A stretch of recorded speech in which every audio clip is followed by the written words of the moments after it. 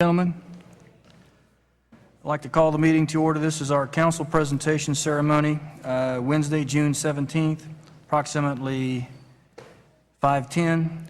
First presentation is a presentation to Homestead Police Explorers. Captain, Chief.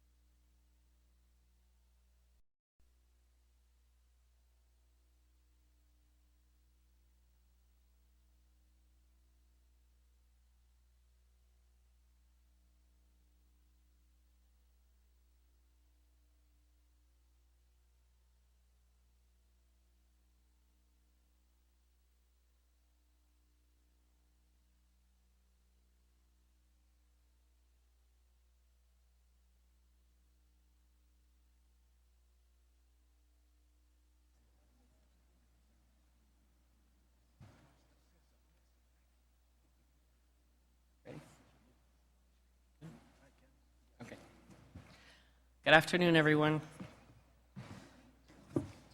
My name is Captain Murray Kent with Homestead Police Department, and here before you today is our current Police Explorer group. One of the reasons why I'm here today, and beside me, I have members of our command staff, Chief Roll, Major Kennedy, Captain Washington, Captain Sinclair, and Commander Kino. The reason why we're here is to recognize a group of very hardworking individuals. They are our Homestead Police Explorers. A little background on the Explorers. This program is open to teens aged 14 to 20 years of age. They must be enrolled in high school or college, and they must maintain a GPA of 2.5 or above. Each year, we hold a 5-month Explorer Academy that starts in late February or early March, depending on school schedules. What you see in front of you here lined up is all of our current Explorers that have gone through the Academy and through ranks and are here. The ones in the back in the white t-shirts and the black shorts are some of our cadets that are in our current Academy right now. All of the cadets must successfully complete the Academy to become an Explorer. During the Academy, they receive classroom instruction, hands-on activities, and physical training. They learn leadership skills, team building skills, and are required to take exams at the end of each lesson, which they must pass in order to stay in the program. Our Explorers were recently featured in a Miami Herald article about the Explorer programs. I think one of the quotes in the article by one of our Explorer leaders, Alicia Wiggins, says it best, that our Explorers, although it's not the intent of each department to lock their Explorers into law enforcement, it happens. There's obviously an interest there, and that's why they're here in our group. The goal is to make them into productive citizens. We foster independence and maturity as much as possible. Each year, the Explorers compete in the Learning for Life Southeast Regional Competition. Our Explorers were exceptional in this. Our team placed first in the overall in-progress call scenario. We are competing against 22 other Explorer posts with over 250 Explorers in the attendance. Our Explorers also participate and volunteer for many events throughout Homestead. This year, from January to June, the Explorers did approximately 28 plus events.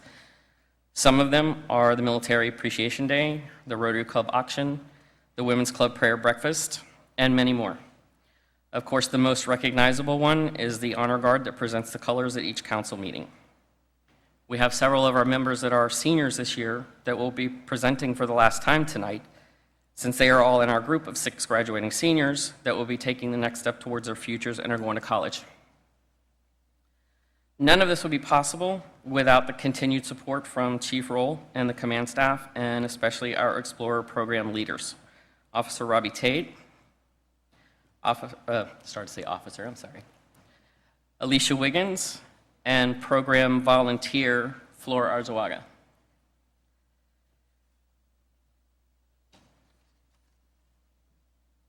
The Explorers tonight are going to be recognized by Mayor and Council and all of us, and will receive certificates for all of their hard work that they put forth, and the mayor has a surprise for the seniors that are going to college. So if I can have Jordan.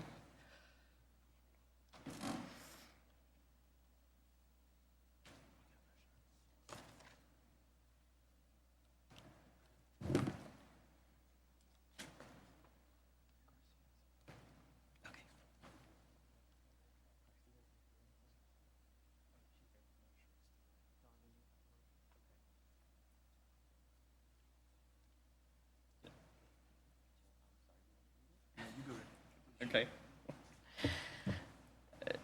These certificates read, Certificate of Recognition presented to Darlene Arocha, Chief, Homestead Explorers. I commend you for your demonstrating the highest standards of leadership, integrity, and dedication to the Homestead Police Explorer program and service to your local community. Continued success and happiness to you in your extremely bright future.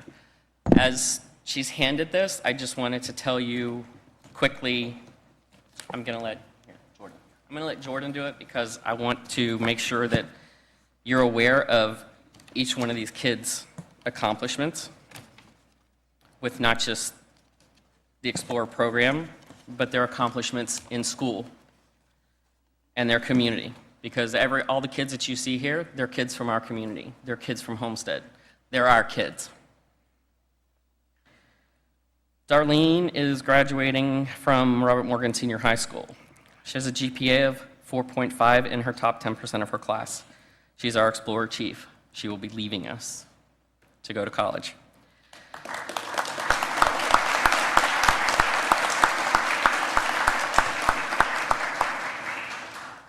She will be attending Florida State University in the summer of 2015, majoring in biology and pre-health track. She received the Women's Club Scholarship and 4 FSU grants.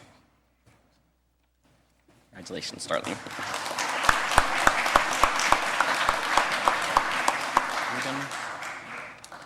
Ruben Martinez.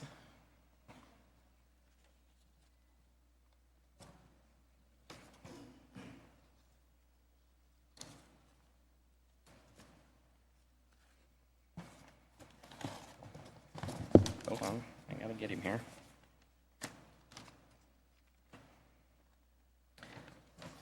Ruben Martinez is graduating from South Dade Senior High with a GPA of 2.8. He's an Explorer major. His community service hours are 2,600 hours. He's a 2014 competition team member. He's attending Miami-Dade College, criminal justice major. Congratulations, Ruben.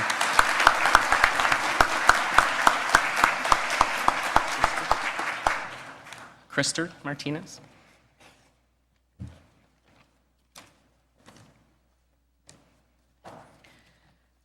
Krister Martinez is graduating from Keysgate Senior High. He's got a GPA of 4.4. He's an Explorer Sergeant. Cambridge program, Key Club Vice President. He's attending Florida Gulf Coast University in fall of 2015, majoring in forensic science. He's a Florida Bright Futures recipient.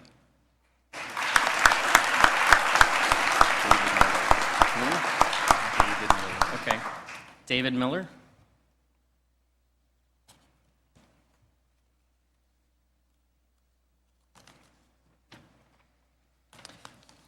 Ooh, David. David is graduating from South Dade Senior High School, and he has a GPA of 5.916. He's in the top 2% of his class. He's an Explorer Sergeant. He's volunteered with SOS, organized a baby supply and necessity drive. He's attending, let me back up here a minute. He's an AP Scholar Award for passing more than 3 AP exams. He's attending University of Florida in summer of 2015, majoring in architecture, 5-year master's and bachelor's program. He received a scholarship from the Women's Club of Homestead, and he's also a Florida Bright Futures recipient.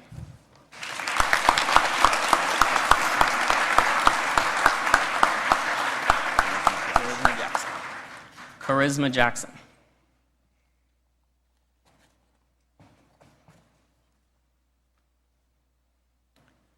Charisma is graduating from Robert Morgan Senior High School. She has a GPA of 4.48. She's in the top 12% of her class.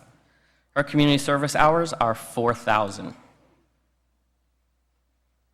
She's on the Teen Court Miami Social Studies Honor Society.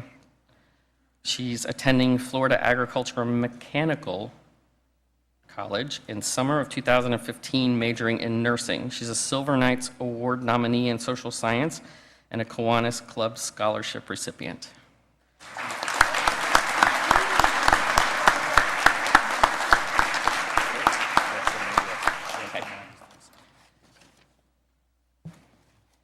If I can borrow Officer Tate for just a minute, I just want to make sure to go down, if you can please go down the other lists of the other recipients of the certificates for their, I don't want to leave anybody out.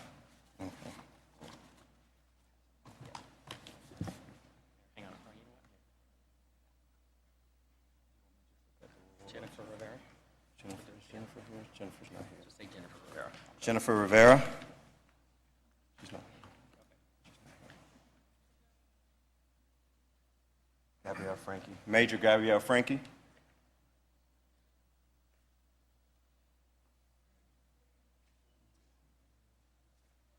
Yeah. Lieutenant Robert Tate?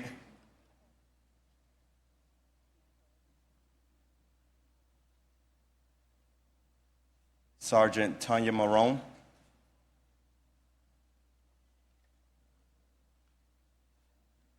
Sergeant Omar Navaez?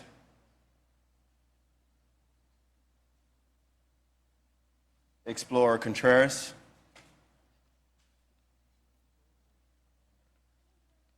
Explorer Amanda DeSalle?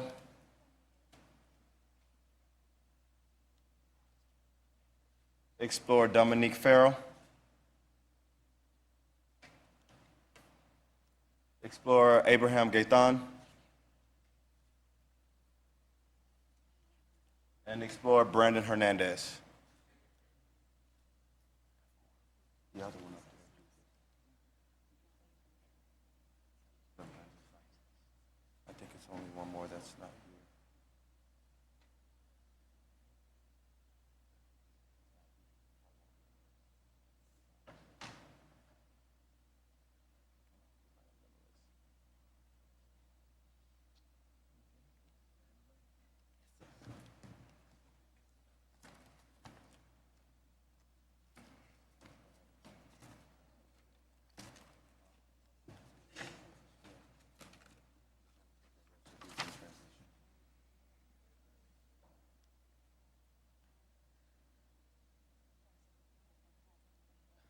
Chief, do you want to say something before I close out?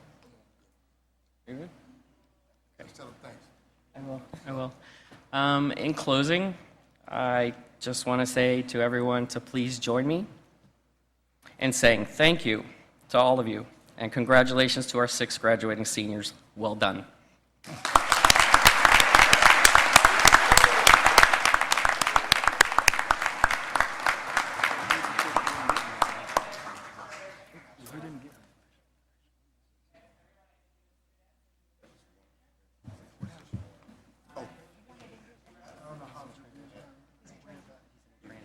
He was in transition. That's why he's. Right, you're tall. Get all the way in the middle, man.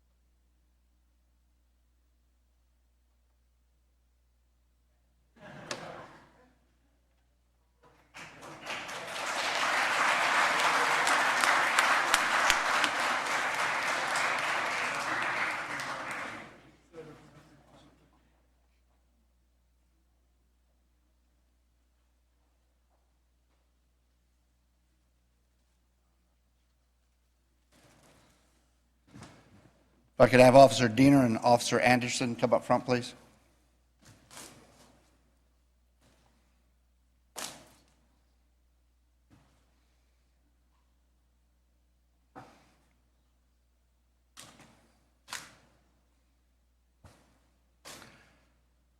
Good evening, ladies and gentlemen. I'm Major Scott Kennedy, over operations for the Homestead Police Department. Also with me, standing before me tonight, are Chief Roll and his entire command staff, along with two individuals that we're going to honor for co-officers of the month for April of 2015, Officer Howard Diener and Officer Douglas Anderson.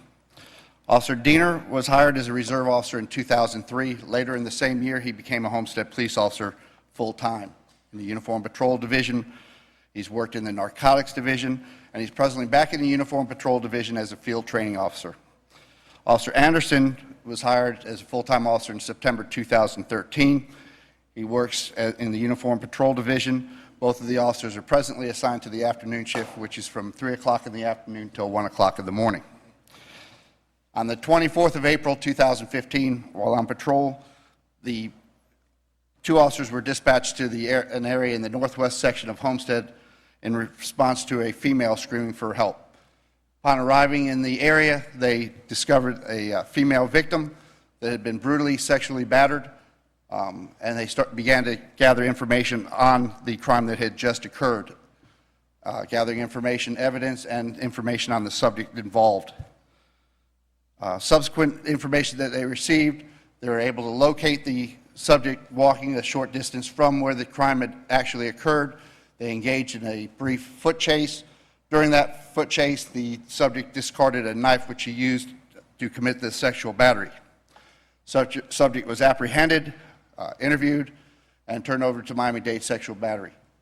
The two officers up here before you today, they performed an exceptional job in initially getting on the scene, getting the necessary information, and subsequently locating and apprehending the subject involved in a heinous crime.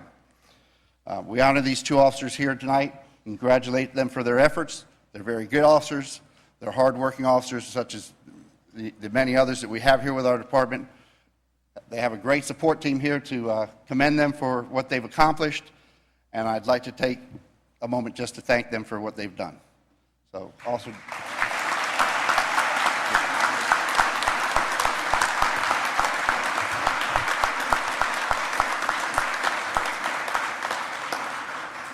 a lot of times in police work, we often neglect the fact that we have significant others, family members, and so forth that make many sacrifices to allow us to become public servants and spend many times in interrupted activities, dropping what we do, working long hours under stressful conditions, bringing sometimes unfortunate incidents and stress home with us after work. I'd also like to recognize and ask them to come forward, which is Officer Doug Anderson's wife, Sarah, and his son, Jacob, 6 years of age. If they could come forward also to be recognized.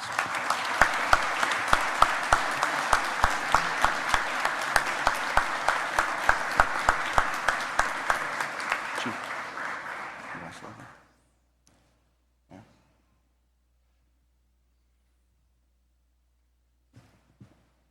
Plaques.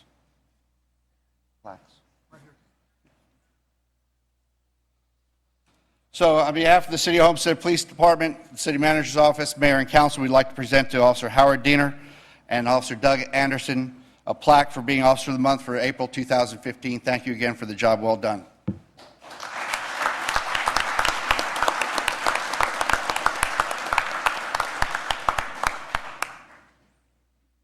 this supposed to be for the mayor?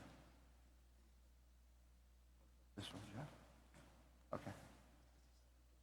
Yes, you want to say? Sorry. Yeah, we'll get it right. All right, thank you very much.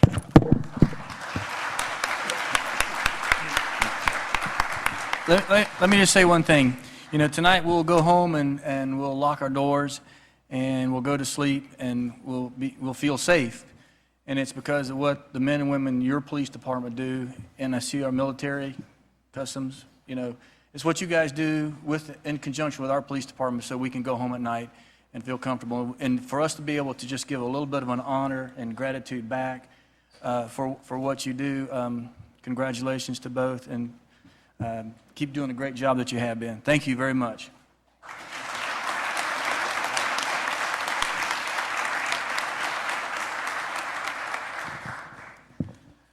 Just want to thank the chief, captains, the Lieutenant Dijon, the major, Sergeant Smith that was working that night, all the lieutenants and the command staff within our department, the mayor and the council, but also the citizens and the residents of the city of Homestead. Without you guys standing behind us, allowing the chief and the command staff and the major giving us support, we wouldn't be where we're at without anybody. Thank you.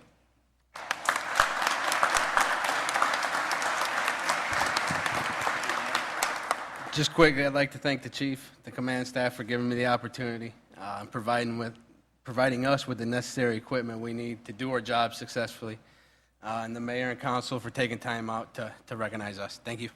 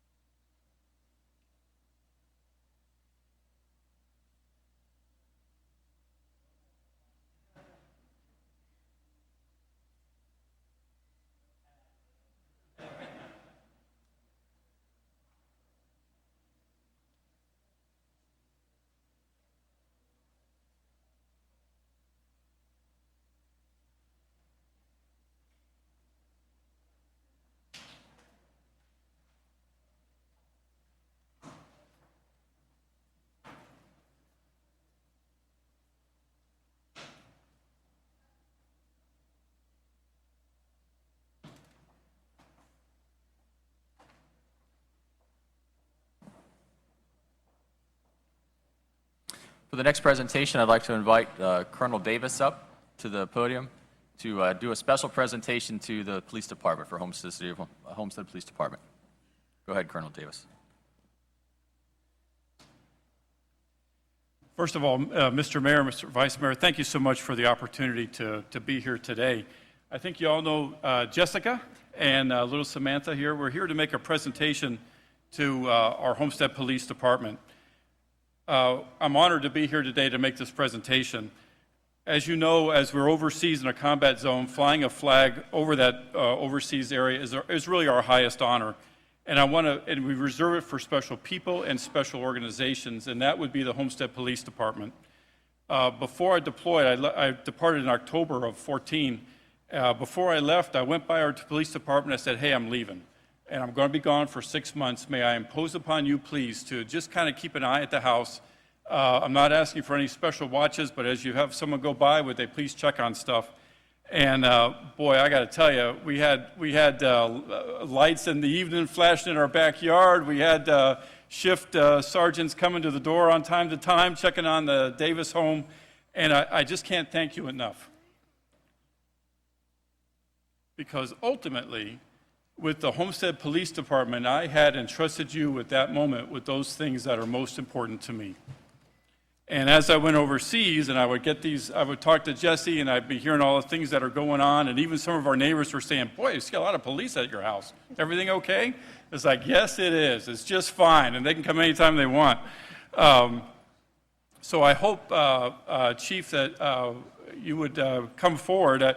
I'm delighted to present this flag to you and thank you on behalf of my family for the work of your leadership and the work of your police department, and also ultimately for the example they set for these fine cadets. I'm proud to live here in Homestead. I'm proud to be here. Thank you very much for what you've done, and please come forward. Cool. So. Thank you so much. This is awesome.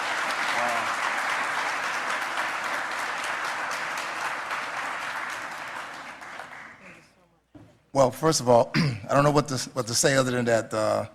For one time, the guy listened to me. You know, they went by and checked on your house, and that's what we do. But to hear that, it's inspiring. It's just something that we've been working on for the last 35 years that I've been here, and to hear that the police officers went by and checked on the place while he was deployed, it just makes me feel so good because I know I shouldn't tell my age, but back in 1970 when I was deployed over in Germany for a year and a half, I didn't have nobody to check on my house. So I think that the colonel is blessed. We thank you so much. And I want to thank the department for doing the job that the citizens of Homestead expect for you all to do. And again, I feel good, and I want to say this again, at least they listen to me. So thank you all, I appreciate it, and this is a blessing.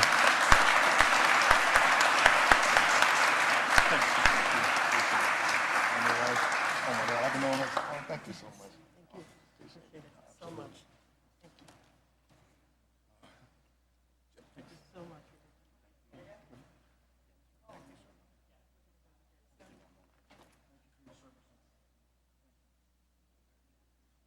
Again, Colonel, this is awesome. Thank you so much, and thank my command staff for supporting me, because without them and my guys, you know, I don't think I could have made this venture. Not 35 years anyway.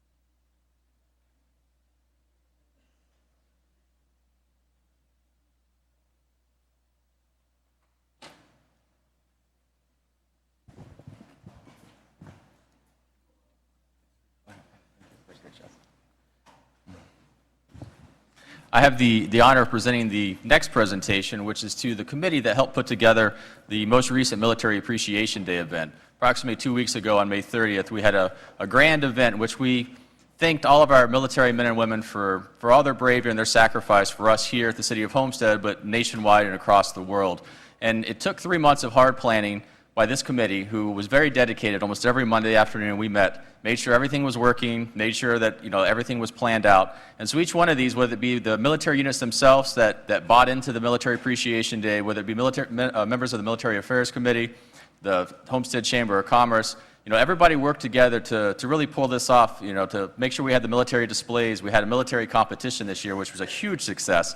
I've gone to a couple of meetings since then, and there's already the jostling of the bragging rights on which team won and which unit won on the base. And so I think it's being built up for an even bigger event next year. And so with that, I'd like to present certificates of appreciation to all of those committee members and all those people that helped make Military Appreciation Day so special for the city of Homestead and for our military men and women.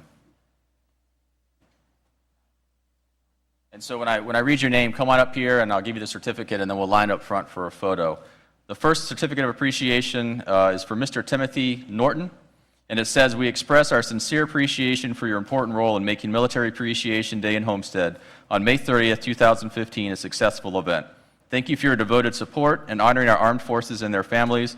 And then it says Military Appreciation Day Committee, and it's presented on behalf of the mayor, vice mayor, and council. So is Mr. Norton here today? No? Okay. Carlos Batista.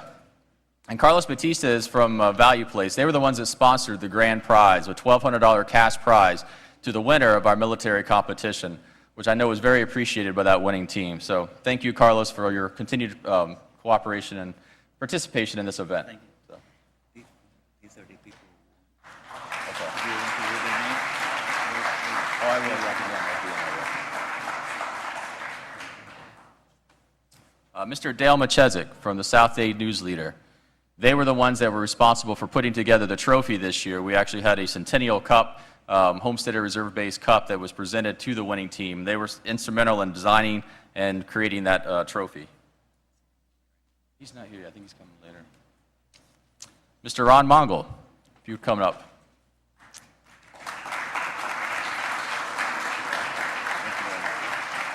Ron was instrumental in helping to coordinate and get all of our displays on the street, our tents erected, and everything else in between. And so he really helped to bring that dimension to our Military Appreciation Day event.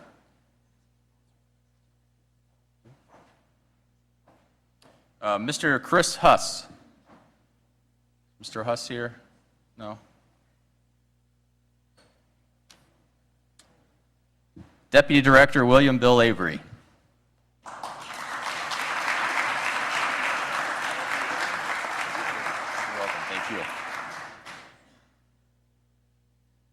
Lieutenant Colonel Kim McDonald. Is she here? No.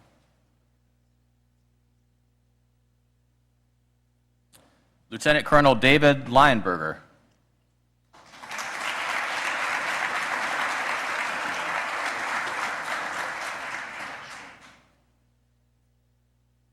CW5 Brian F. Masterson. Is he here? No, not today.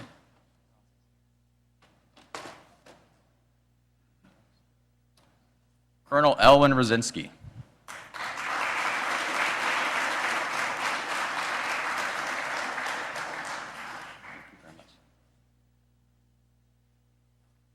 LCDR Jason Ingram.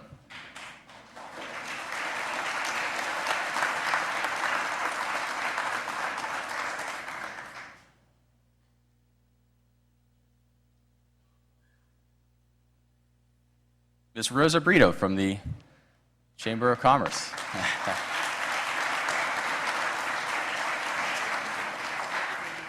And the Chamber was very instrumental in our art and essay contest, which encourages our youth to learn about the military and tell them what freedom means to them. And so that was very instrumental. Again, we had art, we had essays, and every year we kind of help spread the word and make sure that our community and our youth know what our military does for us. Miss Yvonne Knowles, Homestead Main Street. Yvonne's always instrumental in a lot of the events that take place in downtown, and this is no different. She does a great job, especially helping organize the food trucks and making sure things run right on the street itself.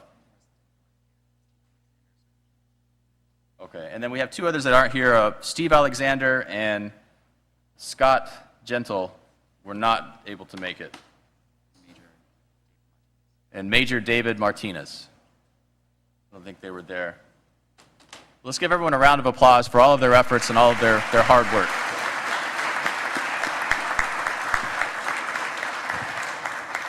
Oh, I also wanted to win the winning team, the first place team. Their names were Dan DeFrevel, Jason Hill, Jamie Huber, and David J. Smith. And if I remember right, they were from Sauk South this year. So they put the other base units on notice, and so hopefully they're coming after them for next year. So next year will be bigger and better. Look forward to it. I look to seeing all you out there next year.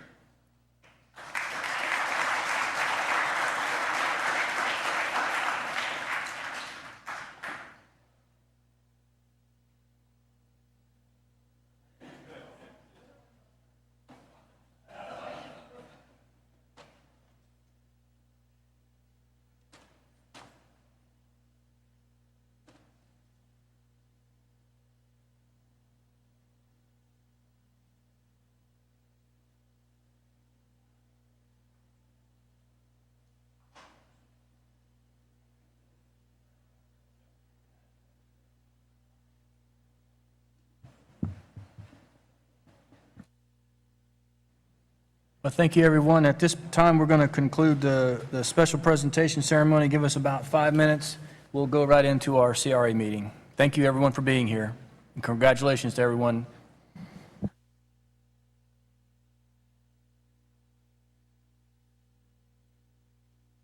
Gentlemen, good evening. At this time, I'd like to call the Wednesday, June 17, 2015 council meeting to order. It's approximately 6:12 p.m. This evening, the invocation will be by Pastor Russell Black, pastor of the New Thing Fellowship. followed by the Pledge of Allegiance. This time, would everyone please stand?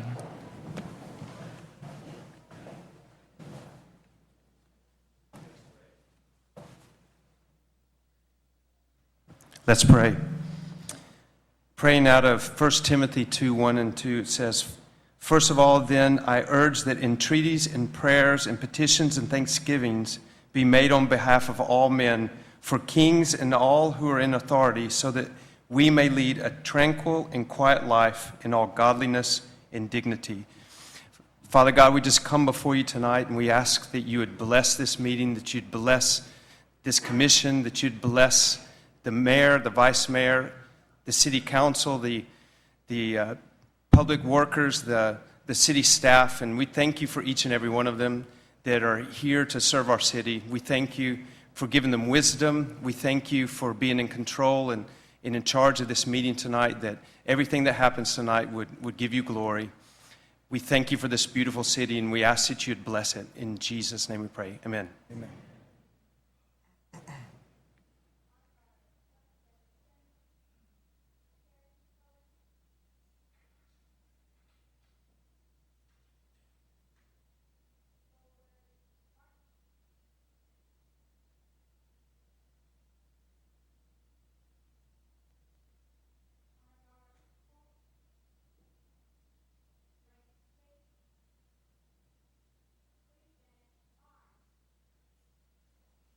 Would you please join me in the Pledge of Allegiance? I pledge allegiance to the flag of the United States of America and to the republic for which it stands, one nation, under God, indivisible, with liberty and justice for all.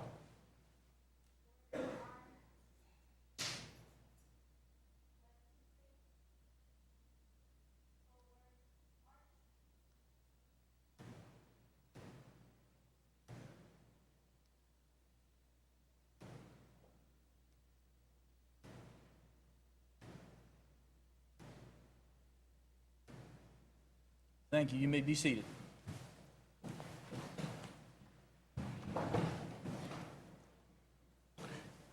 Roll call, Madam Clerk. Councilman Maldonado. Here. Councilwoman Fairclough. Here. Councilwoman Woolman. Here.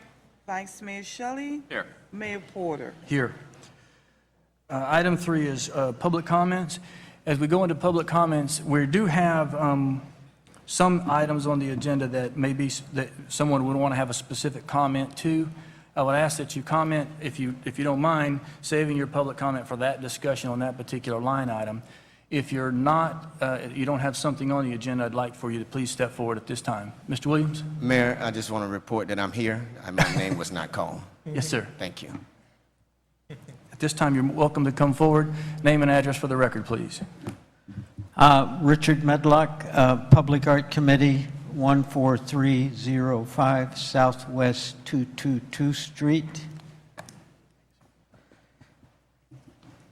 Mr. Mayor and council members, I was asked by our committee to come here and give you a personal invitation and a cordial invitation and an enthusiastic invitation to come to our next public art meeting on July 2nd at 6:30 in this chamber. We are in the process of finalizing our master plan, and you may have the final draft copy of it. And so we really would like to have your feedback, your input, and your discussion with the committee. It would be very helpful to us, and we would really appreciate your attendance. We hope all members of the council and Mr. Mayor will attend, and that would just be great for us. Yes, sir. So I thank you. Thank you, sir. Thank you.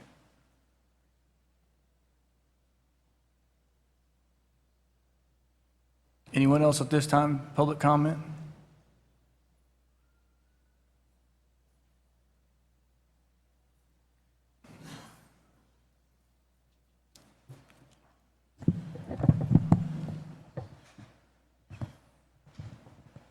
Good evening, Council. My name is David Goodwin, address 829 Southwest 7th Street, right here.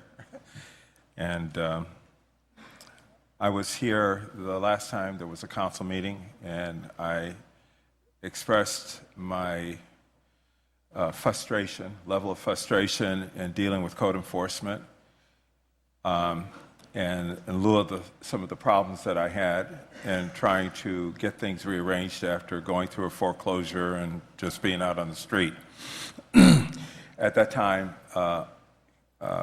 you instructed me that to reach out and see what sort of interaction that I would be able to have with code, and if I did not have any type of reasonable interaction with code, then to come back and let you know. I'm here to let you know that I've had a very high level of frustration in dealing. Matter of fact, the only person that had made any contact with me whatsoever was Officer Crystal Olivier. And she did that just to give me some information because I was completely in la-la land about it. I do have to commend the CRA because they have been helpful, but the CRA has just an arm's length dealings with what is there with code. So I did talk to Mr. Williams, and he said that he'll meet with me. But if there's anything else that the council can do or recommend or project, I really appreciate it. I moved back into Homestead because this is where I wanted to be. All right, Mr. Goodwin, kind of bring it to a close. I mean, we've got a lot on the agenda tonight. Mr. Manager, would you I'm happy to meet with him if you'd like. And, put someone from your staff, we'll in have touch somebody with approach him, get a time, and we'll meet at his convenience. Okay. Mr. Williams, do you have? Yes.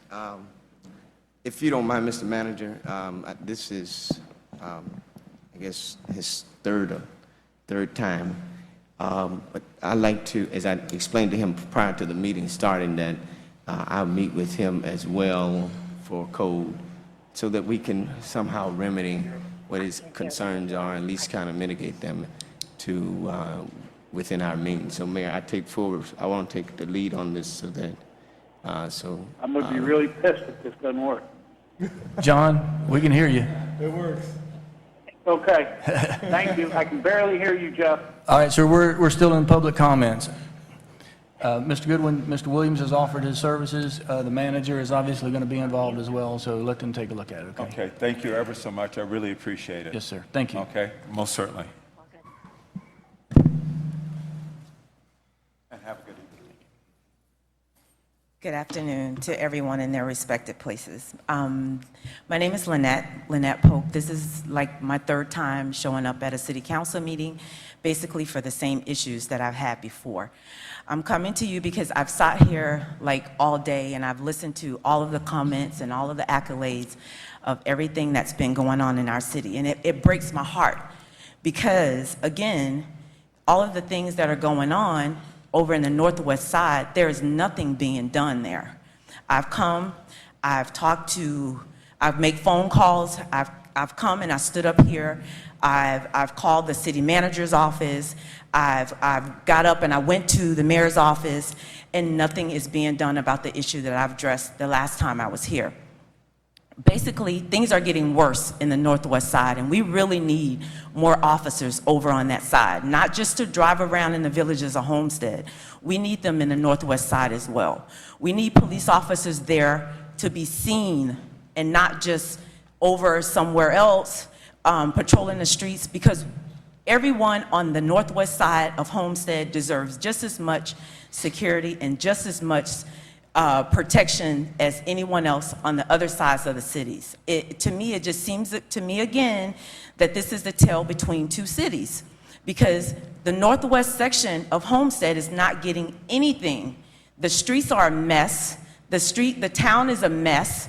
You know, no one wants to talk to anyone over the phone. When you call, they place you on hold, they switch you over, they tell you that, oh, you can't talk to this person because they're in a meeting all day, and nothing is being done. And it's like now, here it is again, I'm coming to the city asking for the same thing I asked for the last time I was here. I need the same respect as the same people in the villages of Homestead and Keysgate. In the villages of Homestead, when the city bus went through the villages of Homestead and you guys did not want it there, you moved it. It no longer goes through the villages of Homestead. I'm asking that the city council get on top of the people that runs the city and get on top of those people and make someone get up and do something. In the mornings, people are feeding people all over the streets. Kids are walking to school. And then you have, we don't know if there's pedophiles or anyone standing on the street to do these kids any harm. And I heard, you know, one of the captains say that the police officers that they gave an award helped the lady in the northwest section. Well, if we had more surveillance over there, if we had the same amount of respect that the people in the villages of Homestead gets, maybe some of these things. Mr. Mayor, I'm sorry. No, I'm just saying- sorry. I'm seeing you shake your head out of disrespect. It's disrespectful. No, ma'am, I because was I not. am a tax-paying citizen in Homestead. I've lived in Homestead all my life, and it hurts my heart to see this going on here. And I sat here and I listened to everyone at 5 o'clock giving out awards and talking about how the police went behind their house and shined lights and gave them extra protection, and we can't get anything in the northwest section? Are you serious? I wasn't being disrespectful. It wasn't you, No. but these people are following orders, and I know that something happened on your street a while ago. But the surveillance that you get on your street in the villages of Homestead, I want the same thing that you get. The same exact thing. Let me interrupt 1 second. We're hiring officers tonight. And the vice mayor is the northwest section seat. I promise you, I was not being disrespectful, and I don't think anyone is being disrespectful. I know that the assistant city managers have done some additional looking into this problem. So, Mr. Manager, we're going to deal with this. I'll set the meeting. Can we get the address of where this is? But you're telling me that they set the motion to do something before, but I haven't heard from anyone since the last city council meeting I've come to, and the phone calls that I've made, the things that I've done when I came up to your office. I have to get up and call when the place that's distributing the food leaves food out all week on my street. All week, I have to call because code enforcement is not patrolling the streets and are not going out looking. And when I drive up to the corner from where I live at, I can't let my windows down because the flies will invade my car. Okay, let me get Kate, because Kate's the assistant city manager. You did some research in this. Yes, sir. Yes, Mr. Mayor, I did. I followed up with the police department and with code, and also with your office. I actually went out and visited the site, and before and after the actual feedings on that day, I had the police department there and code, and also someone from your office to take pictures before and after to get a sense of what it did look like. So we've had people follow up on 2 subsequent Saturdays just to see that specific complaint. And what they observed, there was not a traffic problem at the time, and also after it, there was not a problem with the garbage. That's what we witnessed on those 2 Saturdays. Okay, well, I have pictures here, Mr. Mayor, because I want you to see the pictures. The only thing that I'm asking for, let's make it perfectly clear here. The only thing that I'm asking for is their quality of life. That's all I'm asking for. I'm not coming to the city asking them to do anything extraordinary for me. All I want to do is live just like everyone sitting up on this board and everyone in this room. I want to live like that. I don't want to get up on Saturday mornings and my yard is invaded by people that's standing up in line. Not that it's a bad thing for what this church is doing, but I am tired of it. I am tired of going outside picking up trash and paper where the church is feeding them, but the church won't get out there and pick up the paper that these people are putting out there on the grounds. I am sick of it. And that's all I'm asking is for the city to stop and take care of the citizens within the city. That's all I'm asking for. I'm not asking for anything. And it's a shame because I called her and I was told that I was going to be called back because she was going to be in a meeting all day. Well, guess what? I haven't heard anything. I'm tired of being pushed around. I'm tired of being lied to. And also, I'm paying tax dollars. I'm paying tax dollars. I'm not asking for anything. I'm paying my way here. but I want a quality of life like everyone else. I want to be able to lay in the bed on Saturday mornings and not be invaded by people in my yard and cars parked in my yard every Saturday morning. I'm tired of it. But Chief, I want to tell you, Chief Roll, that you have an officer, and I wrote a letter that this officer was outstanding. Officer Rodriguez, he talked to me and he handled the people on our street with dignity and respect, not because they couldn't speak English. The same Mexicans and Guatemalans and Haitians that live in that community deserve the same amount of respect that everyone in this room deserves. And it's a shame that we're not getting that respect over in the Northwest section. Mr. Williams, did you want to say Yeah, something? yeah, thank you, Mayor. The address, give me your address. Thank you, yeah. It's 145 145, yeah.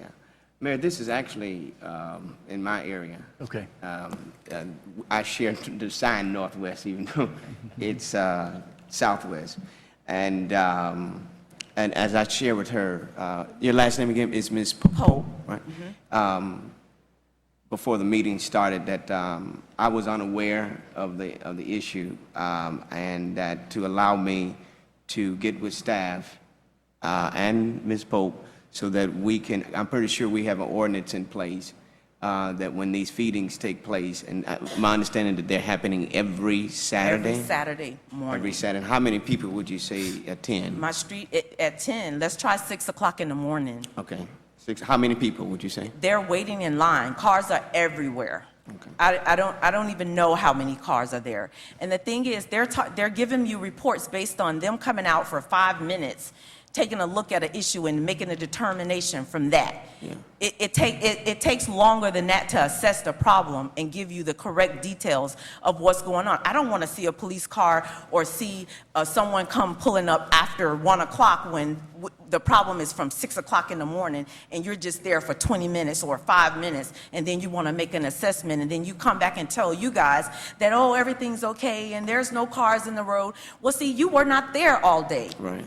Ms. Pope, if you would allow me the opportunity to, because you've never contacted my office. No, I haven't. This is the first time talking to you. So if you would allow me to look into this, because I've not had the opportunity to do so, and I will assure you that we will find a remedy to this issue and that you will receive equal respect, as you had said, about quality of life.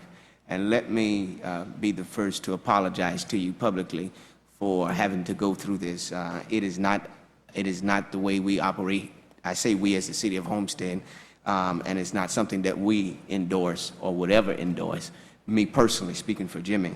But allow me an opportunity to really get to this issue, and I'm sure we have an ordinance where, and I don't know, Mr. Attorney, Mr. Mayor, when we have feedings like this happening, do we have a ordinance in place to where they have to require a permit or anything of that substance? Because if they're not, then they have violated what we have put in place. I will work with staff to see what we have in place, and if we don't have something in place, we'll draft it and bring it back to you very quickly. Yeah, if you would do that, so that way when we meet with Ms. Pope, that we would have a remedy to this, because it needs to be structured. We're not saying that it cannot happen. It needs some order, and it needs to be structured so that there's proper channels that need to be put in place and boundaries. And so I publicly apologize to you for what you've gone through. Thank you. Okay, thank you. Thank you, Ms. Pope. Mr. Mayor? Yes, sir, Mr. Maldonado. Just on the same item, I've also noticed that there's another organization that's doing the same thing next to the United Methodist Church, and I know that on that street, there are many times that I do see the same thing what we saw in the pictures, which is just, many cars and many families, and we understand those needs, and the church is, I've worked with the church, and they're willing to accept what's going on because they're in the same business of helping folks, but nonetheless, it comes to disturb the community, and when they're trying to have school time and what have you. So I would ask that you'd also look at that organization and maybe follow up with me, and I'll give you the exact address, whoever's going to work on that. Thank you. Anyone else at this time? Public comments? Anyone else? I'll close the public hearing at this time, public comments at this time.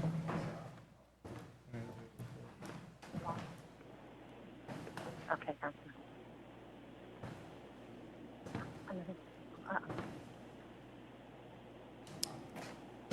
Hi, I'm Dr. James Eric McDonough. I live at 32320 Southwest 199th Avenue. The issue I wanted to address, thank you for the opportunity to speak here, is I received an email about 2 days ago from the city clerk saying that there's no destruction log for deleting my comments from Facebook because my comments have never been deleted. I have definitive evidence proving this to be patently false. I'm really curious who it is or why it is that certain people within the city of Homestead have an absolute disdain for the First Amendment as well as the Sunshine and Open Government laws.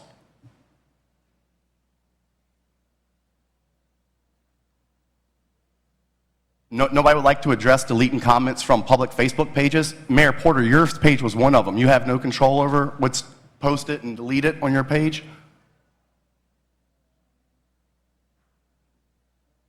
Some of the information that was also posted showed the felony crimes of Chief Roll.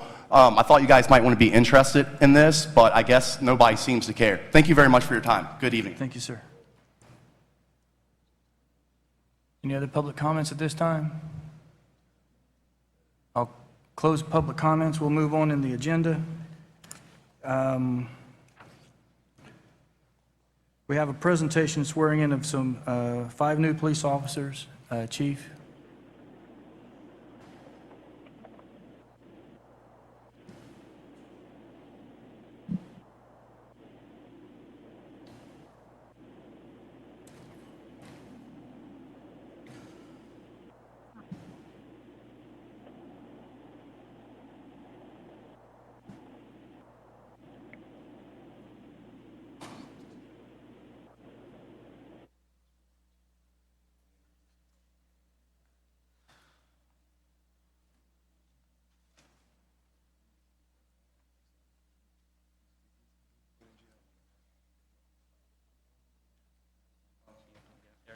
I need Adrian and over here.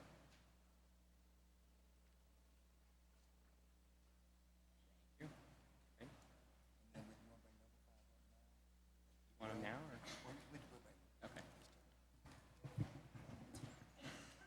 Good afternoon again, everyone.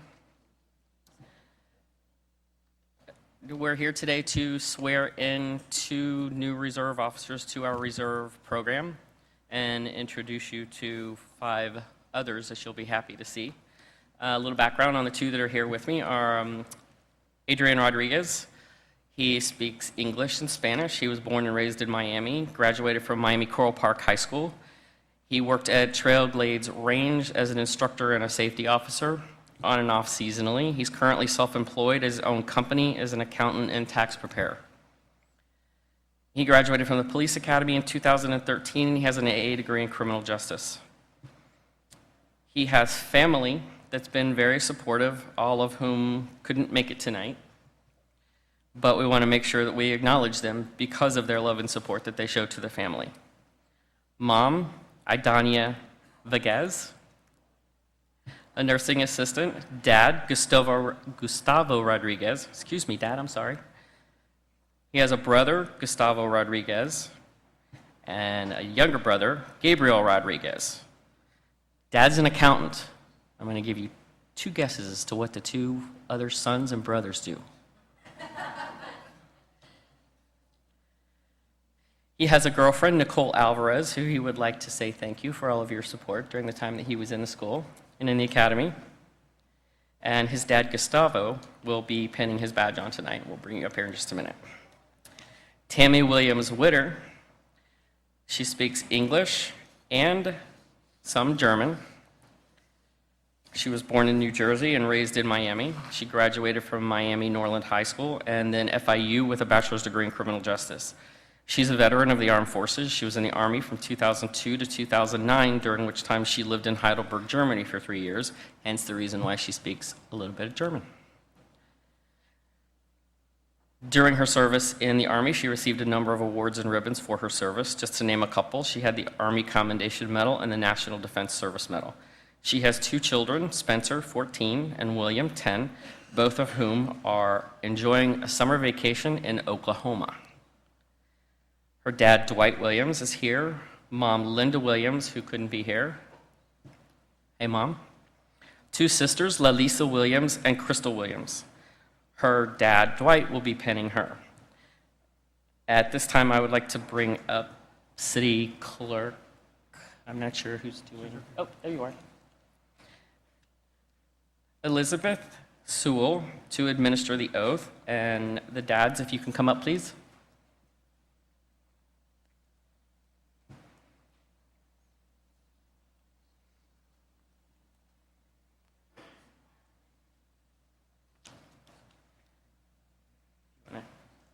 There you go. Please raise your right hand and repeat after me. I, please state your name, do solemnly swear that I will support the Constitution of the United States and the state of Florida. I will obey the laws of the United States and of the state of Florida, and I will, in all respects, observe the provisions of the Charter and ordinances of the City of Homestead, and I will faithfully discharge the duties of a reserve officer upon which I'm about to enter. So help me God. Congratulations. Thank you.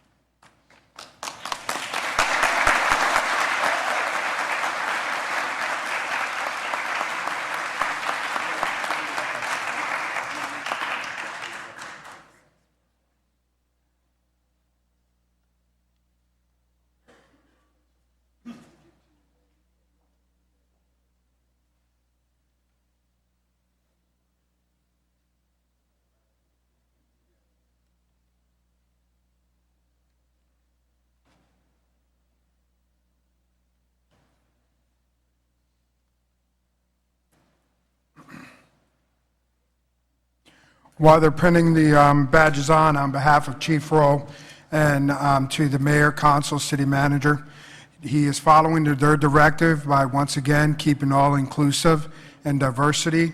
Having diversity is our strength in our department. Our current officers who are with us here today, who've been supporting us since the beginning of this council meeting, supporting their other officers who made Officer of the Month, and the swearing in of the other officers that already took place, which was 5, that we're going to recognize under the leadership of our fine manager, was able to get us, along with the mayor and the council, to get 5 more officers, and they all voted on it for the protection of you and the community and the citizen. And they're here today, and they're already working full-time with our police department. And with that, I believe the chief would like those 5 officers, if they're here, so you can see those 5 officers that have been added to our police force. Would you please come forward? 6. It will be 6, excuse me.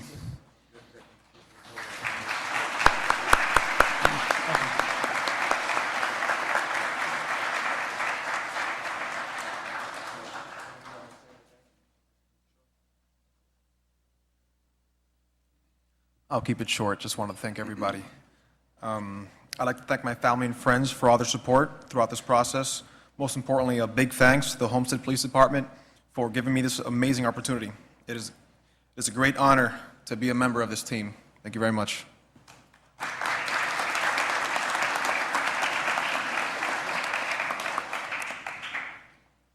Okay, I would like to thank my family and my friends for supporting me, as well as a few officers, Officer Tanner, Detective Wright, Captain Kent, and everyone who I haven't mentioned who assisted my application in being pushed forward in order to give Chief Rowe the opportunity to look over my application and consider me as a candidate. I appreciate Homestead Police Department in taking this opportunity to learn from them and welcoming me to the team. Thank you.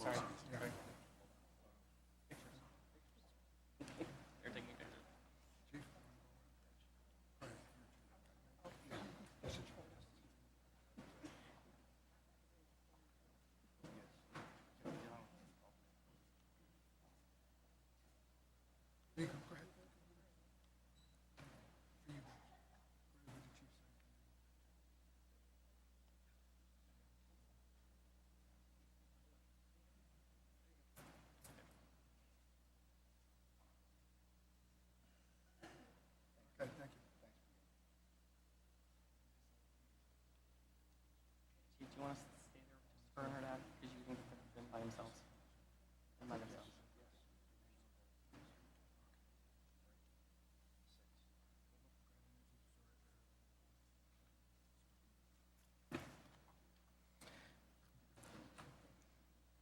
While they're finishing up, I just want to close out with the two that we have here by saying to them that I make sure that I say to everyone else that comes up that we swear in and that we speak to, and that's that to remember to be proud of the uniform you wear, the department you represent, and the trust and integrity that is expected by wearing the badge.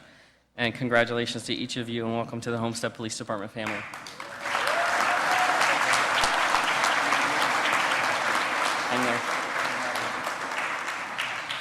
And then at this time, I would like to call up the 6 new officers that we have hired to fill the positions that the city manager, mayor, and council were so gracious to give us and the citizens of Homestead.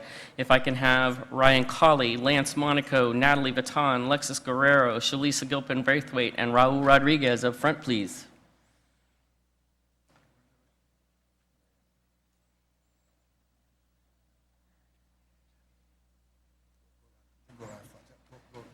Yeah, you guys gotta go that way. That way.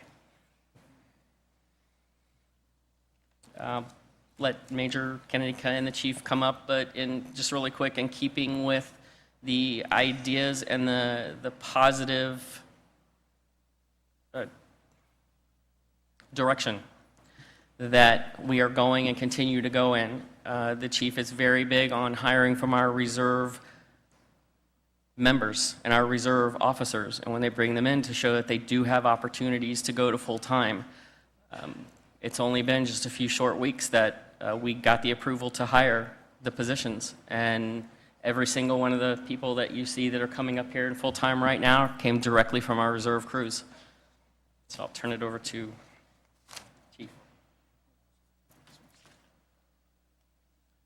Just wanted to thank the mayor and council for giving me the opportunity to hire 6 more individuals out of our reserve bank, as Captain Kent spoke earlier. This is something that we do. We have a 35, maybe 40-man reserve bank here in the city of Homestead.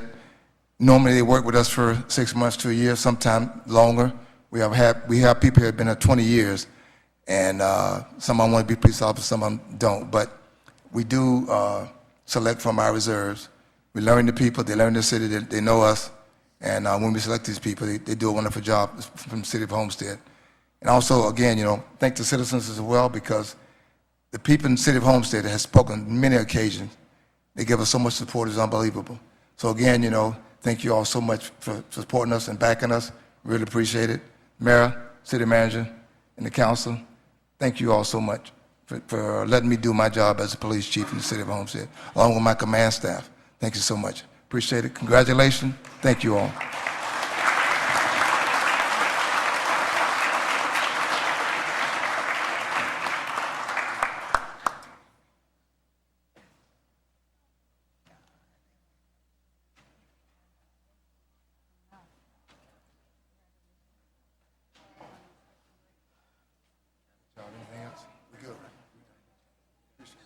Give these back to Elizabeth.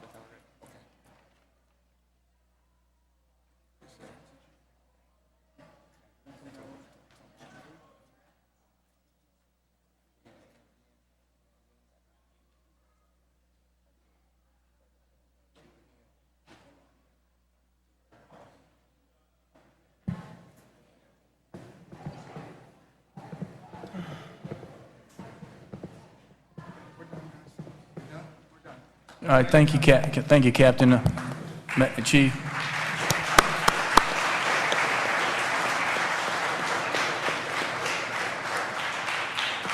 We just wanted to take the time to let the community know that we were bringing in additional officers. These are not replacing officers. These are new hires that are going to be on the street fighting for us. So congratulations to the new hires, and thanks to Chief and the command staff and the manager for bringing them on and bringing that forward to us. At this time, any additions, deletions, deferrals? We want to move tab 15 up as a request of Mr. Burgess. Anything else? Okay, now, Go ahead. Mr. Burgess, are you there? Okay, so tab 15. Mayor, can you hear me? Yes, sir. We're just now opening up tab 15. I would just, I sent an email to the clerk the other day with additions, deletions, and referrals, and asked if we could move the one item from the back of the agenda to the front, and I would still like to make that request this evening. Right, I've asked to do that. Is there any objection from council? Okay, it's moved up at this time. Madam Clerk, you want to read the resolution into the record? A resolution of the City Council of the City of Homestead, Florida, calling a special election on proposed amendments to the city charter pursuant to Charter Amendment Petition of Electors, proposing amendment to Charter Sections 2.03 Election Term of Office Seats and Term Limits at Section D, Term Limits, Section 3.03 Prohibitions at subsection C, holding other office, and Section 8.05 No Discrimination to be held on the 27th day of August 2015, providing for submission to the electors for approval or disapproval of the proposed charter amendments which resulted from the petition of electors, providing for requisite ballot language, providing for mail ballot election, providing for notice, providing for related matters, providing for severability, providing for an effective date. Is there a motion for discussion? Is there a second? Moved and seconded for discussion. Ms. Wallman?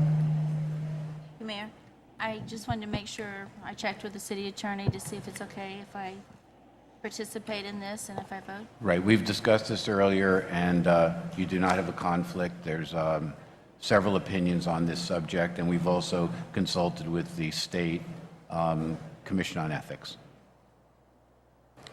Okay, there's some concern and confusion, or possible confusion, about what this resolution is and the influence or lack of influence that the city council has. Can everyone hear okay? To the officers in the back, could you guys quietly make your way out so that we can continue the meeting? They can't hear us yet. It's out in the hall, I think. And ask them in the hallway to please try to hold it down.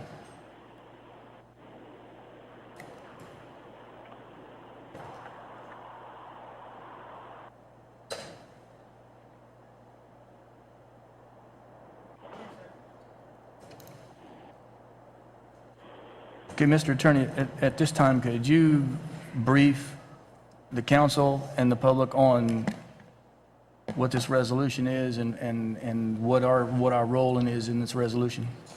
Yes. The resolution in front of you is placed in front of you pursuant to provisions of the city charter. A petition was filed by residents of the city, and under the county charter, once 10% of the registered voters sign that petition as certified by the Dade County Supervisor of Elections, it comes then to the city, and you have sort of a very limited role. Your role is to set a date for an election. And as far as the discretion of council is concerned, the only purpose of this resolution is to set the date for the election. The ballot language, the amendments themselves, all of that was specified in the petition, and you have no ability to change that. So the very limited purpose of this resolution is to set the date for the election, and to provide that to the Supervisor of Elections for Dade County so it can be held. Okay. All right, thank you, sir. Are there any questions from council? Mr. Burgess, can you hear us okay? I've got one, Mayor. Go ahead, sir. To the attorney, are we allowed to request what type of ballot it is, Richard? Because they've suggested one type, and my question is, or are we bound by what type of ballot it is also? Are you talking to the mail-in? Are you talking in terms of the, I'm not hearing you 100%, but are you talking in terms of the ballot language? No, not the ballot language. I'm talking through the elections department. They've requested a mail ballot instead of going to the polls, I believe. Right. What happened was this, is that all the cities received notification sometime earlier in the year that during a particular period of time, the Dade County Supervisor of Elections was doing a re-precincting. And so that during that time, the Dade County Supervisor of Elections was unable to hold an election. And so when this came about, we had, quite a number of discussions with them and said that the council is obligated under the charter to set this election. And so they said that they suggested the date of August 27th and said that they could do it on that date by mail ballot. The petition itself doesn't specify mail ballot or walk-in ballot. This was because of the timing, that's why it was set by a mail ballot. But it wasn't specified in the petition. Does that answer your question? My question, follow-up, if I may, sir. Yes, sir. Is to the clerk. Why is a mail ballot $70,000 when we just had another election that was $75,000 where we had precincts manned all day? Councilman Burgess, the Elections Department provided that estimate. It's their estimate for the cost of doing this mail ballot election. Okay. Yeah, that's the... Thank you, sir. Councilman Burgess, yeah, that's the number that we got from the Dade County Supervisor of Elections. Right. It just seems very high for not having the manpower that is needed to man polls for a 12-hour day versus just mailing stuff into them. Mr. Attorney, the mail ballot will be mailed to all registered voters as opposed to not, there's 23,000 mail ballots that are going to be going out to residential homes and/or overseas. Correct. So all registered voters. All registered voters. So that could be some of the driving force, postage and printing. I don't know if that's the whole reason, but it could be. Because I looked at there was about $40,000 in postages, it looked like. Actually, the number was going to be higher, but because the original date that we got from them was August 28th, but the clerk was smart enough to notice that August 29th, which is a Saturday, we would have to pay overtime for people to count the ballots, and so we were able to get it moved one day to August 27th. Mr. Burgess, are you okay? I didn't hear if you were finished. Any other questions from council? Mr. Shelley, Vice Mayor Shelley.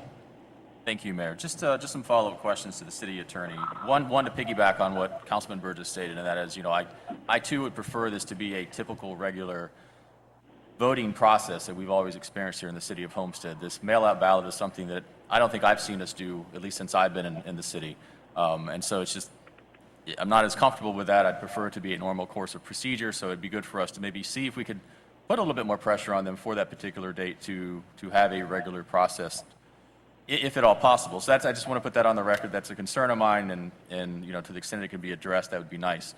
And then just some follow-up questions. You've kind of stated that our sole purpose tonight is to essentially, or our only discretion is to set the date for this special election. There's nothing else that we can address, so I've gotten a lot of phone calls, and I want to make sure that I ask you these questions on the record so that you can address them publicly. And one of the things that was asked was, as far as complaints as to the process, as far as the way the ballots were collected, the signatures were collected, what was said to any of the potential signers, is that within the purview of the city council's decision-making authority, or does that belong someplace else?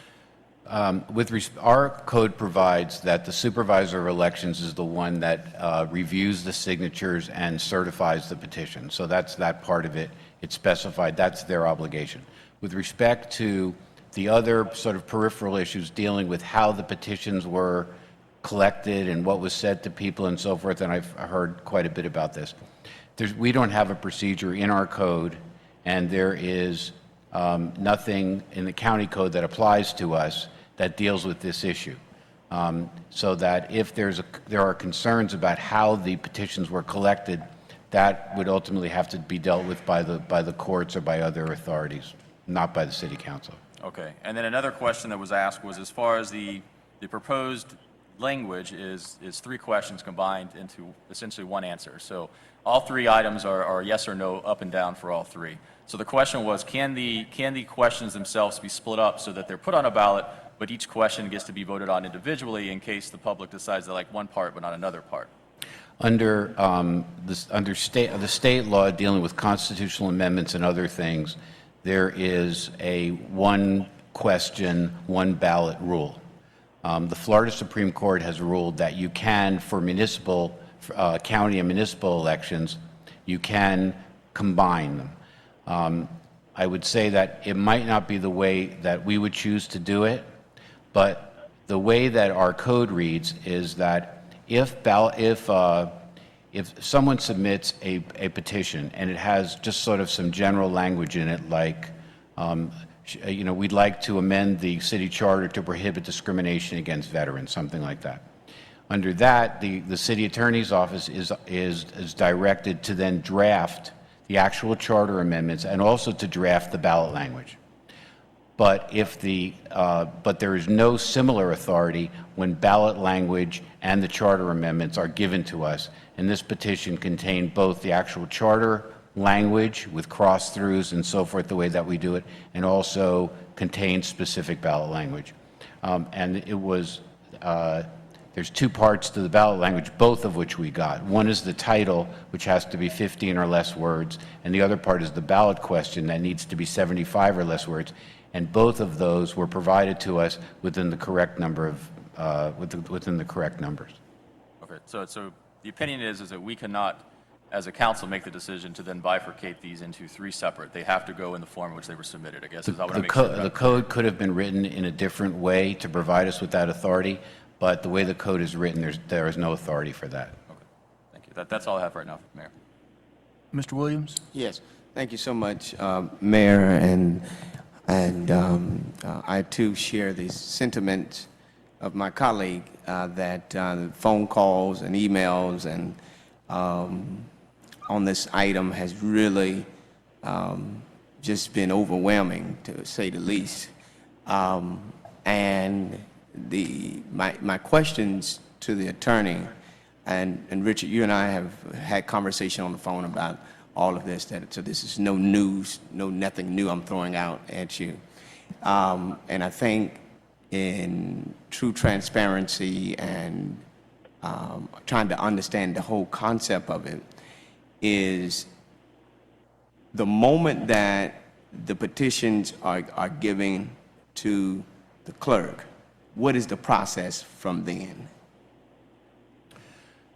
The clerk forwards the petitions to, or directs the, in this particular case, I believe that the clerk, because the supervisor of elections under our code is the one who has to verify the signatures, the clerk directed the petitioners to the Dade County Supervisor of Elections, and the petitions were delivered, correct me if I'm wrong, Elizabeth, directly to the Supervisor of Elections. The petitions were delivered directly to the Supervisor of Elections, yes. All right. Now, if that is the case, then the verification of it is done how? When you say verify, what do they do? There's a statutory verification process where the actual signatures on the petitions are verified to make sure they match the signatures on record. It's the Dade County Elections Department looks at the registered voters and makes sure that the people who signed the petition are registered voters. And in this particular case, a lot of the signatures, a number of the signatures were thrown out because they did not match the signatures on file.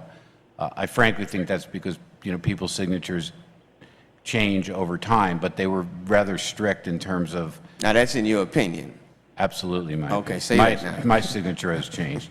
But they did throw out a number of the petitions because the signatures didn't match. Okay. Okay. What I'm asking you this is because, we went back and forth with our charter, back and forth with the county charter, and trying to find where does Homestead fit in, where does the charter, county charter trump its understanding of it. And so you're saying in our charter we have no way of dealing with this issue, we have to defer to the county. Is that what you're saying? The Dade County Home Rule Charter specifies the exclusive method for amending municipal charters in Miami-Dade County. And that's because Miami-Dade County is what's called a constitutional home rule charter county, the rules are different in Dade County. So the way charters are amended is governed by the Dade County Home Rule Charter, and it supersedes, and even in some cases, it supersedes state law. So then, and you're saying that it supersedes well, we don't have anything in place to deal with. Actually, our charter Is silent on no, this. our charter says, under the section of charter amendments, says charter amendments for the City of Homestead Charter are dealt with pursuant to Section 6.03, right, from the county. from the county code. That's what I'm asking. Yes. So Our charter refers to the county, which is what the proper thing for it to do. So when these petitions are gathered and they are submitted to the, when does it get to the clerk? When does it come to our clerk? After the petitions are certified, after the petitions are reviewed by the county, the clerk receives what's called a certification from the supervisor of elections certifying that 10% of the registered voters have submitted valid petitions. And at that point is when it comes back to the clerk. So we rely strictly on so how does the date arrive at August? Maybe I missed that. Okay. What happens is, under the Dade County Home Rule Charter, which is applicable to us, the City Council is obligated to set an election not less than 60, nor more than 120 days after the petitions are certified. So the petitions were certified on June 5th by the Dade County Supervisor of Elections. So this council must set an election not less than 60, nor more than 120 days after that date. So if you say the city council has to set the election, how do we end up with August 27th? The election date, under normal, the election date is initially your determination, but the election is held by is conducted by the supervisor of elections. So because we were in this sort of unusual period because of the re-precincting, the date of August 27th was given to us as a date they could conduct the election. That's where I'm missing the point, because if what you have just said, all of what you just said, and that the council has to set the date. Yes. When did we meet to do that to get? You're doing it tonight, and if you don't, and as I said, your job here tonight is to set the date for the election. And if you decide that you want a different date, you have the authority to set a different date. What we try to do in most cases is to avoid meetings back and forth, and so we got a date that that was okay with the Dade County Supervisor of Elections. If you don't So you went before to get the date before checking with the council? We were given the date by Dade County Supervisor of Elections. At first, the Dade County Supervisor of Elections did not want to hold this election at all. But they can't do that. Well, we had to speak with the county attorney's office and be pretty strong with them about the fact that you had an obligation under the charter to hold this election. And finally, they called back and said, okay, we can do it by mail ballot on the first day was August 28th. But what you just said was that it was determined to make it a mail-in ballot. How can the county tell us what kind of election to have? The county can't tell you what kind of election to have. But you just said that they said that we need to have a mail-in ballot. Yes, but if, for instance, if you decided tonight that you want some other procedure or another date, we'd have to go back to the county and say, can you do it on this date with a walk-in vote? And we'd have to see whether they would be willing to do that, because they have to be able to physically do it, and then they have to send the election plan to the state for approval. But you could theoretically set another date and ask for another type of election, and we would then go back to the county and say, the city council passed a resolution and did this. And this is my problem with you, Richard. and it's not personal, but it's just, I'm uneasy because to me, you're making a lot of contradictory statements. And I'm uneasy because when I saw this date, and now that you're saying, you know, the supervisor election, they can only do it on this date, and it has to be a mail-in ballot. Then you said that it wasn't stated within the petition to do that. Now you're saying that we do have a say in whether it's a mail-in ballot or open election or walking to the polls. Then you said that the only date that was available for them to do it was August 27. Then you said that Ms. Sewell thought about the 28th and saw it was on a Saturday, and that wouldn't be prudent. But we never got counseled on this. You never brought this date to us to say, or this process. This is a process that nobody up here, well, nobody, me, I am not familiar with this process at all. And I don't know if any of my colleagues have had a mail-in ballot. Have we, in the history of Homestead, ever had something like this? That would be to you? No. So wouldn't it be prudent to bring something like this? Because what you basically said is that this is the date that we have to, it's not a suggestion, because that's not what it says. That the motion to adopt the attached resolution calling for a charter amendment, special election from mail ballot election on August 27, 2000, pursuant to the petitions of the elected which were certified. You didn't say the way it's written, it says that we have no actions to do other than to accept this. With respect, the reason that the resolution is in front of you is for you to make a decision on setting this election. But what I'm saying is a date should have never been put in writing until this body had convened to deliberate over it. Even in doing your due diligence, it should not have been, because what it does is it gives an assumption that we have endorsed the date and has not had an opportunity for discussion as relates to what we can do as a body. That's my issue with this whole process. I understand.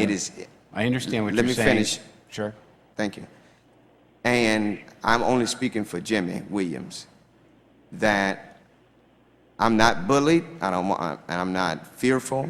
I don't take kind to bulliness, and I respect what the people have done in their efforts in trying to change the charter. I do have say-so in areas of staff, persons we hire that works for the body of this legislative body to do something like this. Are you the third? It's unacceptable, and for you as an attorney to proffer something like this disturbs me. I certainly understand what you're saying. Let me finish, because I need to finish. I'm disappointed in the way that this has been done to us.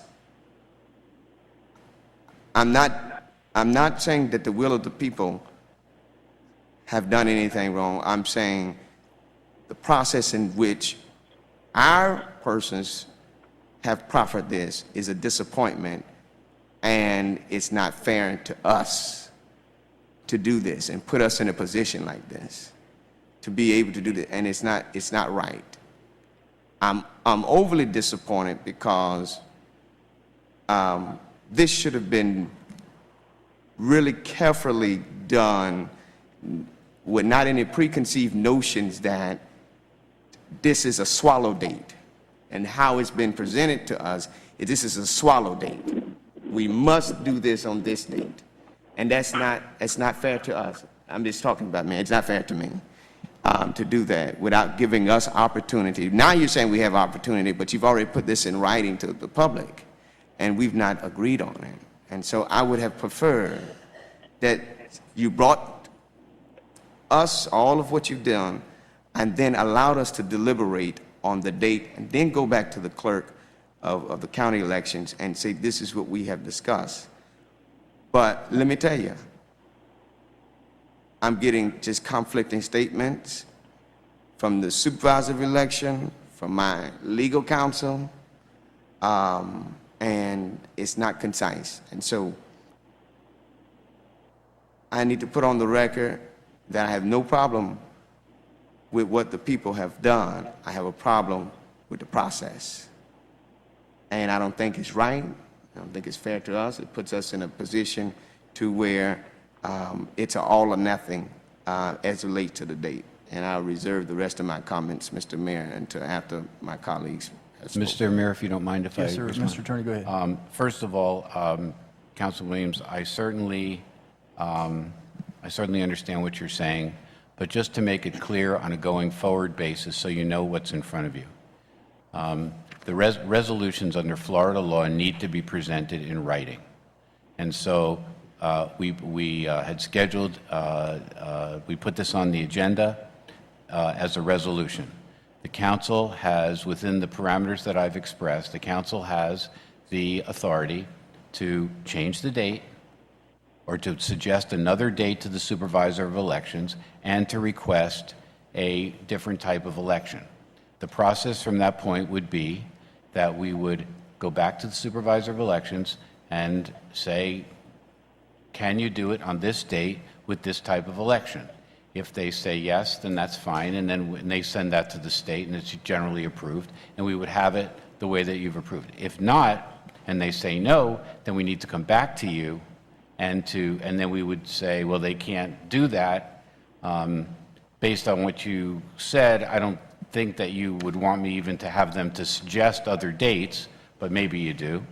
And then we'd have to come back and have another meeting and say, okay, they can't do it on the date or in the manner that you wanted. What do you want us to do? So that's the reason that we did it this way. We try to do these things to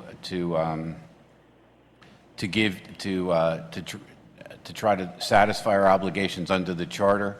If you felt that we should have come back to you and asked for an election, for a date, honestly, because of the very unusual circumstance where the Dade County Supervisor of Elections was doing this re-precincting, we have a lot, I think you'll find that we have a lot less flexibility than normal, but certainly the August 27th date doesn't have any particular meaning to me. This is just a date that we got from them, but I certainly understand your comment. Yeah, well, Mayor, Yes, I'm sir. sorry, I knew I relinquished the floor, but can I respond back? Yes, sir. Go ahead. Thank you.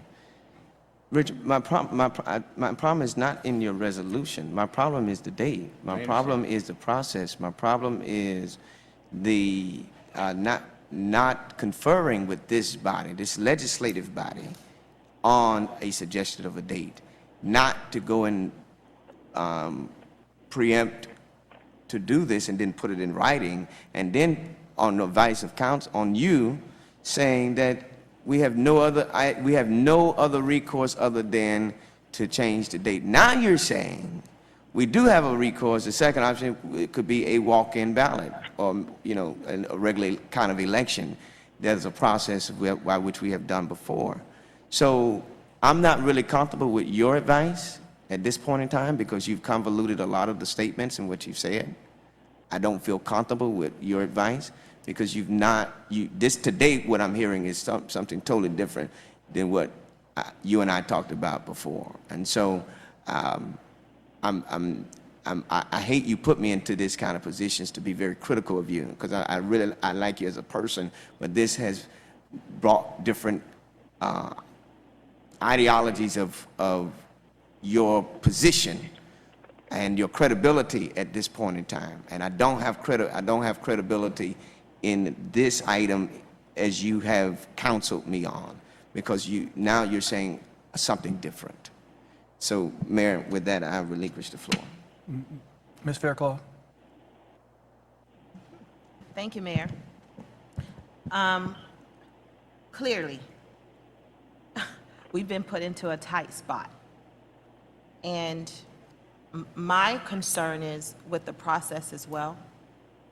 Richard, you were mentioning when you were responding to Vice Mayor Shelley's question, you kept saying our code says, but clearly we didn't go by our code because the county code trumped the city of Homestead's code. let me finish. I like to think that I'm very bright, but I think this train is moving a bit too fast for me. And there are a lot of questions being asked of us, and I don't feel comfortable because I can't effectively answer them because this body was not the initiator of the petitions or the author of the ballot language. So I called you and I asked some questions, but because I don't have a clear frame of reference, there are some questions I didn't even know to ask.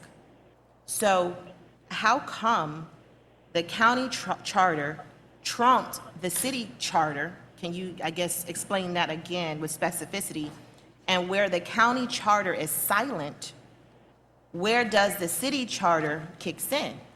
Because the county charter does not reference the 10 affidavits that you have to have in order to trigger the 90-day timeline for the petition gathering process. The city charter says that, but the county charter doesn't. So I'm a little confused about the charters and the language, and you can please respond to that in specificity. I greatly appreciate it. So it starts at the county charter, which specifies how municipal charters get amended. All our charter does is to refer to the county charter. We then have an ordinance which implements the county charter, and that's the one, and it's not inconsistent with the county charter. It mirrors the county charter, but just gives a little bit more detail. So our charters, it's not trumped by the, it doesn't need to be trumped by the county charter because our charter is consistent. It just refers to the county charter. And then we have an ordinance that was passed that implements the provisions of the county charter. But in the city charter, it says 15%. No, it Well, doesn't. what did I read? Okay, there's been some confusion, and I'm glad you asked the Yeah, it's question. very confusing. Okay, there are two different provisions in our charter that deal with petitions. One of the provisions deals with amendments to our charter, and it's very specific, and it says refer to the county charter. There's a process in municipal government called initiative and recall. And what it says is that if the city council passes an ordinance, and the electors are not happy with the ordinance, they have the ability to collect petitions and to put it on the ballot to repeal that ordinance. That is the section called initiative and recall, and that's dealt with in a separate section of our charter and code, and that's where the 15% is. The 10% is contained in the county home rule charter and applies to charter amendments. Okay, if I may continue. I'm just going to be candid. I don't do very well being strong-armed. And I feel as if we're kind of being strong-armed. Because I heard you mention we have a very limited role, we have no ability to change the language on the ballot. This community looks to us for leadership. And they are expecting us to do the right thing. And we're not sitting up here to be lame ducks, at least not me. Or me. So the fact that there's very limited roles and little that you can do, I take issue with that. But I understand we're at a point we have to set a date, and I'm sure we will do that at some point. But as I thought about this process, I reflected on the process that we implemented to place the bond referendums on the ballot. And if I should say so myself, Mr. City Manager, you did a phenomenal job because it was very important, and you took the information to the people to sit down and explain to them and educate them what those referendums were about and the implications of those referendums if passed. We talked about how much it would cost the taxpayers. There was a very strategic campaign, well, can't say campaign, but effort to educate. And I am all for educating. But I don't feel the community has been properly educated on what are the implications for these petitions. There have been no community meetings that I am aware of where the authors or initiators of this petition in ballot language went out to the community to talk to the people. We've come a long way with restoring public trust and having our community to believe in our ability to effectively lead. And issues like this comes back and create a cloud of controversy over this city and this council because there are perceived perceptions of impropriety. And I can't be a part of anything like that. It's just not me, because I operate pragmatically and based on principle. So if it is that important to change the charter, why hasn't it gone out to the people to allow the people to ask questions that we can't answer? I'll leave you with that thought, but I will relinquish my airtime and I reserve my further comments until after I hear from the people. Mr. Maldonado? Thank you, Mayor. Ms. Richard, when I think one of the key items you said is that this council sets the date, and I think that was one of the concerns that I had. That was good to hear, because it was basically, from my understanding, is from our discussion, it was that we just have to come here, sit down, and just basically nod our head and say, okay, this is the day that works, my understanding. I'm now finding out that that's not the case. But I'm also having an issue on how the county is conducting themselves, from what I'm hearing. The same way that we, by the charter, have to follow the procedure that was given to us by the electors, that we're following the charter, says that we cannot not have this set a date. We have to have set a date, and so we're following the rule. But they have rules as well that they have to abide by, and they are charged to hold elections when this body says it has to hold an election. I understand that they are having to redistrict because of the presidential election that's coming around. That's fine. But that does not mean that they get to dictate, in my opinion, that they get to dictate how this council is going to make a decision. I think that, you know, like they said up here, Mr. Williams already said, was that, you know, the date is set before us. And the first time that we're having an election that's a mail-in election, you know, having an issue with that, and they're saying that that's the way we have to have it. I mean, and what I'm hearing now is there's another concern, and I've mentioned this, and it has to do, I think we trust your law firm and who you are and what you've done, and you represented this community well, this council well, but for this particular issue, there's a sense from the community that I've heard, and I'm sure you've heard as well, that the process and how this has happened is being kind of guided, maybe even by your office, which I'm sure that's not the case. But nonetheless, there seems to be this cloud of how the direction that we're getting from our council.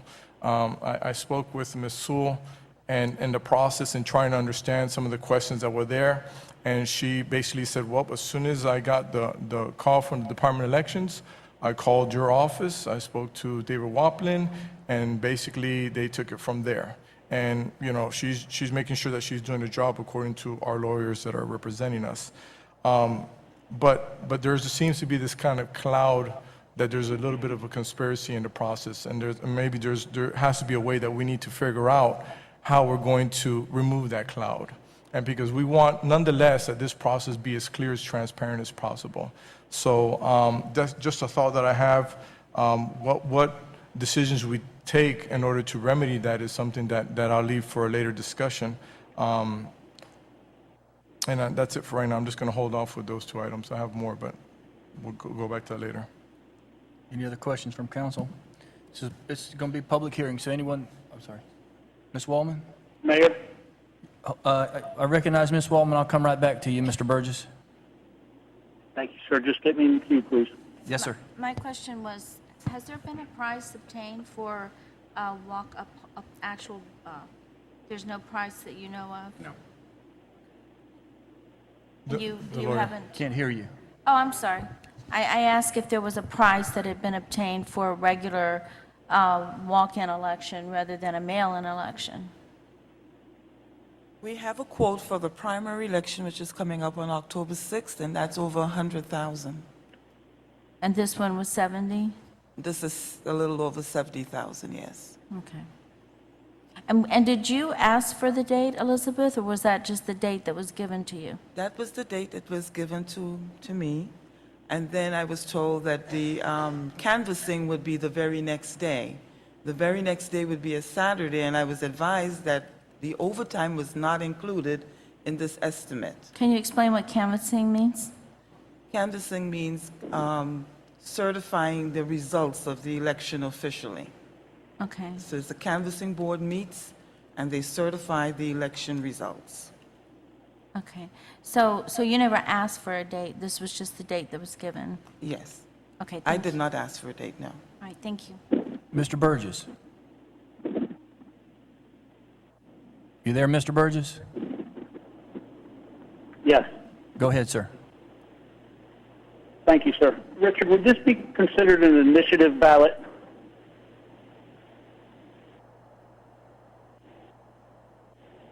No, it's a petition to amend the charter. It's different from the initiative process. And what's the difference? Under most codes and most charters, an initiative is used to repeal an ordinance or to pass an ordinance, and this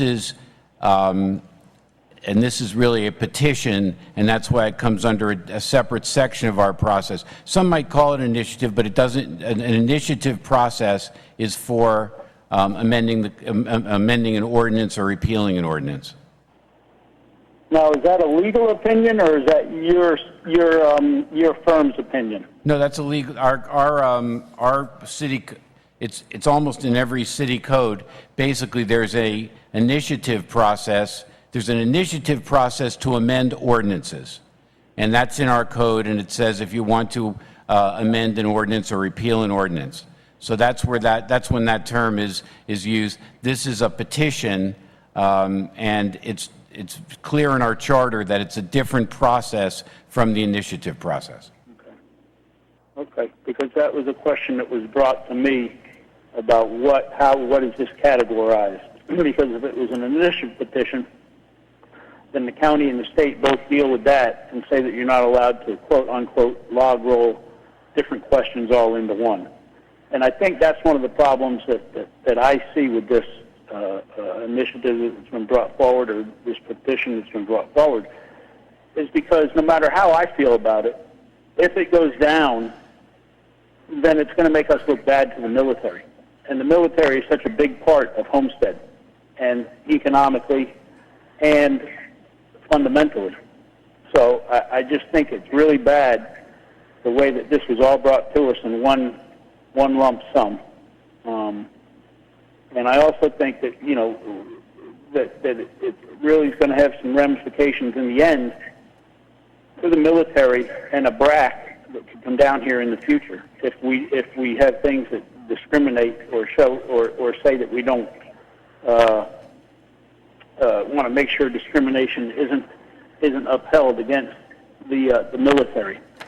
So that's one of the problems I have. The other problem I have is, like some of my other colleagues here, is that we were given a date without any discussion or any leeway as to what really. All of a sudden, we all received an agenda item that said this is the date and this is the type of ballot. I mean, the type. This is the ballot. How it's going to be read, and then thirdly, how it's going to be voted on. And like Mr. Williams said, I don't believe this has ever been done down here. And I think voters are confused enough. You can read the article in the news leader. The one woman wasn't even sure what she had signed, but she signed it. And I think that the people are confused. I think if we have a mail-in ballot, they're going to be even more confused. And I think that we need to look at this process a little more before we just pick that day and say that's what we're going to go with. And so those are my feelings. And I think there's a lot of confusion out there. I think a lot of misdirection by whomever. And I'm not comfortable. And I feel that although we're getting legal opinions, I too feel that some of them are a little bit contradicting of each other and how things are being done. And I'm not comfortable right now with where we are on this question at all. And And so those are my thoughts and my opinions, and I'll leave it at that. But I do have one other question. Vice Mayor Shelley, you're the Charter Review Committee Chairman, is that correct? Yeah, that's one of the committees. And has anybody ever approached you about any charter review, whether it be a private citizen or whoever? We had a discussion on this subject, because that's the way that things should be done. We have a charter written, and we have a committee chairman that the mayor appoints, and that's how things should be done. And that would have made me a lot more comfortable if we had vetted things that way. But anyway, I didn't mean to cut off your answer. Go ahead, sir. No, I was saying that we had a discussion at one of the council meetings, I think about a year ago or so, about whether or not we wanted to hold a charter review at that time, and it was determined that essentially we had so many things going on here in the city with all these projects, et cetera, with the staff time and things that would be dedicated to a charter review, and there was no pressing issues at the time, or no one requested to have one, so we just kind of put it off. The intention, I believe, is to have one going forward into the next year. So starting sometime in November, December, assigning a committee, and then having a full-blown charter committee review in the spring, ready for next year's ballot. Right. Okay. Thank you, sir. Thank you, Mayor. I'll hold any other questions or thoughts. All right, sir. Mr. Maldonado? Yes, thank you, Mayor. And Councilman, Vice Mayor Shelley just mentioned it. I was just going to say, in regards to this charter, going back to the City of Homestead Charter, Section 6.02, Richard, we're under initiative and referendum. Under Section C, it says petitions, which is A, B, and C, and under Section C is petitions. And the first one, it says, and this is where a lot of, I think, the confusion is happening. And the number of signatures, initiative petitions must be signed at least 15% of the total number of electors registered to vote at the last regular city election. Referendum petitions must be signed by at least 25% of the total number of electors registered to vote at the last regular city election. And then it says, signature, okay, yeah. So the form and content, all portions of a petition shall be assembled as one instrument. Each signature shall be executed in ink and should be followed by the printed name and address of the person signing throughout circulation. Petition shall contain or have attached the full text of the ordinance proposed or sought to be reconsidered. Petitions must be legally sufficient. And it goes on and it talks about, the affidavit. And my question is it's kind of, I think contradiction has been the word that's been used here a lot. Why do we even have this in our charter? If in our charter, it looks to be a little bit beefier in the process, and to make sure there's a lot more checks and balances, I want to say, in our charter when I read this. And then when I go back, but then you're saying that we have to refer to the county's charter, and when I refer to the county charter, it's very bland, where it has a lot of leeway, and there's no way to check this process. So help me to understand why we have a better one, in my opinion, and than the counties, but yet we have to follow the counties. And maybe that's something that we need to look at, Vice Mayor, as a charter review issue. I mean, if we can't even use it, then strike it. I can't explain to you why the Miami-Dade County Charter doesn't have detail on this section. It does have its own initiative and referendum section, which is a lot more detail. And just the reason that 6.02 does not apply is the first sentence in that 6.02 says, the power to initiate and reconsider ordinances. Mm-hmm. And there's a lot of detail in the charter about that. Mm-hmm. And there's, but as you say, there is not a lot of detail in our charter about the charter amendment process. We do have an ordinance which contains significant detail that implements our charter provision, but but right under the section C where it says the petition, it says number of signatures, initiative petitions. Right. I mean, right, but the entire article deals with the power to initiate and reconsider ordinances. That whole section deals with that. Okay.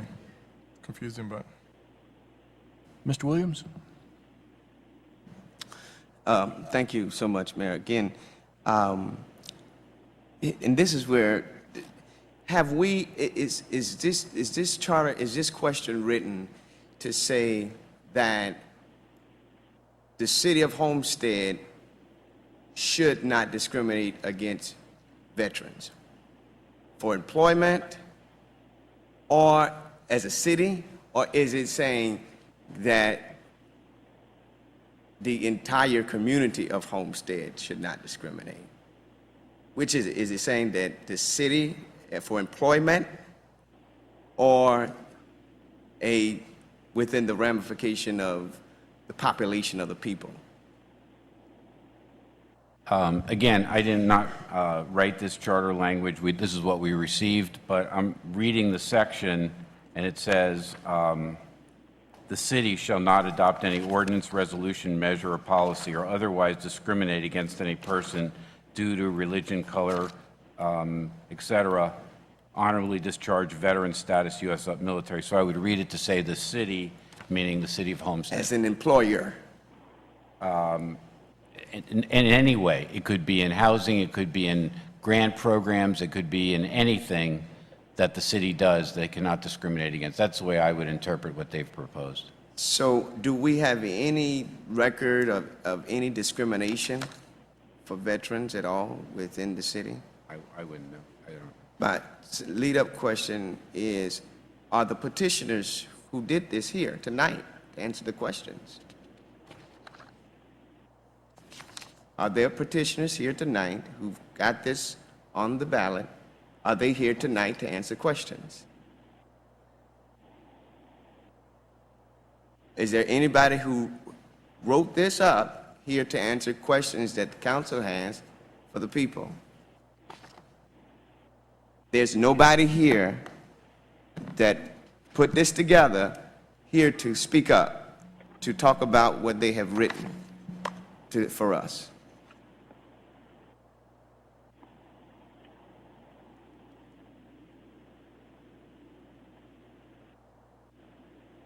No one.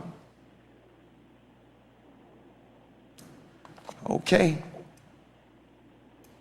So when we say that the people have brought this to us, then where are the people? Please stand up.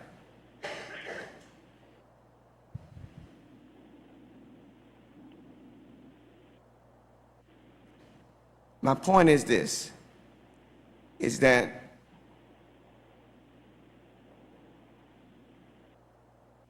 we're voting on something to do this in good favor and gesture for what the people wanted.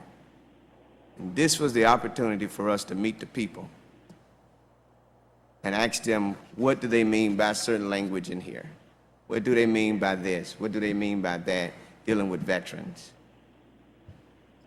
And they're not here. The petitioners who signed this, who endorsed this, are they here?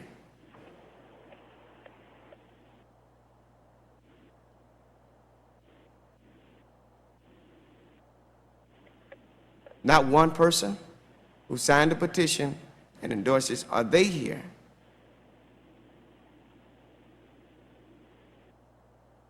One. Just you. Okay. I'm sorry, ma'am. Ms. Aker, you need to come to the front if you don't mind. No, she don't want to come. Okay. I'm done, Mayor. Okay. This is a public hearing. If anyone would like to speak, you're welcome to come at this point.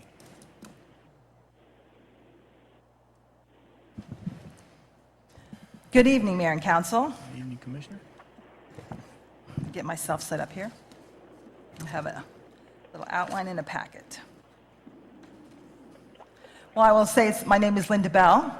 I live at 343 Northwest 19th Street, Homestead. Lived here for 36 years, and this is the first time I've ever seen anything quite like this.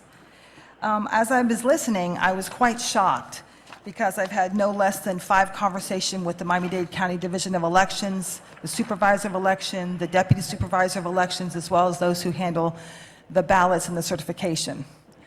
There was something that was stated that it boggles my mind, and I don't know if it's a lack of understanding or if you guys are being misled.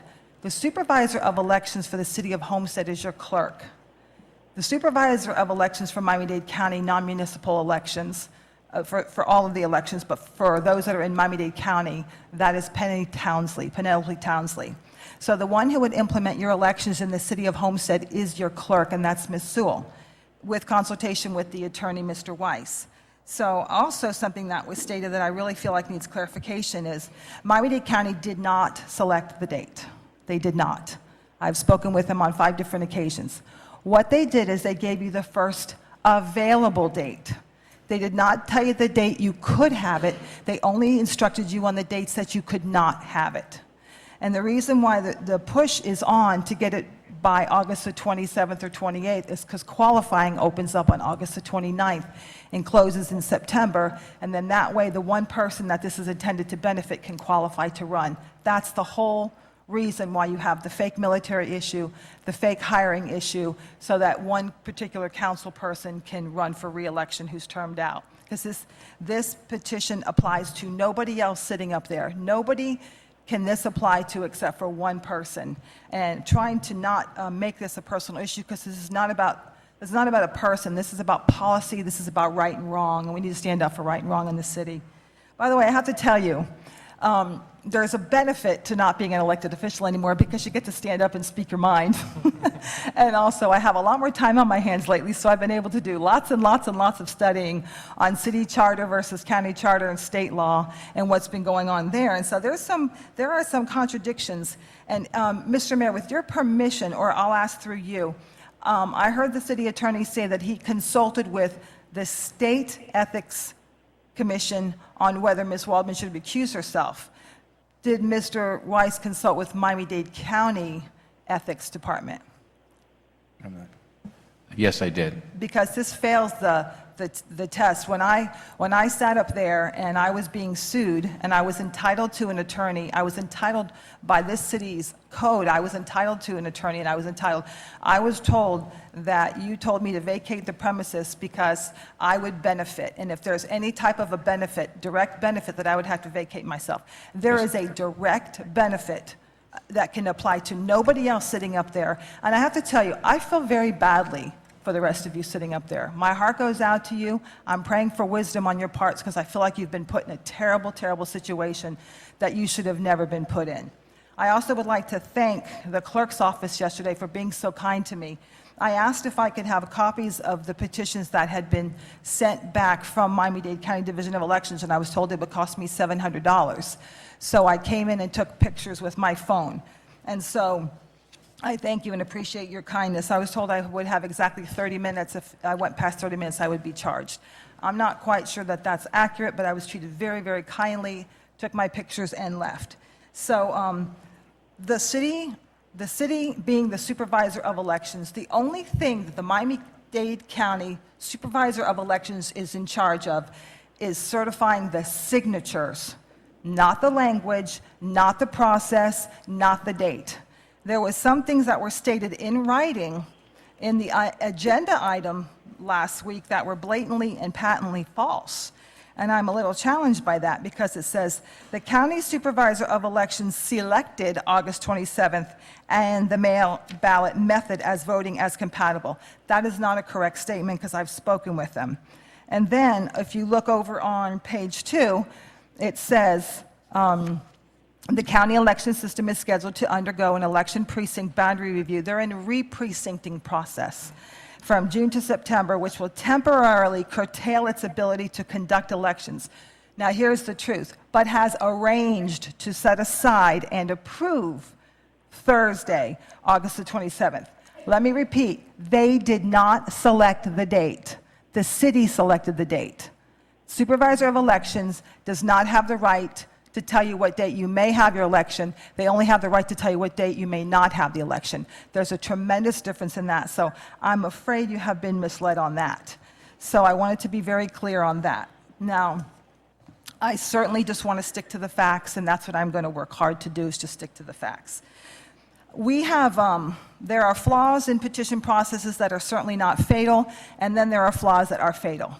Well, by law, which is the county code, which is the city code, defers to Miami-Dade County Code on charter provisions, with Mr. Weiss so adequately explained that.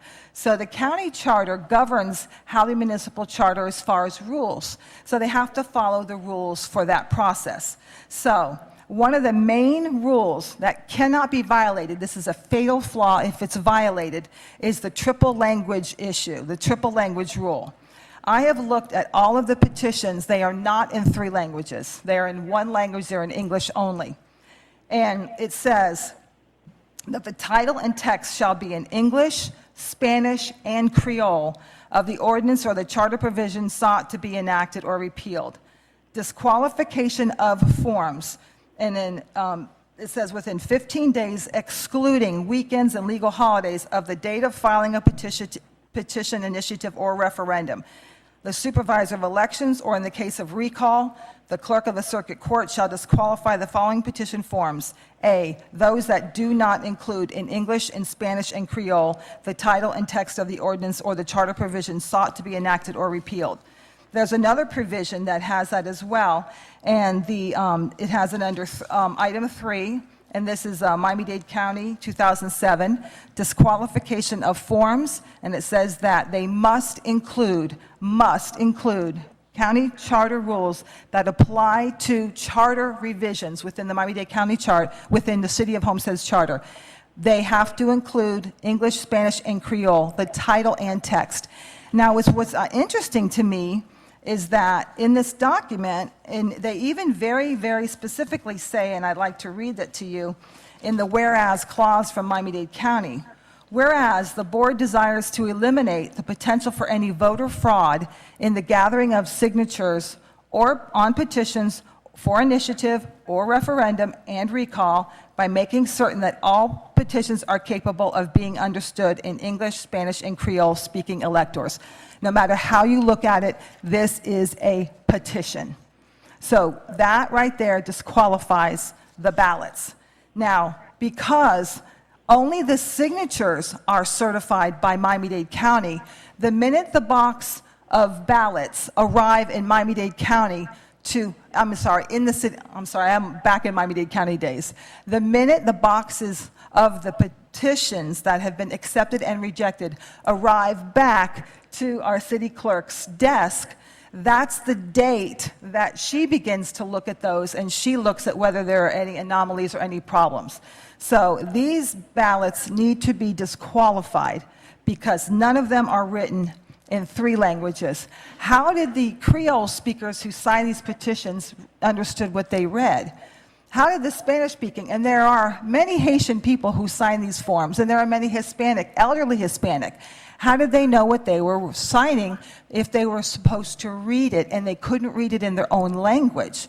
And then also what's very interesting to me, and by the way, this is the law, this is the fact. I verified this. I was on the phone again today with one of the best election attorneys in the state of Florida. Interestingly enough, the name for printing your name is in 3 languages. It tells you to print your name, escriba su nombre en letras imprenta, and in Haitian and Creole, which I will not even try. And then residence address, it has dirección de su domicilio. So, of course, there's the direction to your home. So you have the residence address, the name, the date of birth, and the signature are in 3 languages. Clearly, the political committee knew that they were supposed to be in 3 languages, but somehow they skirted that issue. I maintain, I have a 4-statement case against this item. I maintain they should be disqualified based on legal insufficiency. That should have been caught by other than myself. Also, we have a problem in this ballot process in the area of fraud. And I'm going to use the word fraud boldly because I have the proof in my hot little hands. So, we have ballots. I know for a fact when I took pictures with my phone, and I only called 2 people. And in the 2 people that I called, I have found 5 ballots that have to be disqualified that were accepted. This only passed by 9, okay? So it's already rejected based on the 3-language rule. It should already be eliminated. This election is over. The process has to start over again. Then the second part is, I have one right here. Ms. Peggy Jacobson, who wants to rescind her signature. And there's another problem. When we call Miami-Dade County for an affidavit of signature revocation, they tell us you have to go to your supervisor of elections to get one. Well, when we call our supervisor of elections, it doesn't exist. Nobody has one. So you have to figure out how to write it so it wouldn't be disqualified. People who called were told that they would have to call up and give their names to the clerk in order to have their votes disqualified, to only then receive phone calls from certain people on why are you doing this process. So here's Ms. Peggy Jacobson, who's in the audience, and she wants to have her signature revoked. She was courted to sign this by a friend who shall remain nameless at this moment that we know, and he came to her business and asked her to sign this, and she did because she thought it was a big military item. Well, the statement of circulator is not the same person who she signed it for. This is fraud. The statement of circulator says, I, Carolise Sandifer, I am going to name the name, residing at, because it's a public record, 24925 Southwest 127th Court in Homestead, am the circulator, and she swears that she witnessed the signing of this document. Ms. Jacobson says this woman did not witness the signing of this document. This document was brought to her by a friend. I have 4 more.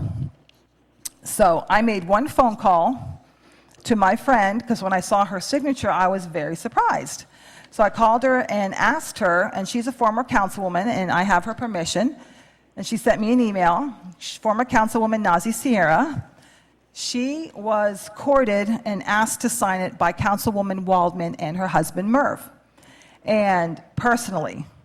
So the signature was obtained by Councilwoman Waldman and her husband Mervyn Waldman for Nazi Sierra, her husband Philip, and their 2 sons. There's 4 petitions.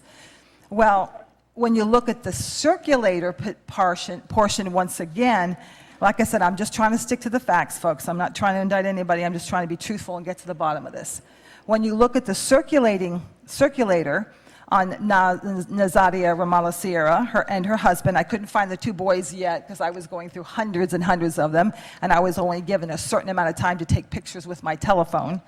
Made very difficult on me to get the information, but I got enough nonetheless.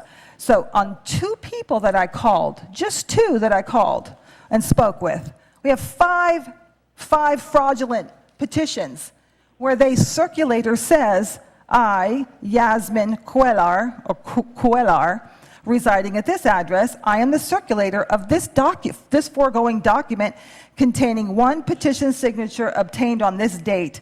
And I personally circulated this petition. I witnessed this signature as it was being written. This person couldn't have witnessed this signature as being written because it was obtained by Mrs. Waldman, who, by the way, said she knew nothing about this. And this is the email from Mrs. Sierra. Hello, Linda. Per our telephone conversation, we were approached by Councilwoman Judy Waldman to sign a petition which she described as allowing her to run again as she was losing 2 years of her 12 years. I didn't realize this was going to put such a burden on the taxpayers. Best regard, Nazi Sierra. So if I've gotten 5 disqualified fraudulent petitions by calling 2 people, how many are there? This election, this process, my councilman friends, I am so sorry you've been put in this position. You need to vote no. This needs to go away. Let the political committee sue you. Let them defend this. Let them defend this. Let them defend the 3-language process. Let them defend something called log rolling, by the way. And in the absence of a charter provision, in the absence of the charter talking about 1 subject, 1 rule, or the Miami-Dade County talking about 1 subject, 1 rule, you know as an attorney you should defer to state law. State law is very, very, very clear on 1 subject, 1 rule, and even describes why you have 1 subject, 1 rule, and it's called log rolling. It's because it's a deceitful and a deceptive practice where people can't say no to the military, but by saying yes to the military, I'm also saying yes to a council person who wants 1 more term in office because 14 years isn't enough. So that is that. Section 4. My 3rd argument. So this should already have been thrown out. and I hope the council is listening to me very carefully. I have all the documentation right here. I'm more than happy to sit in your offices and make copies of it, and I'll be providing it to the media as well. Municipal charters. Since Miami-Dade County charter provision governs only in the area of municipal charters and not in the area of ordinances, this is the language. So you've been told you have to have an election, and you have to have an election now. That is not true. Absolutely not true. It says, except as provided in 6.04, our charter defers to the county, okay? Its governing body shall, within 120 days after adopting a resolution or after the certification of a petition of 10% of the qualified electors. You have two choices if it weren't already moot. It's already moot. It already needs to be thrown out because there's already too many violations. After adopting a resolution. When was the resolution going to take place? Tonight. You can't go on the ballot without a resolution. This applies to this. 120 days from tonight brings you to the October 6th primary. If this wasn't already a moot issue and this needs to be thrown away, the process needs to be thrown out and start over in a clean manner, what needs to happen here, you could take this right to the October 6th election with 11 days to spare. And the primary, that would avoid the very conflict of interest of making it look like it's just benefiting one person. But the irony there was if this was to pass, it's moot. It's already moot because it only applies to one person. I've never ever seen a charter provision or a charter item that was only intended to benefit one person. Never seen it in my life. This is a new thing. And that's why my heart and my thoughts and my prayers go out to each and every one of you because you have been put in a very difficult situation. And I want to tell you, I respect each and every one of you, and I think you're doing a great job. Mr. Williams, your questions were superb.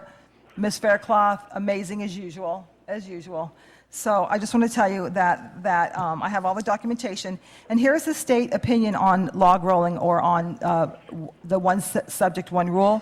And it's very, very clear. We have a Florida Attorney General advisory legal opinion that basically says you shouldn't do it. And it says, the only way you can ever do more than one item is if they're co-related. So if you had two military items, that you could put them together because they're related. But in a single subject rule, you cannot have three opposing items to be on the same subject. First, this is according to the Attorney General's opinion. This was back in Bob Butterworth's day in the late 80s. The Florida Supreme Court has delineated the purpose of the single subject rule as twofold. First, it attempts to avoid surprise or fraud by ensuring that both the public and the legislators involved receive fair and reasonable notice of the content of the proposed act. And so, secondly, the limitation prevents hodgepodge log rolling legislation. So I submit all of this to you. I hope you take it very seriously, but I mean, the code is the code. Every time we've ever done a petition in the county, they've always had to be circulated in 3 different languages.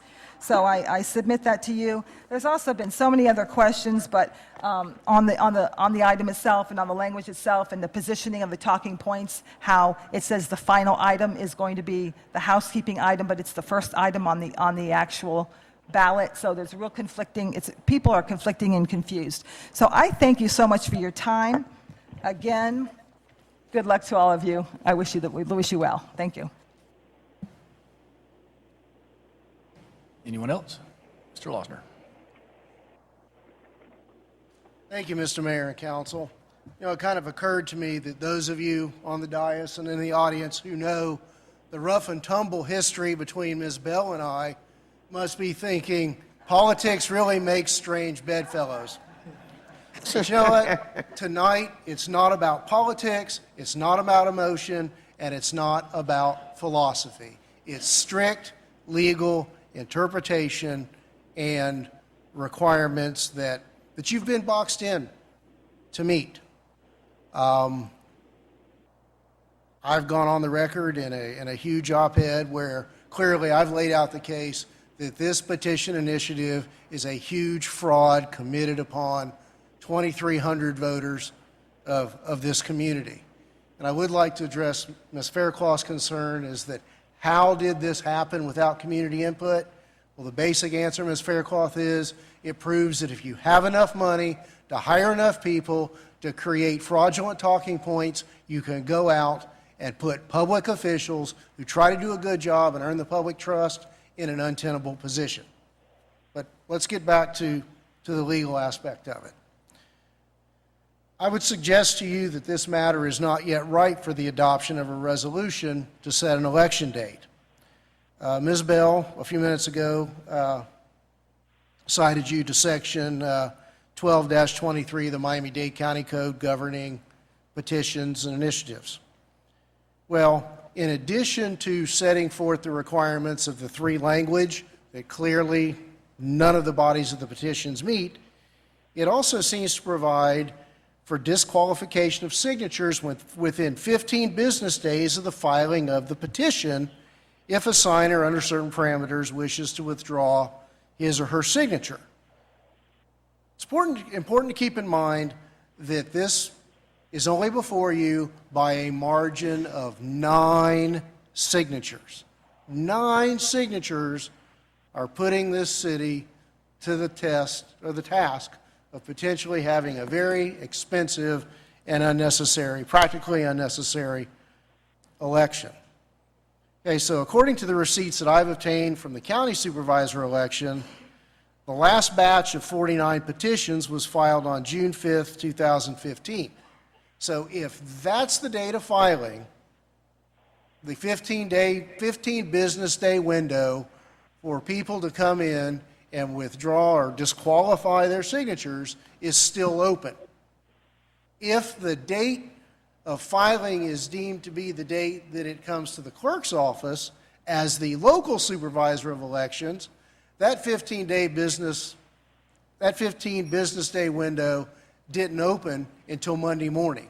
So we're more than 2 weeks away from the time within which this initiative may fail due to either the disqualification of all of the petitions due to the failure to meet the required format, or citizens getting wind of what was really going on here and coming in and withdrawing their petitions. Curiously enough, and I think Commissioner Bell touched on that, I'm aware of circumstances where individuals who did sign contacted the county supervisor of elections and were referred to the city clerk's office. The city clerk's office represented that no such form for withdrawal of a signature was in existence. Secondly, it doesn't appear that the resolution as drafted complies with some judicial interpretations of Florida statutes governing citizens' initiatives for charter amendment. Specifically, and believe me, I'm not trying to play your lawyer tonight. You have your own firm of attorneys. I'm just raising the points that I believe need to be addressed, and not necessarily tonight on the fly.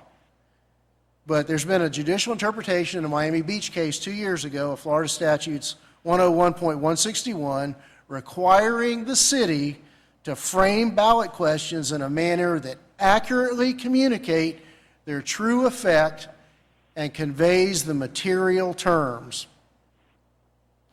By virtue of the fact that only one person for all eternity will ever benefit from the term limit provision in that rolled up question, I submit to you that there's a legitimate question there as to whether or not that disclosure, or the failure of that disclosure, causes the failure of the test of material terms and real effect of the passage of that question should it get to the ballot. And finally, again, time constraints do not require the adoption of a resolution tonight. I ask that at a very minimum, you defer this item to obtain some legal opinions as to whether or not the forms in their entirety should be disqualified, or whether or not the 15-day window has closed, or whether or not the ballot, proposed ballot title meets those judicially determined requirements for full disclosure. And I'm sensing some discomfort tonight and the feeling that you're maybe getting some conflicting information. And again, I had a good relationship with your attorneys for 6 years. We went through a lot. We did a major overhaul of the charter. But again, you do as a council have the opportunity and the time to hire independent counsel, should you so desire, to go out and get a comprehensive opinion as to the entire process and addressing those issues, should you so desire.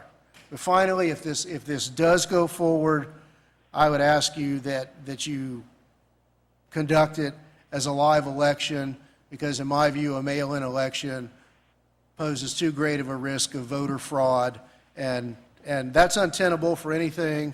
I hold our charter near and dear. That's kind of like if I could point to the one thing I accomplished as a member of the Homestead City Council, it was a modernization of the charter, and I really resent what I view as the hijacking of democracy in this charter petition initiative. Thank you.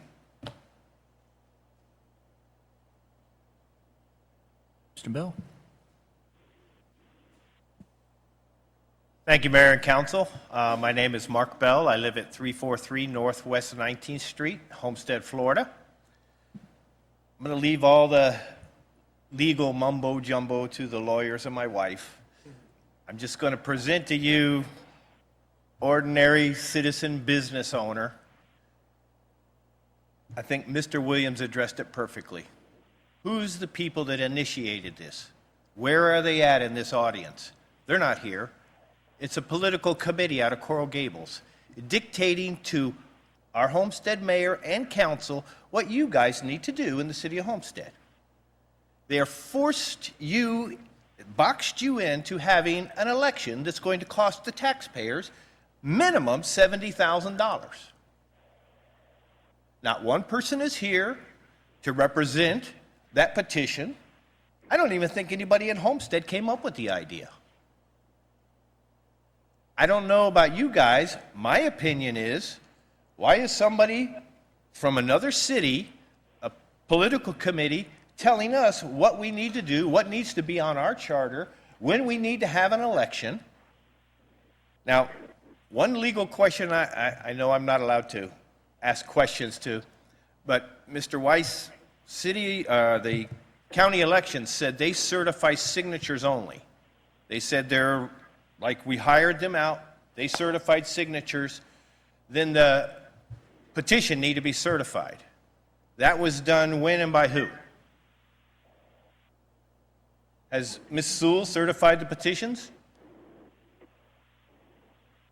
Petitions were certified by the Dade County Supervisor Elections on June 5th. They told us that was our city clerk's job. Well, they certified them on June 5th. They certified signatures, not the petitions. At least that's what they told us, all right? They said our city clerk's job was to certify the petitions. They don't certify the language. They don't certify anything that was written in there. They just certified that the signatures on those petitions were registered voters. They said they were, sent them back to us. Then it's our clerk's job to certify that petition, according to Dade County Elections Board, all right? From what I hear here tonight, our clerk hasn't certified them yet. So to me, when she does certify them, then we can go forward with when we're going to have an election or whatever.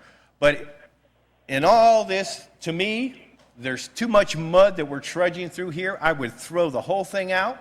Those people didn't even show up tonight here to hold up their end of the bargain. Do you think they're going to come back if you throw it out and say, why'd you throw my petition out? I would throw the whole thing away. They want to do it. They want to have it done. Let them start over and gather new ones. I would say set no election date and don't cost me and the rest of these citizens $70,000. Thank you very much. Anyone else with a different opinion? Yes, sir. Evening, Mr. Mayor, Commissioners. I don't have a different opinion, and in fact, they've sort of stole some of my thunder. Very poignant questions from the council. We appreciate it. I find this to be a very interesting topic of discussion, and once I go back to work and hold before my American history class and the civics class, it's a lesson that they need to witness. And I'm enjoying this.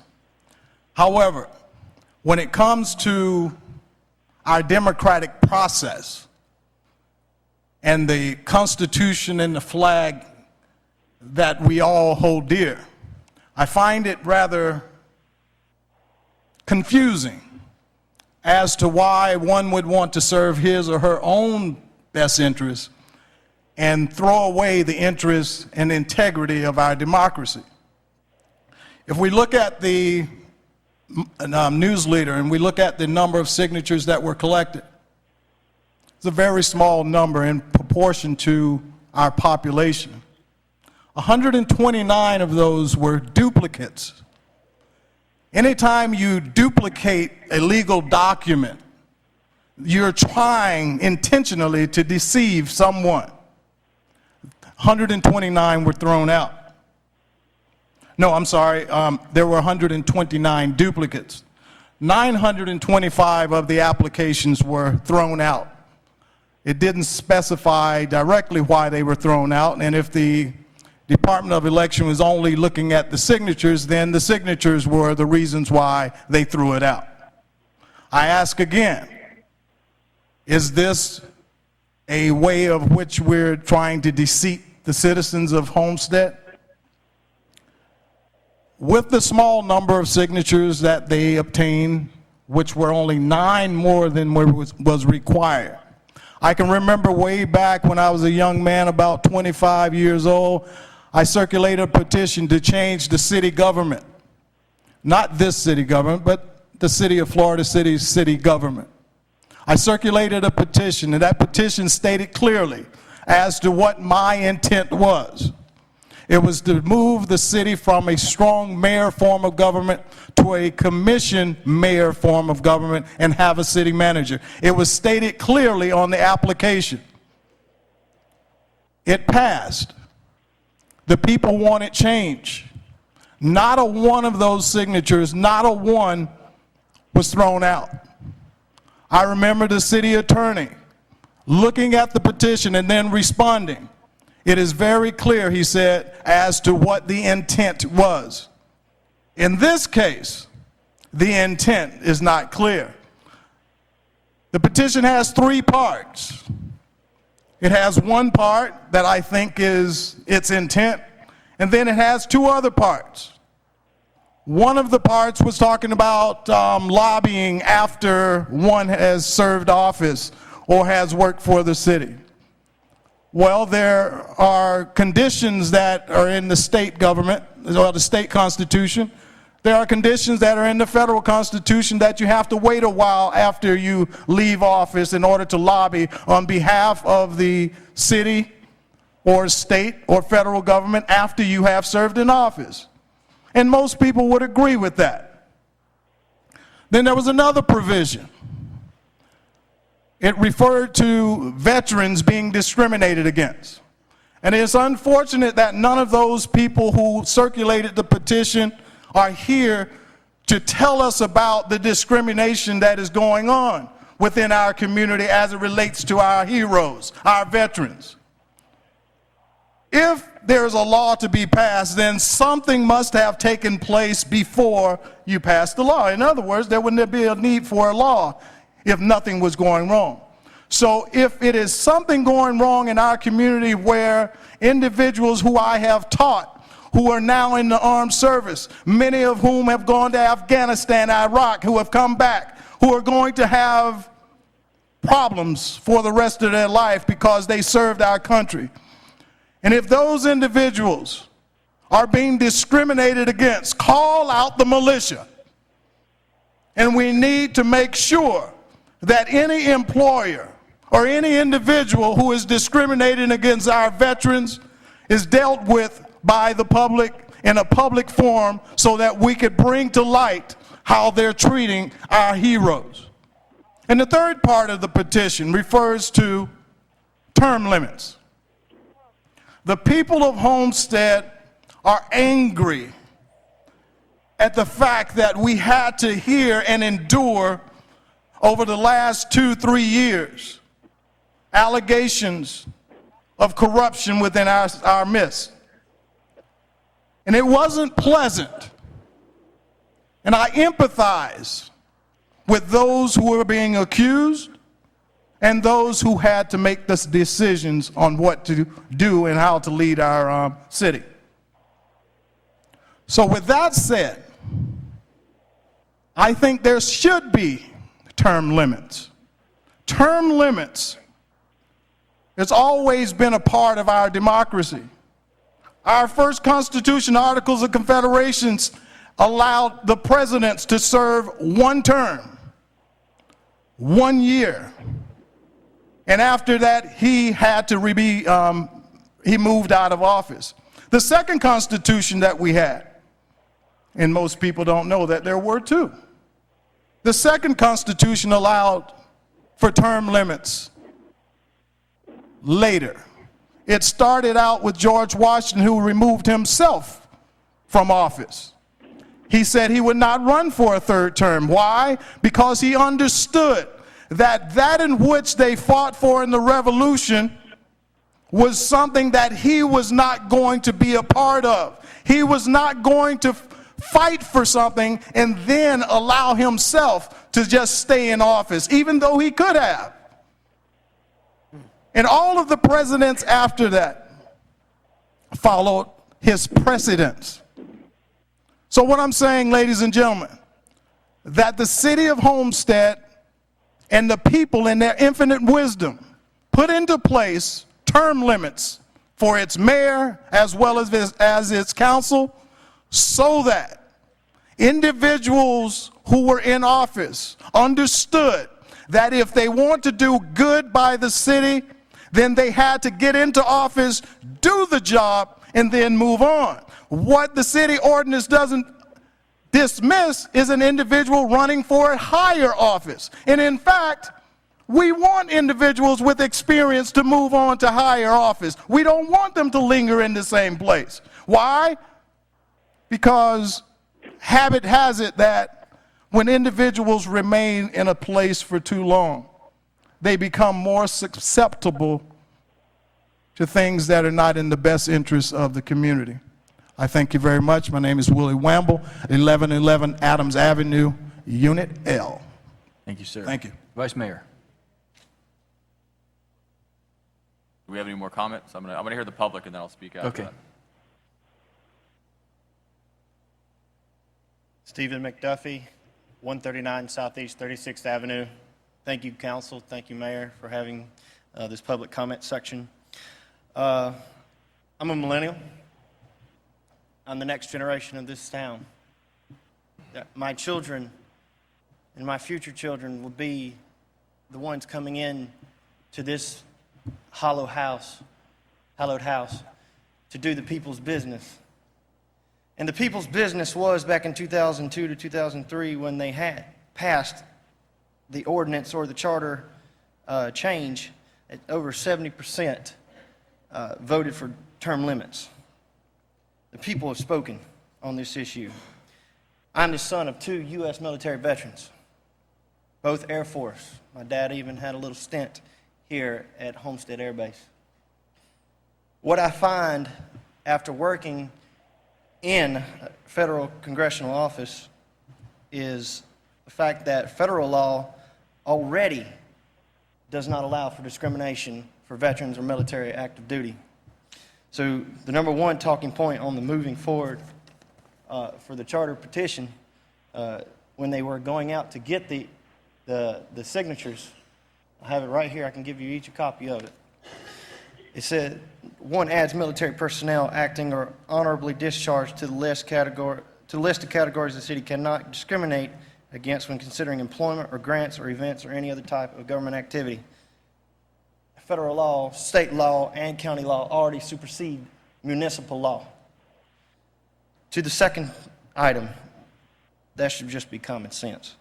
The second item is to make it harder for a city council to have a job. Instead of 1 year, it makes it 3 years. That's common sense. Number 3 is the term limits. For the last amendment, housekeeping item on term limits that would make all council members equal by removing 2 years served as vice mayor from the council from the years counted in office. Otherwise, someone may be turned out at 10 years of service rather than 12, which is not what the Charter Committee and its residents intended when term limits were voted on. That's what it says right here in the talking points. Now, Mr. City Attorney, I have a question. Is the office of vice mayor and the office of councilperson separate in their own right? When they're both voted on separately in the elections? The way it's set up in the city is that you are a council person, and then you also have the right to get the designation of a vice mayor. But you still run separately in both elections? Correct. You run separately for the office of vice mayor. Thank you. And for that goes it goes with the consecutive for the council office, 4 years, 4 years. What I would like to say is, after meeting with all my neighbors in my area of town, and also speaking with other folks around town, volunteering with the veterans over at the VFW and whatnot, after speaking with them on this one portion of the military portion, they didn't sign it, or they didn't sign the petition. We already noticed that no one here signed it other than the ones that wanted to have their names taken off of it. It's a travesty that this kind of shadowy game, where we want transparency from our process in democracy, the shadowy game just to benefit one or two cannot be had. I won't allow it. I know most of the folks in this room will not allow it. And I'll ask my councilwoman, Patricia Fairclough, to go against this, to not set that date, because the people have already spoken on term limits. Thank you for your time. Vice Mayor, go ahead with your comment, please. Thank you, Mayor. I have, I guess, some follow-up questions for the city attorney. I know some of the issues that were discussed tonight were more on the substantive issues of the actual ballot questions themselves, which is somewhat outside the purview of our decision-making authority tonight, and what we can consider is more so for the issue of any election that does take place. But some of the issues that were raised as far as the actual content of the ballot, who is actually responsible for making that analysis, looking at that ballot, looking at the process to make sure, I'm unclear on where that responsibility lies. I mean, so it seems clear that we've all determined that the signatures themselves certification process, we've all acknowledged, I guess, is in fact the Miami-Dade County Supervisor of Elections. But where things seem to be falling off now is the issue of whether our clerk or the Supervisor of Elections is actually the one that's supposed to look at the other issues, the 3 languages, some of the other things that were brought up, and those I think we need answers to. I mean, we need clarity on what we are supposed to be doing and not supposed to be doing. Does it meet the basic criteria? Does it not meet the basic criteria? Because those are more fundamental issues of getting to the voter. So those would be questions I definitely need answered. Okay. So our code specifies that the certification comes from the Dade County Supervisor of Elections. That's what our code says. And once that the petitions are certified by her, it comes to us. And in this particular, as I told you before, as I stated before, there's 2 different ways that they come to us. One way is just sort of in a general way where there's no ballot language and no charter amendment specified. The other way, as this one did, it came to us complete. So then we do a review for legal sufficiency. And while the Dade County Code that was referred to earlier, Chapter 12, is the Dade County, the section of their code that deals with elections. And although I wish it didn't, that code has certain sections that are applicable to municipalities, and there's 4 or 5 of them. And it specifically says XYZ in municipalities. The other sections of the code which are, a lot of which are referred to dealing with the 3 languages and with the withdrawal of the petitions and all of that, those sections do not refer to municipalities and are not applicable to us. So when an ordinance specifies municipalities in certain sections and doesn't specify in other sections, we read that as it's intentionally that we're supposed to apply. So not having the Dade County Code to rely on, we reviewed it for legal sufficiency. So did it have the right number of words? Did the title have the right number of words? And then we also reviewed this issue of more than one subject. And with respect to the people that spoke, the Florida Supreme Court has ruled, and I'll just read what they said, is that the Florida Constitution and the Florida statutes impose a single subject requirement in various situations, and they list all those situations. Neither the Constitution nor the Florida statutes applies the rule to proposed amendments to charters. Would you say that again? Your head's down and we can't. I'm sorry. What the Supreme Court said was that this single subject rule is prescribed with respect to certain things, but that it's not prescribed with respect to this particular case dealt with county charters, but it doesn't deal with local charters. And then there's a 4th District case which followed that case, which follows the same thing and says that the single subject rule does not apply, only applies in cases where it's specified. So while I understand the arguments that are being made about log rolling and all of that, and while, as I said earlier, why I might not have drafted, I wouldn't have drafted these charter amendments that way. We've always done them separately. When it comes to us, the issue is not whether there's a better way to do it. The issue is it legally sufficient?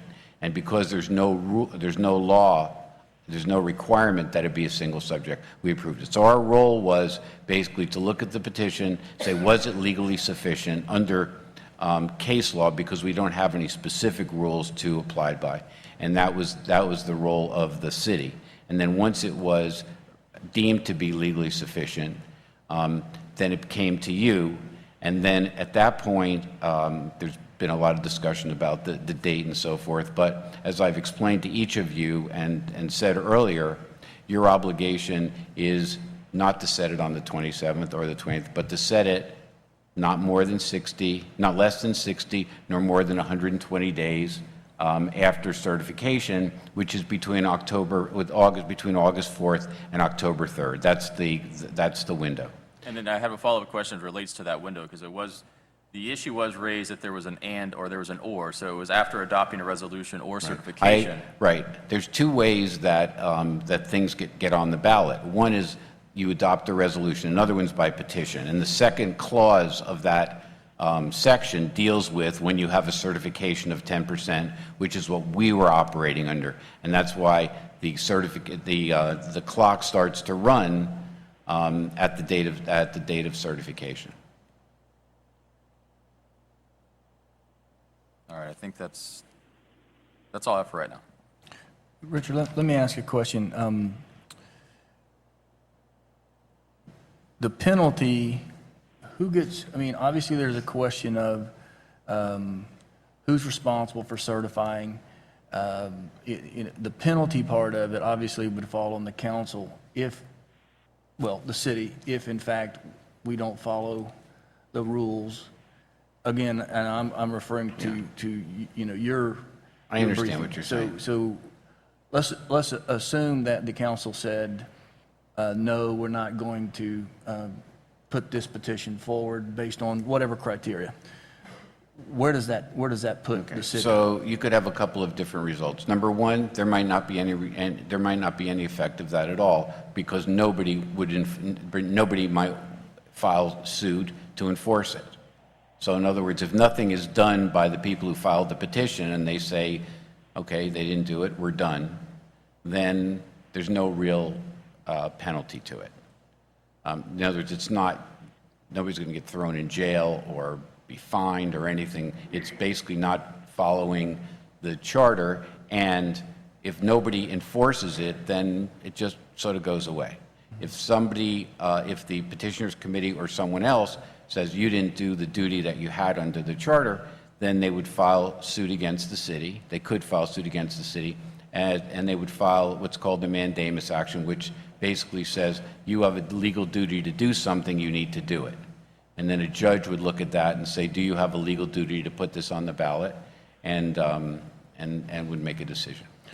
The other question was when I was briefed by you, there's always been a concern that the county elections has to have a certain amount of time in order to prepare and do whatever they have to do. So there was some significance to not a rapid approach, but we couldn't just sit on this for months and months. So the county, for instance, if you're going to use the August 27th date, the county told us they needed the language for the ballot by June 29th. So I presume that that's about 60 days. So I presume that if you picked a later date, you would need to get the language to them by that date. Which today is the 17th, so it would be a special call, and in fact, to put Right, some. if you decided tonight that you want to request that the two things happen. Number one, you want to request a different date, or number two, that you want to have a mail ballot, in-person election instead of the mail ballot election. We would go to the county supervisor of elections tomorrow, speak with them, see if they could do it on that date and in the form that you wanted it, and then if it was whether they had enough time to prepare. So if it's a sooner date than August 27th, you'd have to count back from there. But if it's a further out date, you'd have to, then I presume they would have the 60 days. Okay, there's a lot of confusion, just a lot of confusion. But you are the legal advisor for the city, and I have to rely on your advice. So, Ms. Faircloth? Yes, I just have a follow-up question after commentary that I've heard. What about the three languages? Every ballot that I've seen has had the English, Spanish, and Haitian Creole. Is it legal for that petition to only have the information written principally in English? The requirement of the three languages is contained in Chapter 12 of the County Code, and it's one of those sections of the County Code that doesn't specify municipalities. So we could have an ordinance that requires three languages and a bunch of it, but we don't have an ordinance that specifies that because we've never had this circumstance before. And so, I mean, certainly we can sit here and talk all night, but at this particular point, there's a motion on the table.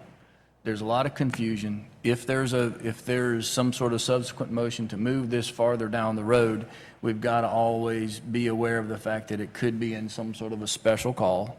And when we do that, there's always questions about why are we doing it in a special call, and what kind of corner do we put the city in from a legal perspective. Mr. Maldonado?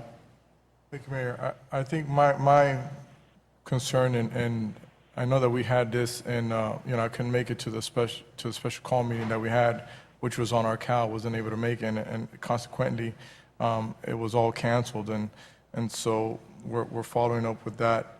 That special call was removed and then put on the council agenda. The part that I like about this and what makes me feel comfortable is that, being here tonight and doing it on a council meeting makes a huge difference. And like you just mentioned, and we all know that whenever we hold a special call meeting in regards to something that's very touchy, I think it throws a cloud over it that we're trying to hide. So I would not feel comfortable doing this in another special call meeting. If we happen to table an item or to move it because there's a lot of unanswered questions, then I would partake of it at the next council meeting if that was the will of this council, if that's the direction we end up going into. So I just want to put that on the record for this moment. Mr. Weiss, from your perspective, the questions again that were brought forward,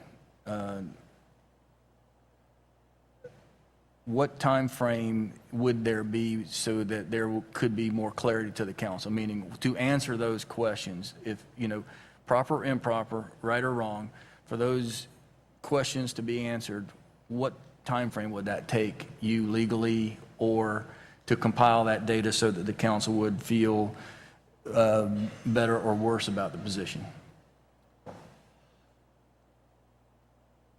I mean, it would take a couple of days, but we would, whatever time period the council felt comfortable with, we would comply with that. But and I would want to,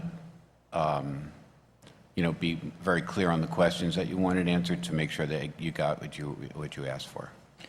And to the manager, the next scheduled council meeting is what date?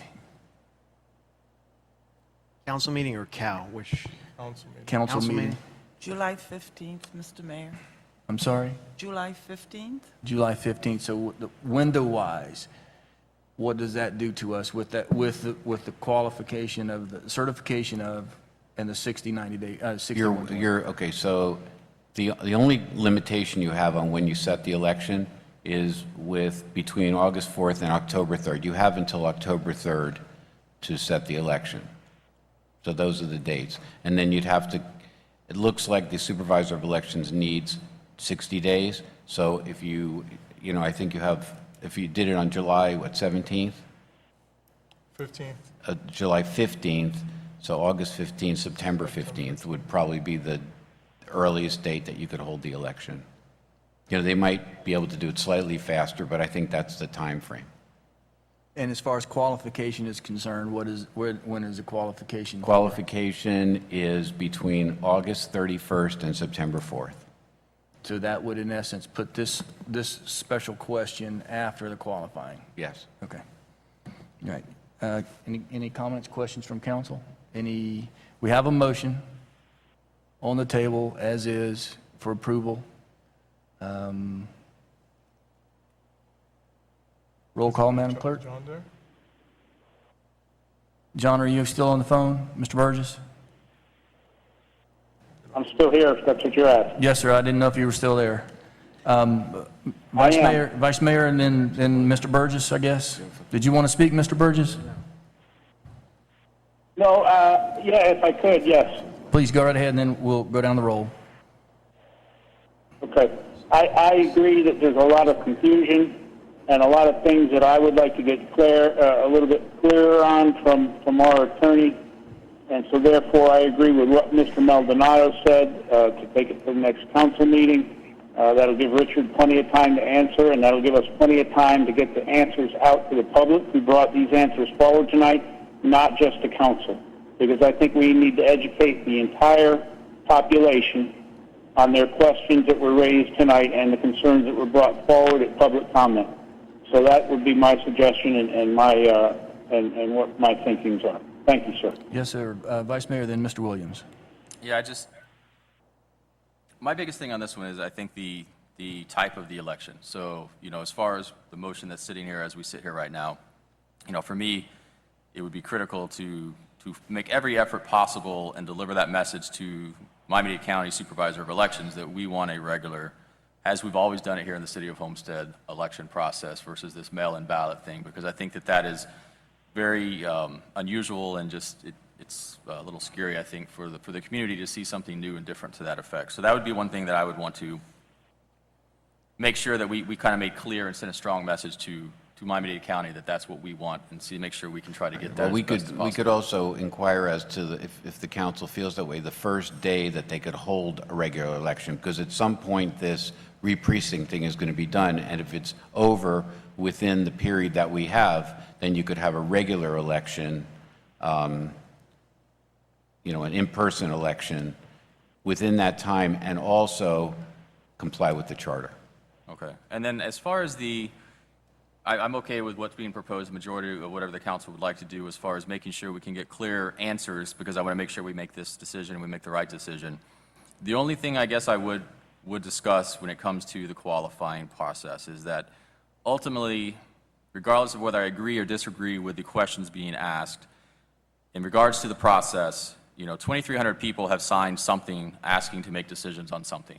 And one of those 3 questions deals with election-related items. Regardless of what all of our opinions may be on whether that should or should not be addressed, there is a process that ran its course. So I just would be cautious about not allowing at least those people's concerns to be addressed by the public as a whole, by the electoral body.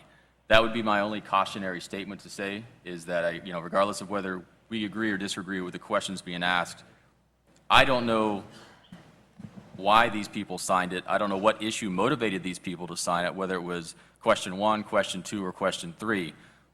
So I don't want, if a majority of them wanted question 3 to be the one that they got the decision to made, I don't want to take a decision away from the people, because that's the purpose of this process. So that would be the only, I guess, discussion or thing I would want to say as we move forward. So, Anything else? that's all. Mr. Williams? Yeah, thank you, Mayor. Well, can I ask the Vice Mayor a question? Yes, sir. Would you restate what you just said in layman terms? I'm trying to process, because you... Well, what I'm saying is I have a concern that ultimately... When we're saying qualifying it, that part I'm missing. Which portion? The qualifying, when you talk about... Yeah, that's what I'm speaking of. And that essentially, I don't know, although there's been questions about the process, there's questions about the form of the ballot, there's things of that nature which I'm hoping the city attorney will give us guidance on before we have to make a final decision on. I don't know, I wasn't there collecting petitions. I didn't talk to everybody that signed this petition, and I don't know what issue they found to be important, what motivated them to sign this. It could have been the military issue, it could have been the prohibitive employment issue, or it could have been the change in the term limit issue. I don't know which one it is. And so to make a decision, if we're going to have an election, if we can't find, if the answer is that this has to go to the voter, which is what the attorneys have told us to date, then I don't want to set this at a time frame that essentially one of the 3 issues that these signatures have asked for is now a moot point, that they cannot have their day to make their vote. Because ultimately, this gets decided by the voters. It's not our decision. It's, the voters will come out in force and decide what it is they do or don't want our charter to look like. So that would be that's my only concern with pushing this thing back to the point where essentially 1 out of the 3 questions becomes moot. So I don't know how many voters or how many signatories that affects. Is it 1? Is it 2,000? I don't know. And so I don't want to undo a process or undercut a process, because the whole purpose of this process is to allow people to ask questions regardless of whether we agree with those questions or not. Does that help explain? Mm-hmm. Okay. Yes. Question, Mayor, may I continue? Yes, sir, please. So what are we voting on then? We're voting on what? The motion was made, the resolution as is. That was what the motion was originally. Mm-hmm. Made the motion second? Who made the motion? I think Patricia made the motion. I don't know, there was it was just to get it on the table for discussion. Yeah, but it was, the way that I interpret that is as is. So the amendment process and the up or down process is on the table. So if the motion is to put it on the table without any sort of amendment or, it would be as is, the way I understand it. Richard, am I correct? Okay.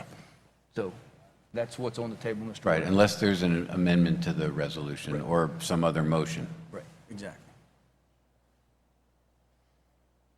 Okay, thank you, Mayor. Mr. Maldonado? Thank you, Mayor. First of all, I want to put on the record that, as the Vice Mayor mentioned, that I do agree with what he's saying, and so I respect the fact that this petition, if done by the people, for the people, needs to be answered.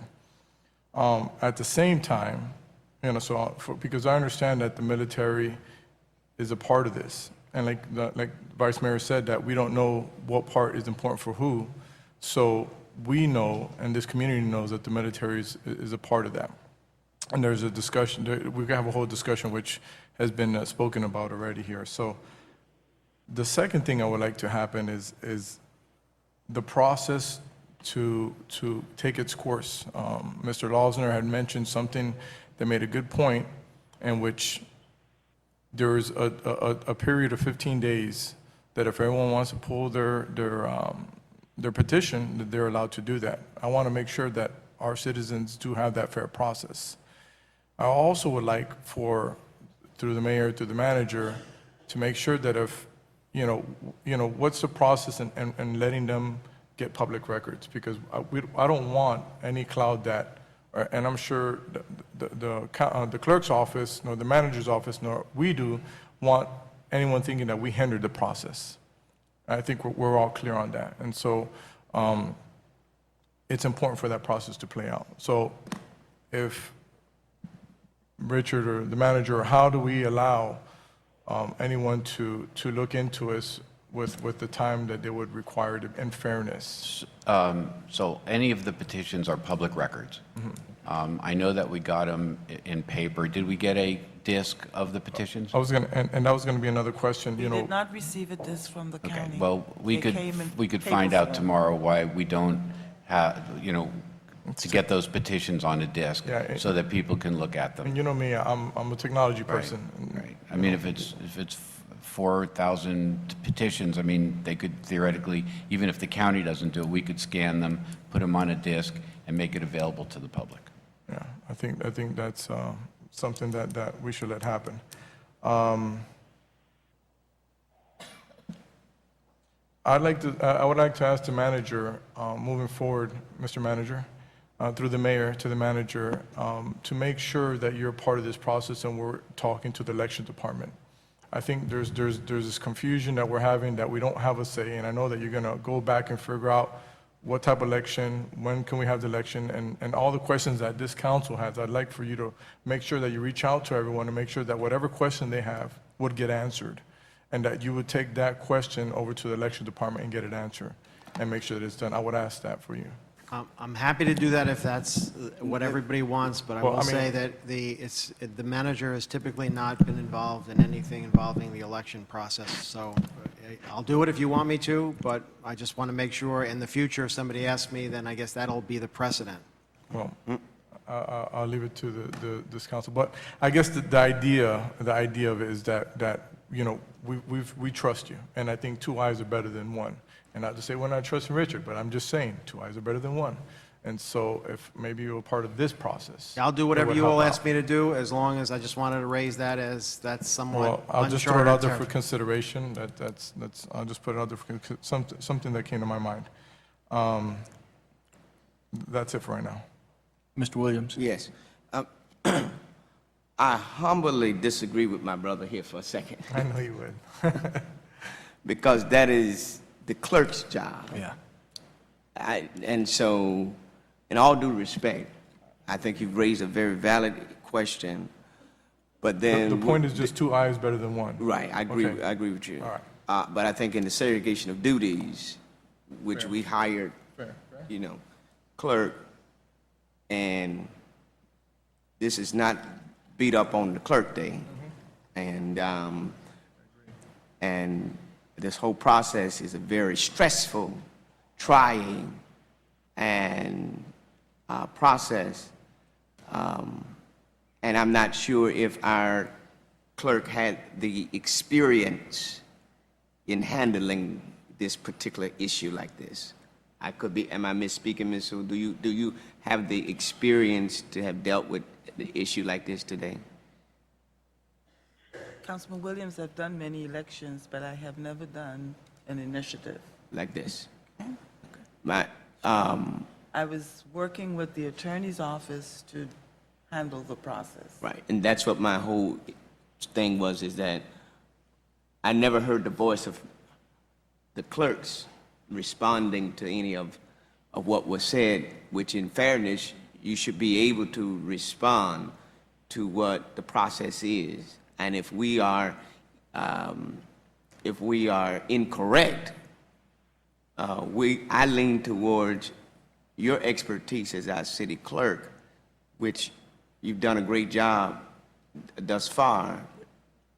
And I think this is a burden of a process on you that I don't believe in your consultation with our legal team, perhaps may have fallen short in what needs to be accomplished.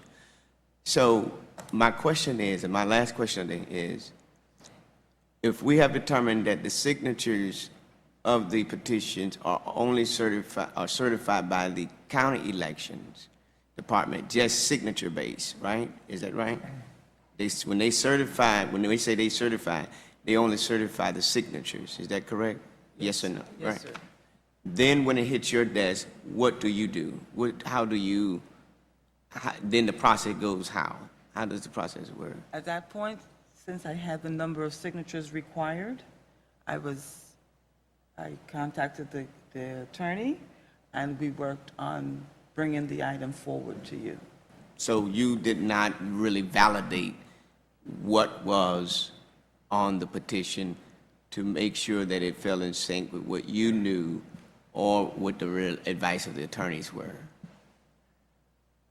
No, I did not. Okay. So if that is the case, as our city clerk, are you comfortable with what has been presented to you to certify? At some point, do you certify these petitions?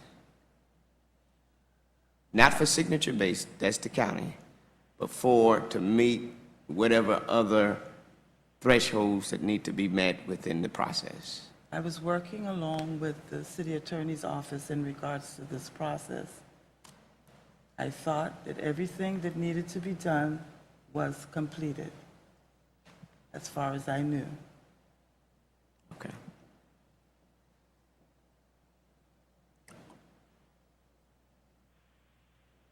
Yeah.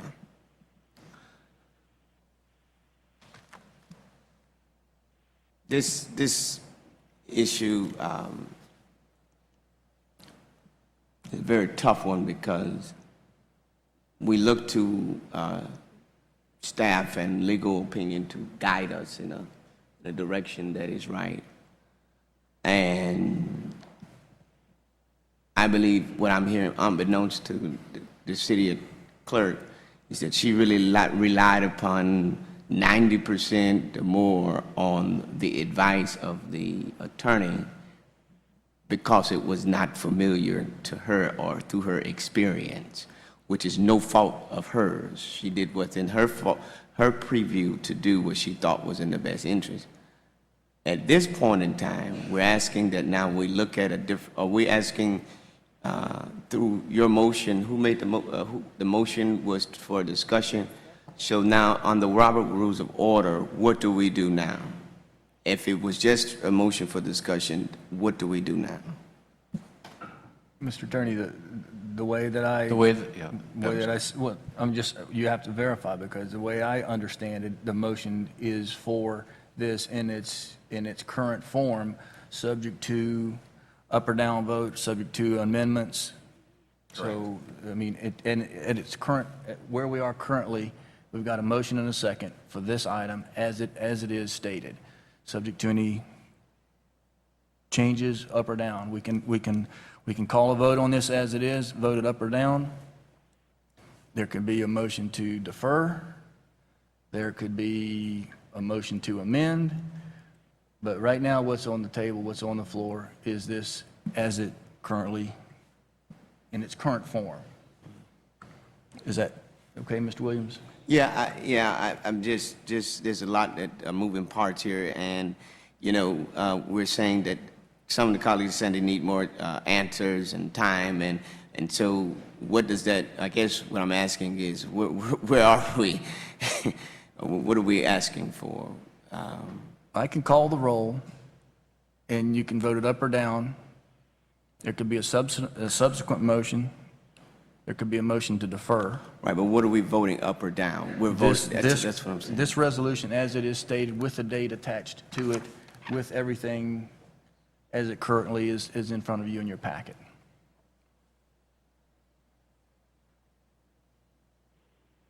Okay. All right, thank you, Mayor. Vice Mayor?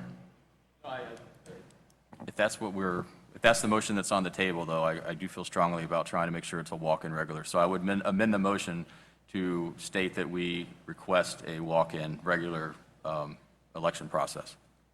Is there a second to the amendment? I'll second it. All in favor of the amendment? Aye. Aye. Fails. Okay. Next, is there a motion to defer? Is it an up or down vote? All right, call the question. Roll call, Madam Clerk. Councilman Williams? And this is to vote on, This is on the resolution itself. With the August 27th date. with the August 27 date, Yes. and that's the date that we proffered, or that's the date that, that's where I'm confused at. Okay. Do you want me When to it was clarify? put into the, right, well, I'm confused, right, I'm confused about the date that's on here. Is it the date that we proffered, or is it the date that the attorney put in here? I wanted Because to, we just now, in order for me to vote on this resolution, we had not talked about a date. It was given to us. So I need clarification. At this point, Mr. Williams, I would say that if the date is not an acceptable date for the council, you should vote no against this resolution as it is stated. The only way to get to the second part of this question is we've got to answer this first question that's on the table now. So, again, I'll just ask for a roll call vote so we can see where we go from here. Councilman Burgess? Mr. Burgess? voting on the resolution. Are we losing? Ask him again. Mr. Burgess, are you there? He's there. Excuse me? We're voting on the resolution as it listed with the date and as it was in the packet. So there's a motion on the table and a second, and I've asked for a roll call vote, and the clerk is asking for your vote as it is stated in the packet.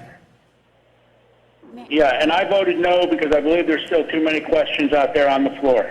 Okay, sir, thank you. Councilman Maldonado? No. Councilman Williams? No. Councilwoman Faircloth? No. Councilwoman Waldman? I have a question. I'm sorry.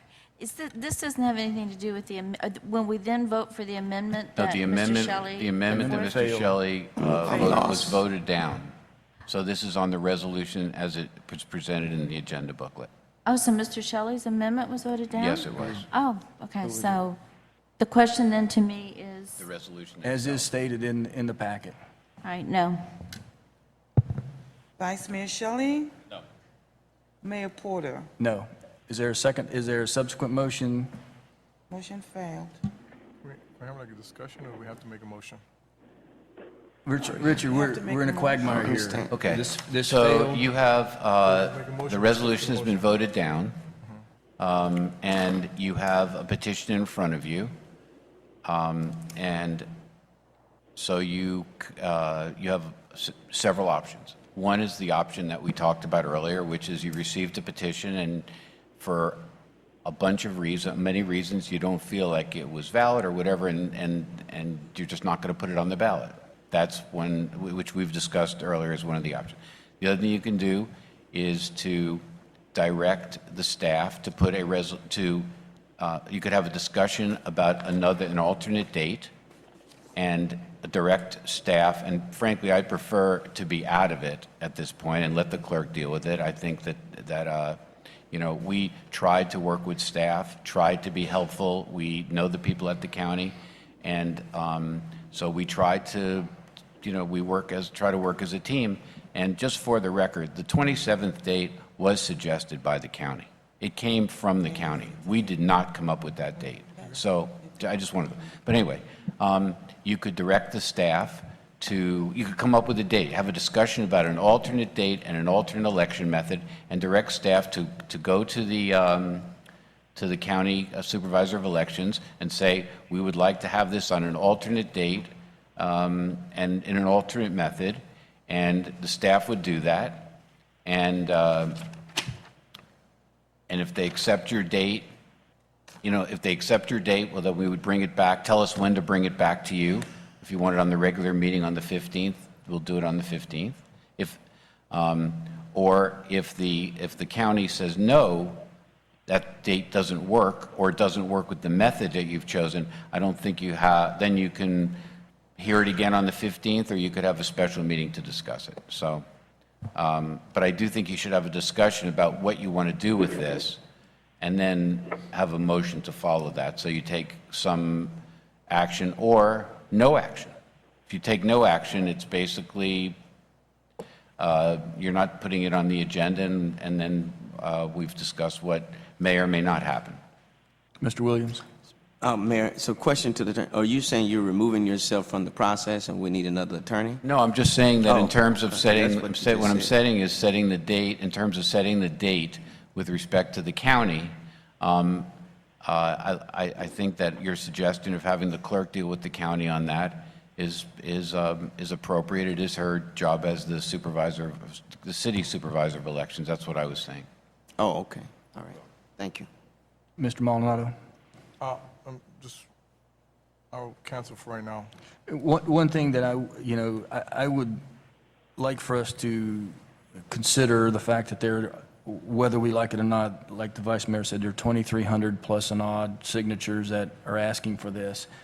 And I think we should at least discuss going back to the county with options on dates. But I think we need to be clear that if one of these charter amendments is about a term of someone, we should at least give the voters a chance to vote on that prior to that question being eliminated. Now, that's I think something that is first and foremost. We have a lot of signatures in front of us that have been certified by the elections, and I think we need to be very careful with how we approach those. And at the end of the day, a vote for this or against this is not endorsing what's in front of us. That's going to be up or down by the voter. All we're doing is saying to the voter, these are the questions in front of you. It's going to be held this date, and we want to do a standard walk-in type of an election because that's what we're used to. But at the end of the day, I think that there's enough to say that we need to give them that opportunity. And I would hope that the council would at least take that into consideration as we go forward. And at the same time, Mr. Attorney, you will have some ability to do due diligence on some of the questions that are raised, the legal sufficiency of the questions, and spell it out for all of us so that there's much more clarity. And at the same time, I think the comfort level for the council and the public will be at the next scheduled council meeting or the next CAL so that we can have as much publicity on this as possible. But, so the date of qualifying is what, Mr. Attorney? The starting date of qualifying? August 31st through September 4th. So the election was scheduled for August 27th. So that's kind of a moot point. Vice Mayor? My last comment on this one. I think the other thing too is the attorney's given us a lot of options, and if the intention of the council is not to move this forward, or they don't want this issue or the issues that are proposed to go to the voter, I don't want to see this turn into a bowling alley thing where this thing drags on and on and on, and we just constantly stare at each other. So I think that, the council as a whole needs to figure out how they feel on this, and if the answer is they just don't want this to move forward, then it's better for us to move on. On the other hand, if there's a will to see or honor the process, then let's have the discussion. Let's figure out when this shows back up and in what form. But that would be my only discussion. I'd hate to see this thing get put on another council meeting for us to go through the same back and forth discussion and, hemming and hawing with no decisions to be made one way or another. It starts to be painful. So that's all. I just wanted to make that last comment. We've been here since 6 o'clock and it's 9 o'clock and we haven't made any move anywhere. So, Mr. Maldonado? Thank you, Mayor. You know, and I agree with Vice Mayor Shelley, you know, and obviously what we want here is better answers, bottom line. I think that there's been a lot of questions that were raised that sound true as they are. And I, you know, thank you all who came and shared, and I think it takes courage to get up there and speak your mind and offer an opinion. And I thank you for that. So another item that I know that the citizens asked, or those who spoke, and we ourselves, one of the items we would like is for the community to be better informed. I think Patricia, Councilwoman Faircloth mentioned it the same way we did our bond referendum. I think that's one of the key items I think needs to happen. How it happens, we need to quickly have that discussion between now and the next time we meet, if that's going to be the case. I'm just going to throw it out there, and you know, because I think Elizabeth's going to need some help, or should we get a second opinion from a law firm that deals through this, if it's for the state or if it's the county, can we get a second opinion on this item? I mean, we just recently had an issue with the bowling alley where we had 4 opinions, correct? And those 4 opinions that we had made the difference in the decision that we made, in which we had, yes, Councilman William was right. You know, out of those 4, 1 was off, and that one that was off, it threw us off. And so if we could get a second opinion, I don't know how this council feels, but I'd like to put it out there. If we decide to do that, how would that process happen? Would it be a state lawyer or a county lawyer, or do we speak to does our lawyer speak with them and work together to make sure that we're having everything answered correctly? I mean, there's some questions in there that sound legit, and we need to get better answers. And that's why I keep saying, you know, we need to form a community and in order to move forward. And I think we all agree we'd like that to come to fruition, but we need better answers to make a better decision. Mr. Mayor, if I could just respond to him. Please do. The lawyer for the supervisor of elections is the county attorney's office. So on some of these issues where we are making an interpretation of the county code, which is really where the questions are coming, because as I've explained, all of those requirements are in the county code. Mm-hmm. And as I explained, some appear to be applicable to municipalities, some don't. And so we'd be very happy to confer with the Dade County Attorney's Office, mm-hmm, and see if they agree with the way that we're interpreting, but it's their code. Right. And so we'd be very happy to work with them and to help them, you know, work with them and see how they view these items and whether they view them the same way. And if they view them differently, report back to you, as you know that I will. And I think in doing that, it removes any cloud of doubt that's been spoken about or come before us in this whole process. So I'd like that to happen. That's it for right now. Ms. Fairclough? Yes, thank you, Mayor. I had mentioned that there wasn't like an education forum for our community to answer their questions and have this process properly vetted. If that is to occur, that is on them, not the city. So I just wanted to make that clear. I asked about the process, but I'm not saying that moving forward, if we move this date back, then this is something that the city is going to initiate. This is not our baby. This is their baby. And for 2, I was just thinking, you know, experience is our best teacher. And I am reminded that at several of our meetings, if we have an agenda item, say for instance for a request of waiver of use of fees, if those individuals aren't here, we don't even have the conversation. We table it until they can be here, answer the questions that we have. So I have grave concerns about the fact that this was so important to get all those signatures, and you didn't respect us enough to even be here to answer the questions.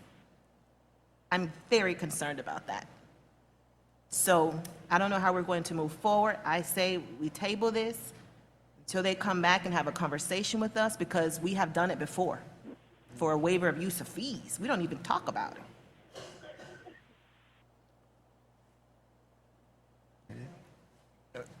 And one of the things that I think we need to be conscious of,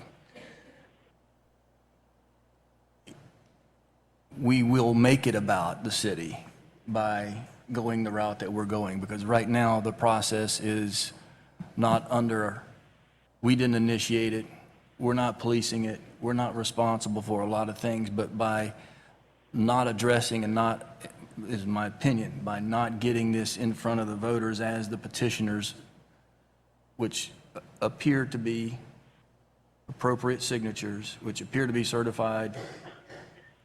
There's still some questions, but if we don't do what we're supposed to do, it then becomes the city's problem in the form of some sort of a lawsuit or challenge or whatever. So Richard, am I correct or incorrect here? The vote that was on the agenda was basically a procedural vote to put the thing on the ballot and so forth. And, in terms of whether it makes it a city issue or not, again, that's the question you're asking. Well, but you made the comment a minute ago that the city could be sued because there are certified signatures that would give some potential exposure to us if, in fact, the group that initiated this and has apparently the appropriate signatures, we then would be in the crosshairs of having to defend ourselves against that. That's correct. But in terms of exposure, which you normally talk about damages, what would happen was a judge would order you to place it onto the ballot. That would be, I think, probably the worst case of a lawsuit like that. We would have to defend it, your non-action, and then a judge could order you to put it on the ballot. Okay. So we got this problem. We've done nothing. Doesn't appear that anybody wants to do anything. How do we deal with it? We need some, there was a question about a motion to defer to the next scheduled meeting, but what do we bring back? It would have to be this as it is, or you would be able to go to elections and say, what available dates are there between X and X that allow us to get a walk-in ballot? And then the secondary question would be, does that need to be in front of the qualifying date? Because if it is, this is what we have right now, which is kind of the quagmire. I think you should direct the clerk to have discussions with the supervisor of elections, express your thoughts, and come back. And if the council has a date that you'd like to suggest, you could give it to the clerk. Otherwise, the clerk could come back with a list of dates from the Dade County Supervisor that are available to conduct whatever type of, if you decide to go with an on-site election, these are the dates the Dade County Supervisor elections says they could possibly do the election. And then we could come back to you with a resolution with blanks in it, and the clerk could present her report. And then if you're satisfied with one of the dates, you make a motion to fill in the blank. Is anyone opposed to instructing the clerk to give us that information? Is everyone more comfortable with a walk-in ballot than they are with a mail-in ballot? Is there anyone opposed to doing that? Okay, Madam Clerk, I just had a question. Ms. Faircloth? This is more than just about dates. This is about all the questions that were raised tonight. So go back through the minutes, jot down all the questions that we had, and come back and answer them. And then we can talk about dates. This is about all the questions that need to be answered. So I want to have a conversation about dates right now. The questions need to be answered, with all due respect. I guess the question that I was suggesting was, if the resolution is brought back with the clarification on those questions, legal questions, which the attorney and the vice mayor was more comfortable with, a walk-in election, it at least gets a second idea from elections. We still can say no. It just gives us a different date than the 27th, or potentially a different date. It gives us the option of a walk-in ballot, which is what we're more comfortable with as a community. we still haven't made a commitment to it, but we don't have anything else in front of us that's been agreed to by elections. So this gives us a chance to take a deep breath, comes back with suggested dates, possible dates by the elections.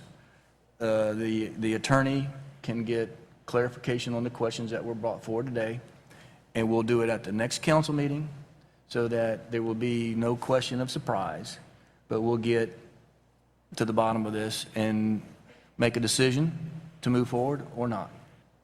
Is anyone opposed to that? Yes. Sure.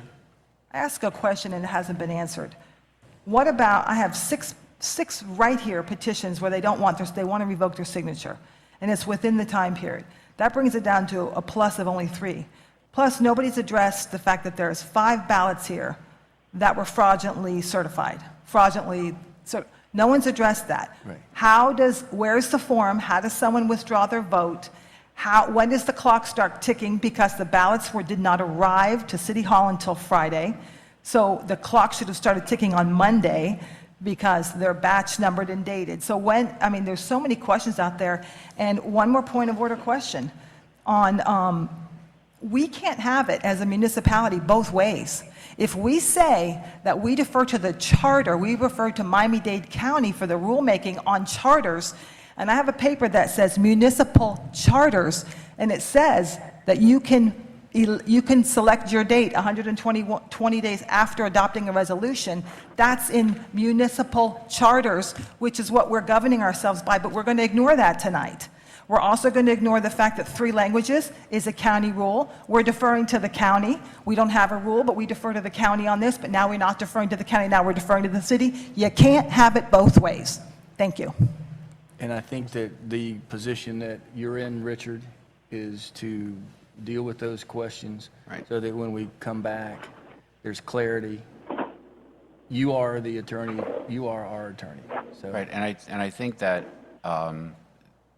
2 things. First, the reason that it appears that we're having it both ways is because of the fact that that's the way the county code is written. In some cases, it applies to municipalities, and some cases it doesn't. So Section 1, you have it one way, and Section 2, you have another, because the word municipality is not there.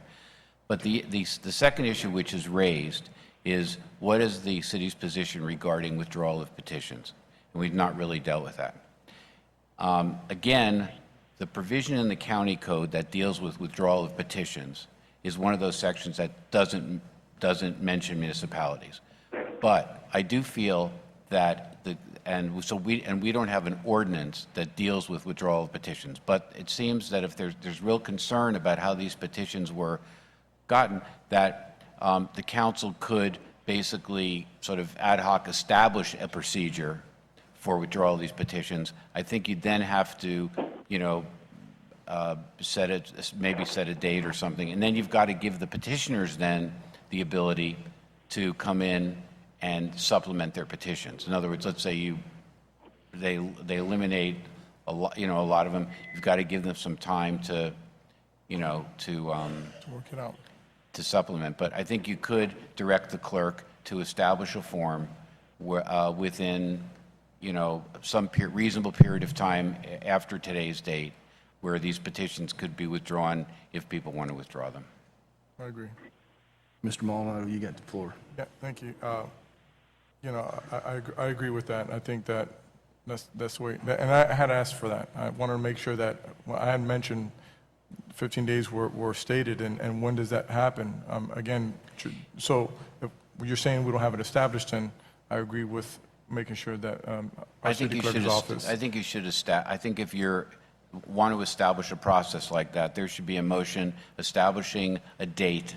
What I would say is, because we have the petitions, and I don't think it should be any question as to when they were filed and when they were certified. I think you should say that the people who filed the petition have the right to withdraw it by filing a form with the clerk by X date.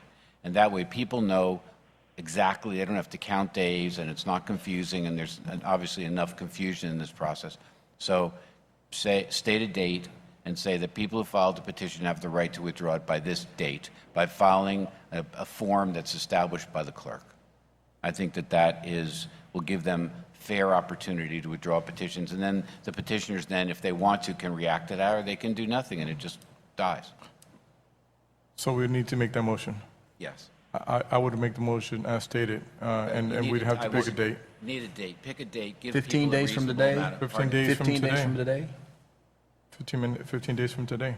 You know, I don't want the people saying that you blocked this process. That can't happen here. So 15 days of today. I make the motion. Is there a second on the motion? Let's, just to be very clear, because there's calendar days and there's regular, let's just pick a date on the calendar and say that if petitions are withdrawn by, let's see, today's the 17th, right? Pick a day. Date. Hold on a second. Whatever. The Cal meeting's on the 7th? 7th? Cal meeting is on the 7th. July 7th. Hang on one second, Mr. Burgess.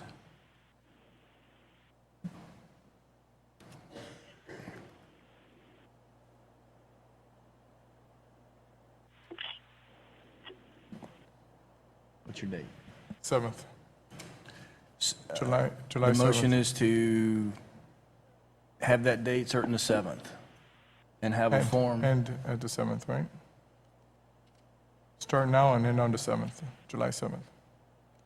Is there a second on the motion? The 7th. I need a second. Second by Ms. Fairclough. All in favor of the motion? Aye. Aye. Any Aye. opposed? Okay, so that carries. What else do we need? Oh, you still have the floor. I relinquish for right now. Vice Mayor? Just, my question is if we get the information that we're all requesting and we have another discussion on the same issue again, are we going to take what our city attorney tells us as quality information such that we'll rely on it to make a decision? Because what I don't want to see happen is, again, where we start calling into question the information that's being provided to us, and then we go through this whole cycle again. So I think that if the city attorney, what you proposed was that the county elections attorney could also render an opinion. Was that what you recommended, since it's their code or it's their charter? Or Yeah, I was going to confer with them and find out whether they agree that the portions don't apply and do apply. Because if they do apply, then a lot of the things that have been said are valid, and they cause a lot of problems with the petition. If the county attorney basically says that only the sections that say municipalities apply, but that chapter 12, contains a lot of the detail that you've been talking to today, and very happy to confer with the county attorney's office and advise you as to what they say about it, and whatever it is, that's okay. I mean, like I said, I have faith in your opinion, but what I'm hearing from my colleagues, I don't want to see us set up where all of a sudden we're here, we got to make a decision again, and people are calling into question the information or what they've been told, and now we can't make a decision because no one trusts the information. So I ask my colleagues to make your decision. Are you going to be sufficient with our city attorney's advice such that that's fine, or would you prefer to have a second opinion such that the city attorney would then speak with the county attorney, since it's their code, it's their charter, it's their process, just so that we have clarity? Because again, if we're moving down the path where we're going to make a decision on this, let's make the decision next time around. I just don't want to see this thing drag out. I mean, we do have people who, it's tough to sit here and listen to this thing debate. So the more times we debate this and not get anywhere or not want to make a decision one way or another, it just prolongs the process. And so I think, that's my only caution to you guys, is make sure you get the information you need so you can make the decision, and make sure you know what decision, if you have a decision you definitely don't want to make, then also acknowledge that so that we can not have to have this potentially painful debate again. On the other hand, if there is it's a lack of information, then let's get the information so that we can make this decision. That's all. Thanks. So as of now, we have a motion and the motion's been made, the clerk has an instruction to create a form so that people that would wish to remove their names from the petition have a method to go to you, and that runs through the 7th of July. Subsequent to that, at the following council meeting, this will be back with clarity from the attorney and ideas of dates available for walk-in elections before us. Correct? Did I state it correctly? Yeah. Ms. Fairclough, you had, Yeah. You mentioned walk-in elections. I thought the Vice Mayor Shelley's suggestion was to get information as far as, and I think the city attorney mentioned that also, that we'll get information from the election department as far as, is a traditional election possible? So we want that information also, so that we're not just boxed into the mail-in election. That's fine. That just a more traditional election would be the appropriate word. Okay. Did you have something, Mr. Williams? Yes, thank you. If that's the case, then we're allowing people to withdraw their signatures. If they withdraw signatures, then why it wouldn't come back before us if there is 9 or whatever signatures that it would be to not qualify. Then what? It wouldn't be back on the agenda. Unless they're allowed to add 2. Unless they're allowed to add 2, because they may still be able to allow additional signatures to be added on, as well as being taken away. Okay, so I'm totally lost now. because if we're, you got to have a, okay, I'm lost. This whole thing is out of control. Muddy, and I didn't wear my boots tonight. And I think that if we're allowing that to happen, then the opposing side has the same thing they can do. So, what's your motion again, my brother? So Because the motion was to allow the ability to remove their petition, but so that there's a process of 15 days, more or less. But because it's closed, I mean, there's that process. Okay, look, the petitions came in, they're in already. They were certified, right? And now the argument was that some of those are false, right? And so, or maybe someone didn't understand. Let's not say false. Let's say someone did not understand, right? And wants to retract their petition. They should have the right to do that. If that process is allowed in other municipalities or in other states or however it's done, that should be allowed. We should have that process as well.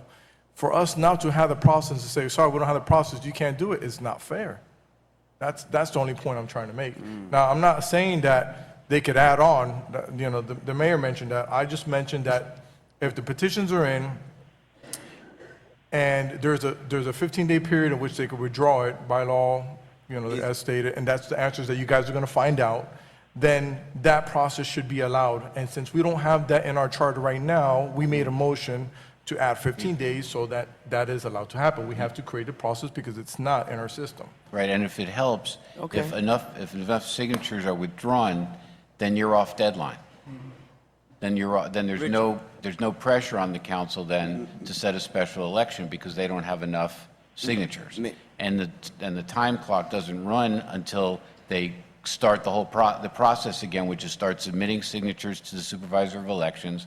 They would then certify them, and at some point, whether the number of signatures went up to the 10% again, then again it would be presented to the council for the purpose of setting the election. But if enough signatures are withdrawn to bring them below the 10%, then you're off the clock. Then there's no reason for a special meeting. There's no reason for anything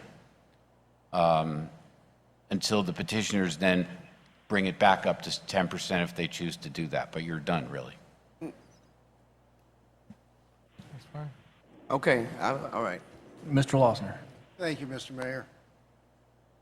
If I were sitting in one of those seats, this is the clarification I would be asking for at this point. And as a foundation for this question, I think you've laid the groundwork for the city attorney to get clarification and come back to you and tell you whether or not the county ordinances providing for the form of petition and the time frame for withdrawing signatures are applicable. And at this point in time, his preliminary advice to you was that they do not apply. But you've asked him, as I understand it, to go back to the county and work with the county attorneys and get some clarification as to, or confirmation as to that position. So based upon that, you've said, we need to establish, if that's the case, if the county rules do not apply to this process, then we want to establish a process. And that's what you're about to vote on. But what if he comes back and says the county rules apply? If that's the case, if the county rules apply, yeah, our position is you're out because it didn't meet the language test. But let's forget about that a minute. By what you're about to adopt, you are expanding the county timeframe. Right. So what's going to happen if you're found to be governed by those processes? Is the time frame that you adopt tonight invalid or no longer applicable? Which will it be? You're going to have competing time frames. If you want me to answer the question, the truth is if the county rules apply, then the petitions are not in the proper form, and then we basically have no petitions. So that the question that he's asking, which I understand, is important if they just said that particular rule applies. But I don't think that that's any interpretation. They're either going to say that it only applies where it says municipalities, or they'll say it applies overall because you're using the county supervisor of elections, which is, I think, the other argument. And they could say either one. But if their rules apply, then the petitions are not in the proper form. They don't have 3 languages. There's a lot of problems with the petitions. So it's a theoretical question that's not really going to come because it's going to be probably all or nothing from the county. Thank you. Well, secondarily, really quick, and the mayor hit on it, and Councilman Maldonado, you picked up on it. The county language really does not provide for the proponents to continue to submit once the signatures are certified. Is it your intention to create that process under the city rules to allow the proponents to keep adding while the opponents are continuing to try to whittle away and disqualify signatures? And again, that was the question. I don't know if that's correct, that they can add on.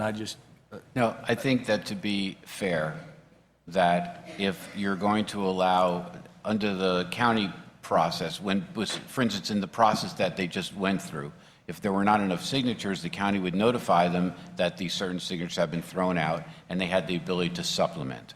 And I think in the same way that you're going to give the people who sign petitions the ability to withdraw the petitions, I think that it's that following the same logic, you probably need to give the petitioners the ability to supplement their petitions if they decide to do that, or they could just.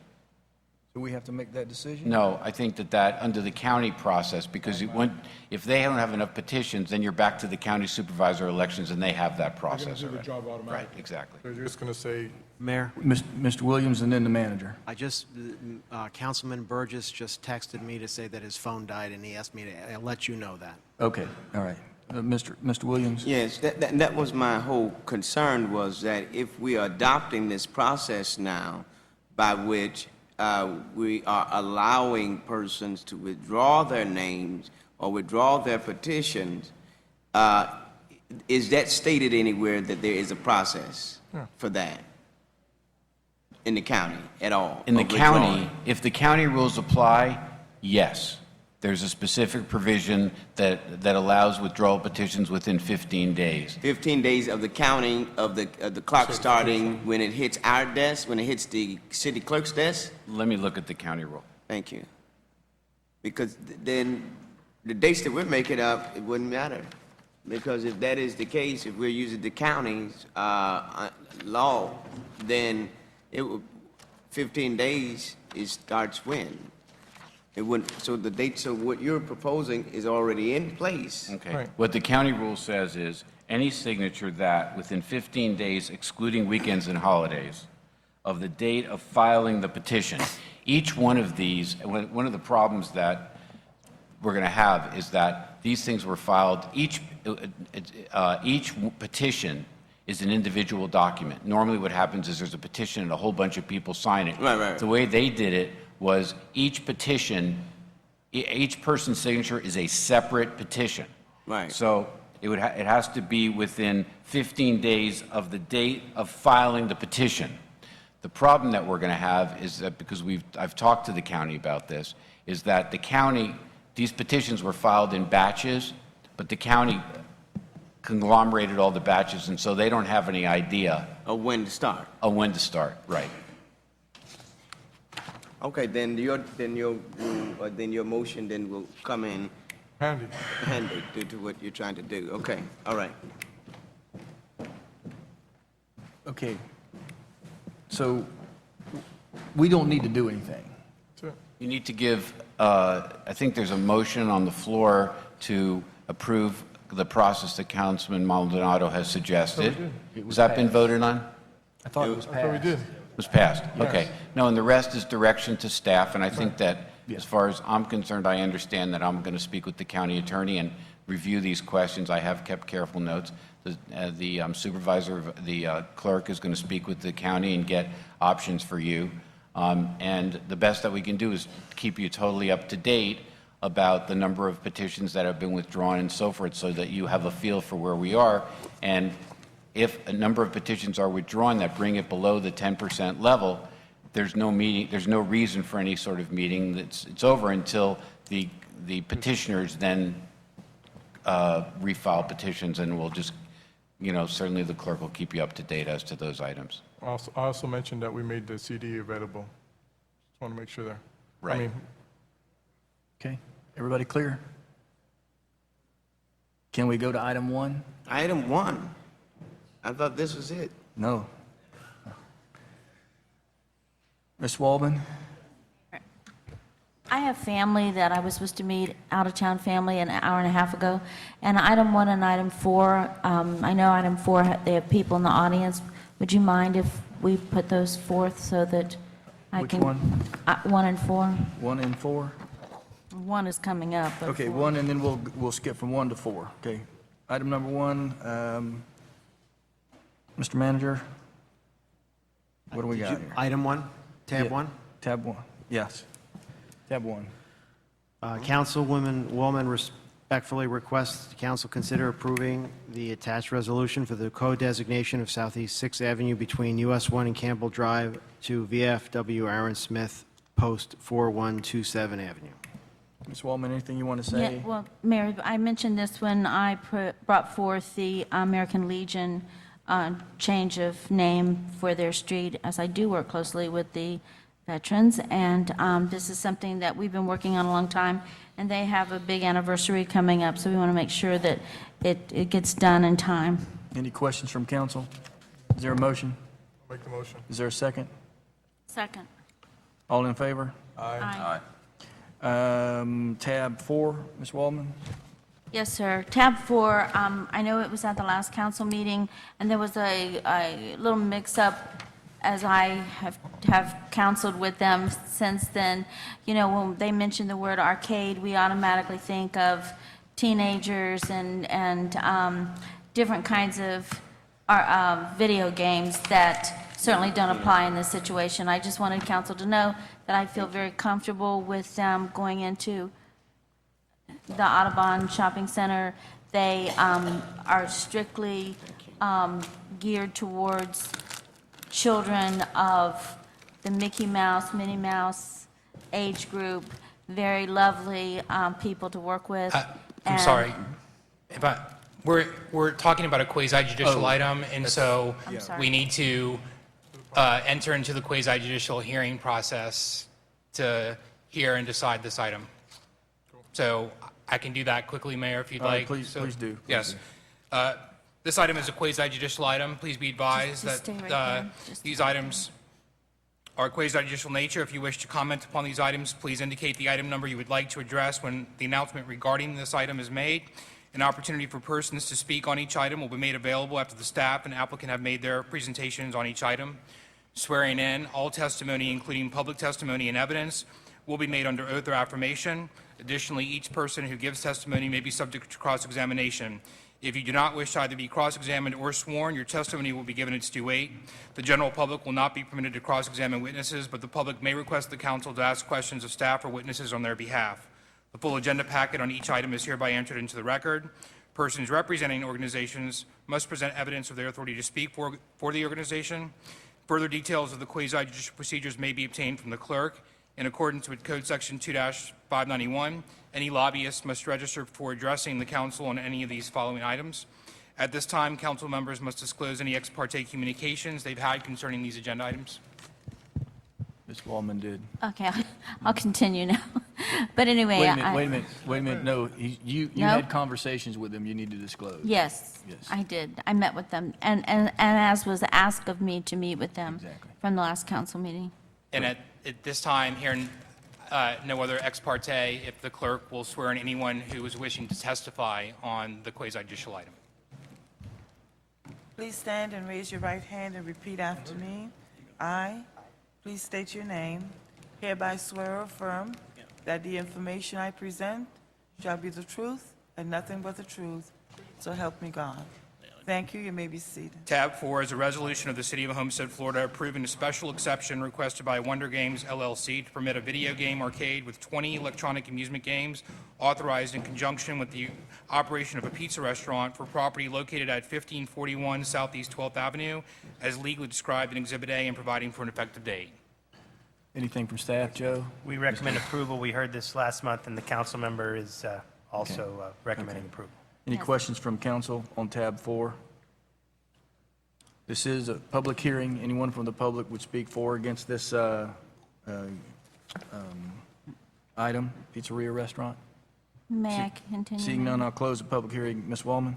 Yes, I was just going to say that not only did we meet and we talk, as was requested of some of my council colleagues last meeting, but I just found that what I discovered was totally different than what I first initially thought that he was going to put in. I also asked Joe Cordino to join us and the chief and the major to join us, as I was more concerned about crime being, I thought it was more of a teenager going to be a teenager hangout, but that's totally not the case. And they were so gracious that, Joe, didn't we incorporate some language that that we would have some periodic police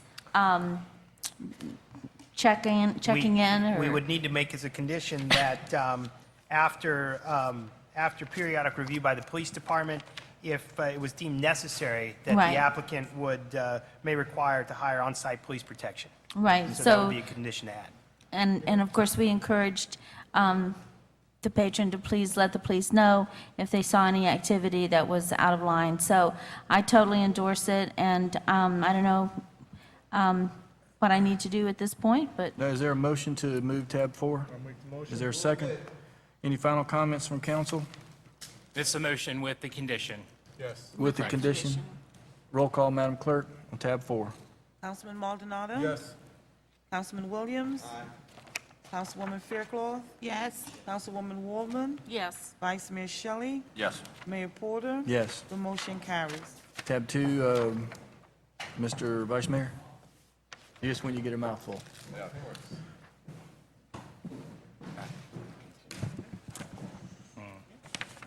Tab 2, it's the renewal of the memorandum of understanding between the City of Homestead and the National Parks. This deals with the Homestead National Parks trolley.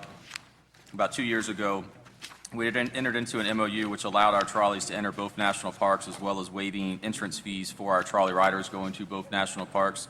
This is just an extension of that for an additional 5-year period.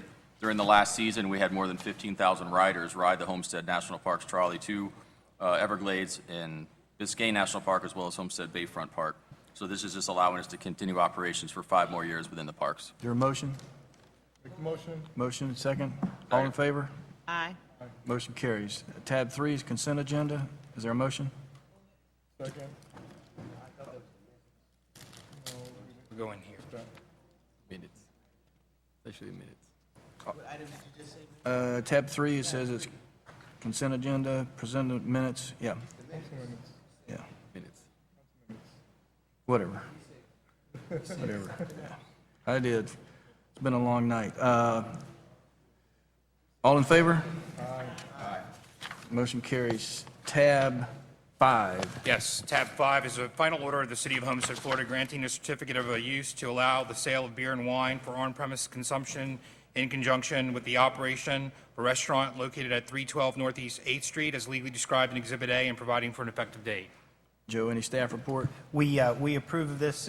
We reviewed the certificate of use through the city code. It complies with all the standards in the code, so again, we're recommending approval. Any questions from council? I'll open up the public hearing at this time. Anyone would speak for or against this application, you're welcome to come now. Seeing none, I'll close the public hearing. Any final comments from council? Is there a motion? Make the motion. Is there a second? Second. Roll call, Madam Clerk. Fairclough? Yes. Councilman Maldonado? Yes. Councilman Williams? Vice Mayor Shelley? Yes. Mayor Porter? Yes. The motion carries. Tab 6. Tab 6 is the second reading of an ordinance of the City of Homestead, Florida, amending the City Code of Ordinances by amending Chapter 30 zoning, Article 3, District Regulations, Division 10, B1A, Professional Business Restricted District, Sections 30-241, Uses Permitted, amending Division 11, B1, Restricted Retail Commercial District, Section 30-256, Uses Permitted, amending Division 12, B2, Retail Commercial District, Section 30-76, Uses Permitted, amending Division 23, Planned Urban Neighborhood District, Section 30-396.2, Subareas, Division 24, Business Mixed Use District, Section 30-396.501, Uses Permitted, amending Division 25, Neighborhood Mixed Use District, Section 30-396.532, Uses Permitted, amending Article 4, Supplemental District Regulations, Division 1 generally, Section 30-397, Permitted Use and Dimensional Standard Tables, amending Article 4, Supplemental District Regulations, Division 8, Special Exceptions, Section 30-531, Established Regulations, Division 30-531 established, all to provide that schools shall not be permitted as special exception uses in commercial zoning districts, and removing schools from the uses permitted, providing for severability, providing for inclusion in the code, providing for conflicts, and an effective date. Joe, everything same from first reading? Yes, sir. We Okay. recommend you approve what James just said. Questions from council? This is a public hearing. I'll open up the public hearing. Anyone's willing to speak for or against this, come forward now. Seeing none, close the public hearing. Is there a motion? Motion. Motion. Is there a second? Second. Roll call, Madam Clerk. Councilwoman Fairclough? Yes. Councilman Williams? Yes. Councilman Maldonado? Yes. Vice Mayor Shelley? Yes. Mayor Porter? Yes. The motion carries. Tab 9.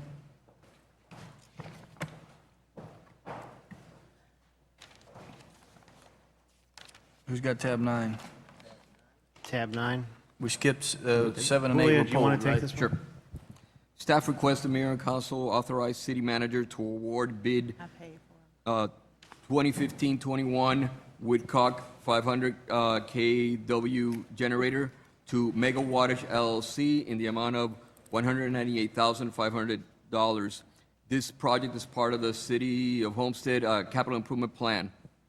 The City of Homestead must meet requirements and standards by law to govern the safe, potable drinking water for its residents. In 1994, the generator currently in place is not reliable and will not perform during a state of emergency. The new generator and fuel tank must be installed and operate for hurricane season.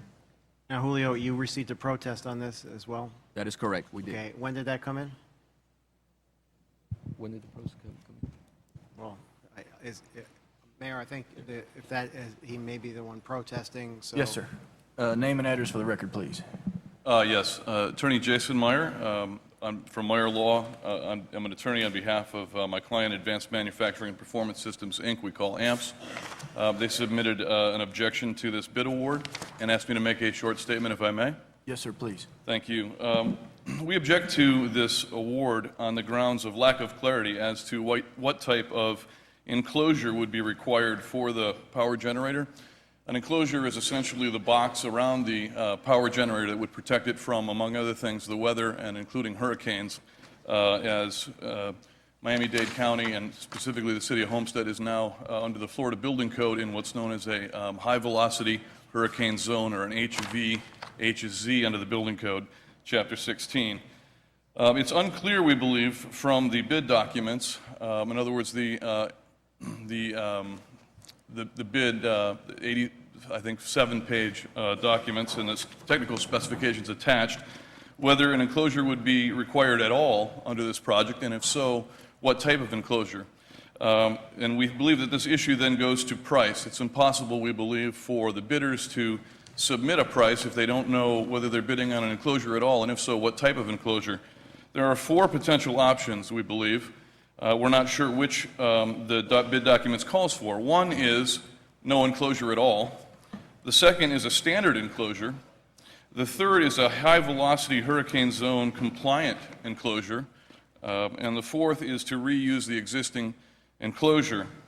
And by way of background, the state of Florida has certain competitive public bidding laws which would require the city to choose the lowest responsive bidder. You're probably familiar with those standards. And we believe that those laws, in this case, would require the bid documents and the project specifications to be adequately specific to allow all bidders a fair opportunity to know, number one, what the scope of work they're bidding on is, and whether or not there would be an enclosure required, and number two, then be able to price what type of enclosure or lack of enclosure and what they submit. We believe that the law requires the city to make it clear so that they can price it properly. Because it's unclear here, we believe the bidders have been denied a fair opportunity to price the project, and we believe the city may not be getting a price that includes what it thinks it includes. And I refer to the technical specifications at paragraph 4.2, which is on page 42 of the bid documents. It calls for a, quote, American-made housed generator, end quote. Well, in the industry, housed generator means an enclosed generator.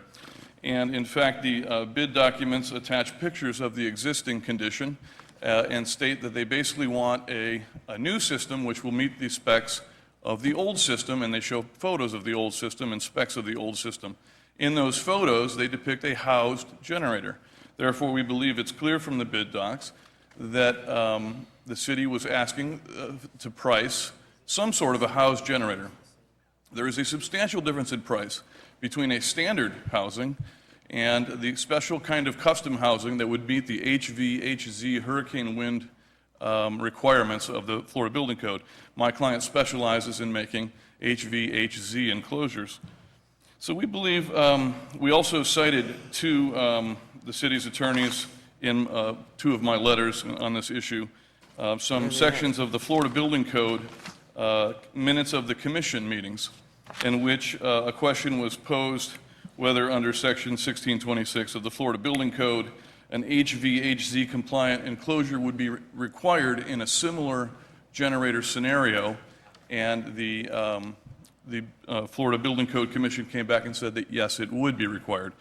Therefore, we think it's possible that it would be required in this project, and we don't believe that's what has been priced, but it's not clear. Therefore, we believe in order to get a fair price and in order for the city to know what it is getting for its money, the bid documents ought to be clarified. The bid ought not to be awarded tonight.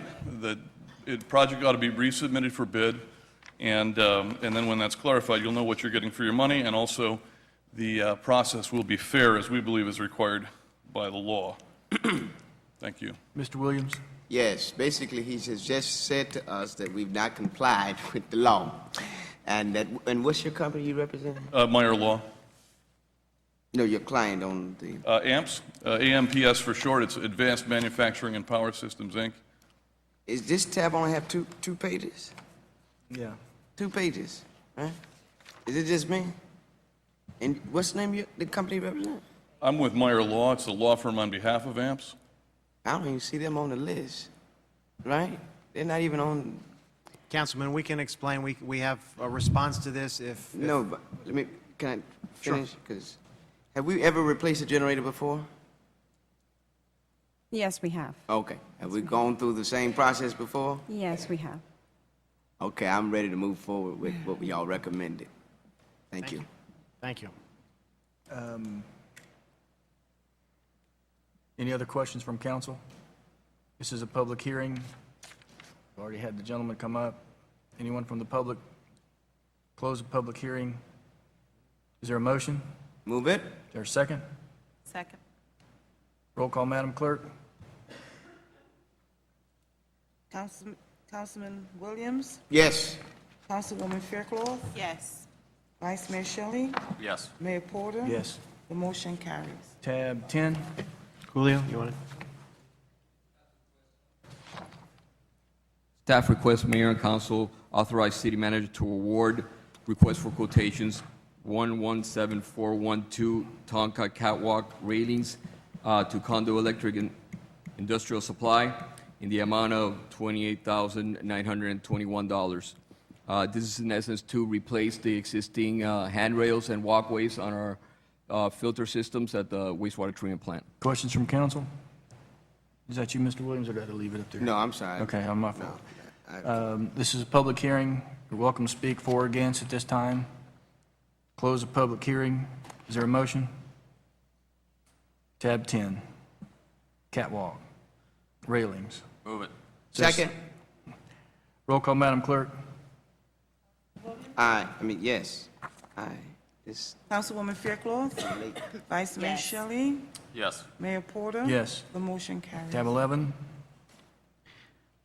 Mayor, staff recommends the approval of an award of bid 201507 by the mayor and council for demolition services for the following companies in order of priority on an as-needed basis throughout the city of Homestead: One Call Property Services, Inc., Paragon Construction Unlimited, Inc., ABC Construction, Inc., and granting the city manager authority to complete demolition of the following on-city structures which are related to the Losner Park Police Station projects as listed. And Mayor, these are the properties that we had discussed, and we purchased, the Nickelback's Restaurant, the Wrestling Academy, and the Dougherty office building. Questions from council? This is a public hearing. I'll open up the public hearing at this time. Anyone support, for, or against? Close the public hearing. Final comments from council. Is there a motion? Yeah, motion. I move it with a question. Moved. Is there a second? Second. Mr. Williams? So these, the $100,000 will be enough, George, to. We think it won't be as much as that. We just put a little cushion just in case. Okay, so. That's all right. I gotta go. And how many buildings? Those 3 buildings? It's the three buildings. 32, 35, and 50. Yeah, so it's Nickelback's on one side of the street, and then it's on the other side, it's the Dougherty. It's right behind the band shell, little office building. Right, yeah. And then also behind the Nickelback's, there is a wrestling academy, and those 3 total. Okay, gotcha. Thank you. And everybody's cleaned their stuff out, and we're good to go, so we're going to be it's the right contacting. building. We're going to do our best to make sure it is. Yeah, right building. Thank you. Did we call roll? No, roll call, Madam Clerk. Councilman Maldonado, B12. Demolition. Demolition. Councilman Williams, Yes. Councilwoman Fairclough, Yes. Vice Mayor Shelley, Yes. Mayor Porter. Yes. The motion carries. Staff 12, staff report. Vice Mayor, I thought I'd turn this over to Barbara. This is what we think is our first step in trying to get electric rates down. So Barbara, could you just give a brief description of what this is? Certainly. We're recommending that the mayor and council authorize the city manager to enter into contract negotiations with the top 3 ranked vendors to meet the specific goals of the city as presented in the memorandum that was included. And this is a bid for power supply resources. We received responses back from 6 organizations, and there were a total of 15 options. Review committee went through all of these options and has recommended 3 of the vendors to begin negotiations with. And these contracts are needed to meet short-term needs of the city for the next 5 years. And the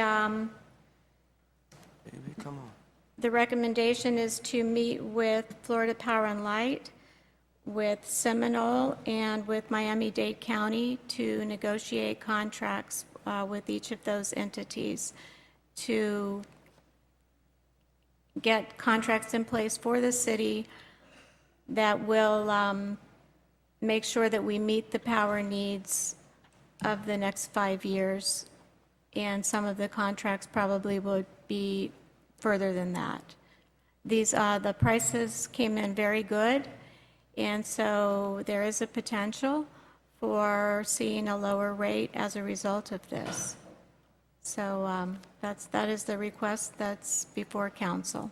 Councilwoman Faircloth? Yes. I think this is huge for the city because our residents have been requesting this for a long time. So the fact that this body is actually doing something about it, I think is like a very, very defining moment. But you kind of danced around it a little bit, Barbara. Talk a little bit louder about how, if this is passed tonight, how is it going to positively impact our residents, because that may have gotten a little lost in the translation. So just talk about how is this going to benefit our residents as it relates to their utility bills. Go down. Well, again, Use I a would, deeper voice. Just kidding. I had my feisty voice earlier this evening, but it just, I kind of got worn down. We're very excited about the possibility for reducing the rates because we're seeing some excellent prices coming in by way of this bid. So we're hoping to move forward with negotiating with these companies and getting the best deal possible for the citizens of Homestead. And I move it. I move that, Vice Mayor. Any additional comments or questions from council? I did have one question, that is just to confirm that this is just authorization to negotiate the final terms of these contracts will come back to council before it's officially approved, correct? Yes, Vice Mayor, that's correct. Perfect. This is a public hearing. I'll open it to the public. Any comments from the public? Seeing none, I'll close the public hearing. We have a motion and a second. Do you have who they were, Clerk, Madam Clerk? No, we have a motion. We don't have Yes, I moved it. Councilman Williams moved it. Councilman Maldonado seconded it. Thank you. Is that correct? Yes. Okay. Yes. Roll call, Madam Clerk. Councilwoman Faircloth? Yes. Councilman Williams? Yes. Councilman Maldonado? Yes. Vice Mayor Shelley? Yes. The motion carries. Tab 13. Vice Mayor, staff recommends mayor and council Let approve me the... read the resolution, George.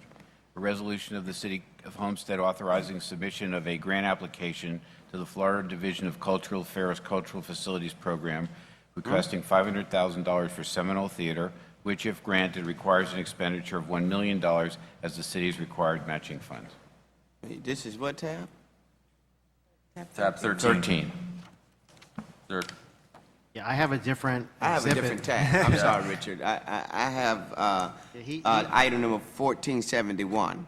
This is dealing with the utilities. Right, the agenda says one thing, and then the tab says something different, so I think we need to, maybe, if we could take the one that Richard gave, which tab is that? 1493 is the one I just read. 1493? Okay, Tab it 14, looks, correct. it looks like the tabs were flipped. Yeah. So this would be tab 14. For us that has books. Yes. Yeah. Who's PDF? I'm PDF. Any staff report? Yes, staff recommends mayor and council approve the attached resolution authorizing the city managers to submit a grant application to the Florida Division of Cultural Affairs, Cultural Facilities Program, requesting a grant of up to $500,000 for the Seminole Theater. This grant requires a match amount of $1 million. The city will use the bond proceeds to match the grant funds. Any questions from council? This is from the Florida Division of Cultural Affairs, right? This is, if I may, Mr. Manager, this is a different grant than the $500,000 Cultural Affairs grant that we're currently hoping to be funded by the end of the special session. So this is in addition to the other grant funds that we've applied for. Okay, and we have, once it passed tonight, then what? What's the process? Then the application gets filled out and submitted to the state. Okay, so we've not filled it out yet. Right. No, not until you authorize this, and then, and right now, with the emails that we received from the lobbyists, we have a total of 800,000, 900,000? We would have a total of 800,000. 850 for the historic, and then the 750 from... Right, which is broken down into 500,000 and 250. And 250 on the So governor's we'll hope they do. I'll be there tomorrow. Perfect. Thank you. Call us if you need us, if you need any I'm reinforcement. going strong. Okay. Any additional questions, comments from council? Seeing none, I'll open the public hearing. Any comments or questions from the public? Seeing none, I'll close the public hearing. Do I have a motion? Move it. Second. Moved by the Councilman Williams, seconded by Mayor Porter. Roll call, Madam Clerk. Councilwoman Fairclough? Yes. Councilman Maldonado? Yes. Councilman Williams? Yes. Vice Mayor Shelley? Yes. Mayor Porter? Yes. The motion carries. Okay, the next thing, which I think is probably tab 13 in your book, it's Tab 13. CAR 1471. Yes. A resolution of the City Council of the City of Homestead, Florida, authorizing the purchase of 4 electromechanical relays for the City of Homestead Electric Utilities Department, recognizing applicable exemption from engaging in competitive bidding pursuant to City Code 2-411.1A7, exemption from competitive bidding, providing for an effective date. Where we're 13? 13. Something like that. Yeah, 13. Questions from council? We need a motion and a Move second. it. Mayor, staff recommends the mayor and council approve the attached resolution authorizing the city manager to purchase 4 new relays for the electric utility from Schweitzer Engineering Laboratories. These relays will replace current relays that have become obsolete and are no longer supported by the manufacturer. The total purchase price is $40,130. There was a motion and a second. This is a public hearing. I'll open up the public hearing. Seeing none, close the public hearing. Roll call, Madam Clerk. Councilman Maldonado? Yes. Councilman Williams? Yes. Councilwoman Fairclough? Yes. Vice Mayor Shelley? Yes. Mayor Porter? Yes. The motion carries. We're on Okay, 16 now. 16, a resolution of the City Council of the City of Homestead, Florida, approving and accepting a final settlement of Parcel D of Losner Park expansion project, providing for an effective date. Staff report. Mayor, as always, Pete Waldman is here to take us through this particular acquisition. He's been doing a great job so far and keeping us out of trouble. Go ahead, sir. Thank you, What Mr. tab- I'm Manager. sorry, what tab? This is a settlement based on appraised value I don't have a of 16. $320,000. That's based using the rental income approach, using the actual rents. This is a 5-unit apartment complex. Before it came in today. The settlement is based on our amended appraisal, which is also the amount of the declaration of taking pursuant to the order of taking hearing, which was held Monday of this week. Additionally, this is for settlement attorney's fees, which are statutory in the amount of $14,850, and $1,000 for the appraisal fee of the property owner. Pete, did you want to also talk about the relocation generically so that they Yes. understand what the next process is? Yes, Mr. Manager. There are 5 tenants there. We're working with the tenants to relocate them based primarily on federal relocation standards. So what they will receive is an amount so that they can physically move, so they can put down payments on new apartments and also get all the necessary utility hookups. There's also going to be an amount for a rental supplement, which is the difference between the rent they're paying now and the researched rent for similar apartments within the city of Homestead. Questions from council, Mr. Williams? Yeah, how long are the rental supplements? Mr. Councilman, it's for 1 year. For So one- even though they only have month-to-month leases, the rent supplement that will be paid to them will be for a 1 year, a period of 1 year. So if they move within 4 months, they can still get the rent subsidy? No, Mr. Councilman. I know it's hard to see me because the city attorney sitting in front of you is like right in the way. No, Councilman Williams. Thank you, yes. What we're going to be offering to them is initially they will receive all the amounts, the amount for them to put down a down payment to get all the necessary utility hookups and also to physically move. And at the time that they move, at the time that they leave the property, they will get the additional amount for the rent supplement. Okay, all right, and then do we help them find a place, or we leave it up to them? It's primarily left up to them, but there have been 2 or 3 different apartment complexes which have been identified, and that's how we came up with the rental supplement amount based on a survey of other available apartments within the city of Homestead. All right, thank you. Any other questions from council? This is a public hearing. I'll open up the public hearing. Close the public hearing. Final comments from council. Is there a motion? Move it. Is there a second? Second. Do we have a second? I'm sorry. Yeah, Fair Club Okay, moved okay. it. I second it. Roll call, Madam Clerk. Councilman Maldonado? Yes. Councilman Fairclough? Yes. Councilman Williams? Yes. Vice Mayor Shelley? Yes. Mayor Porter? Yes. The motion carries. Business from the manager? None. Attorney?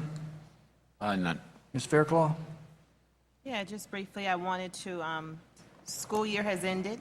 I wanted to congratulate the 2015 graduating class.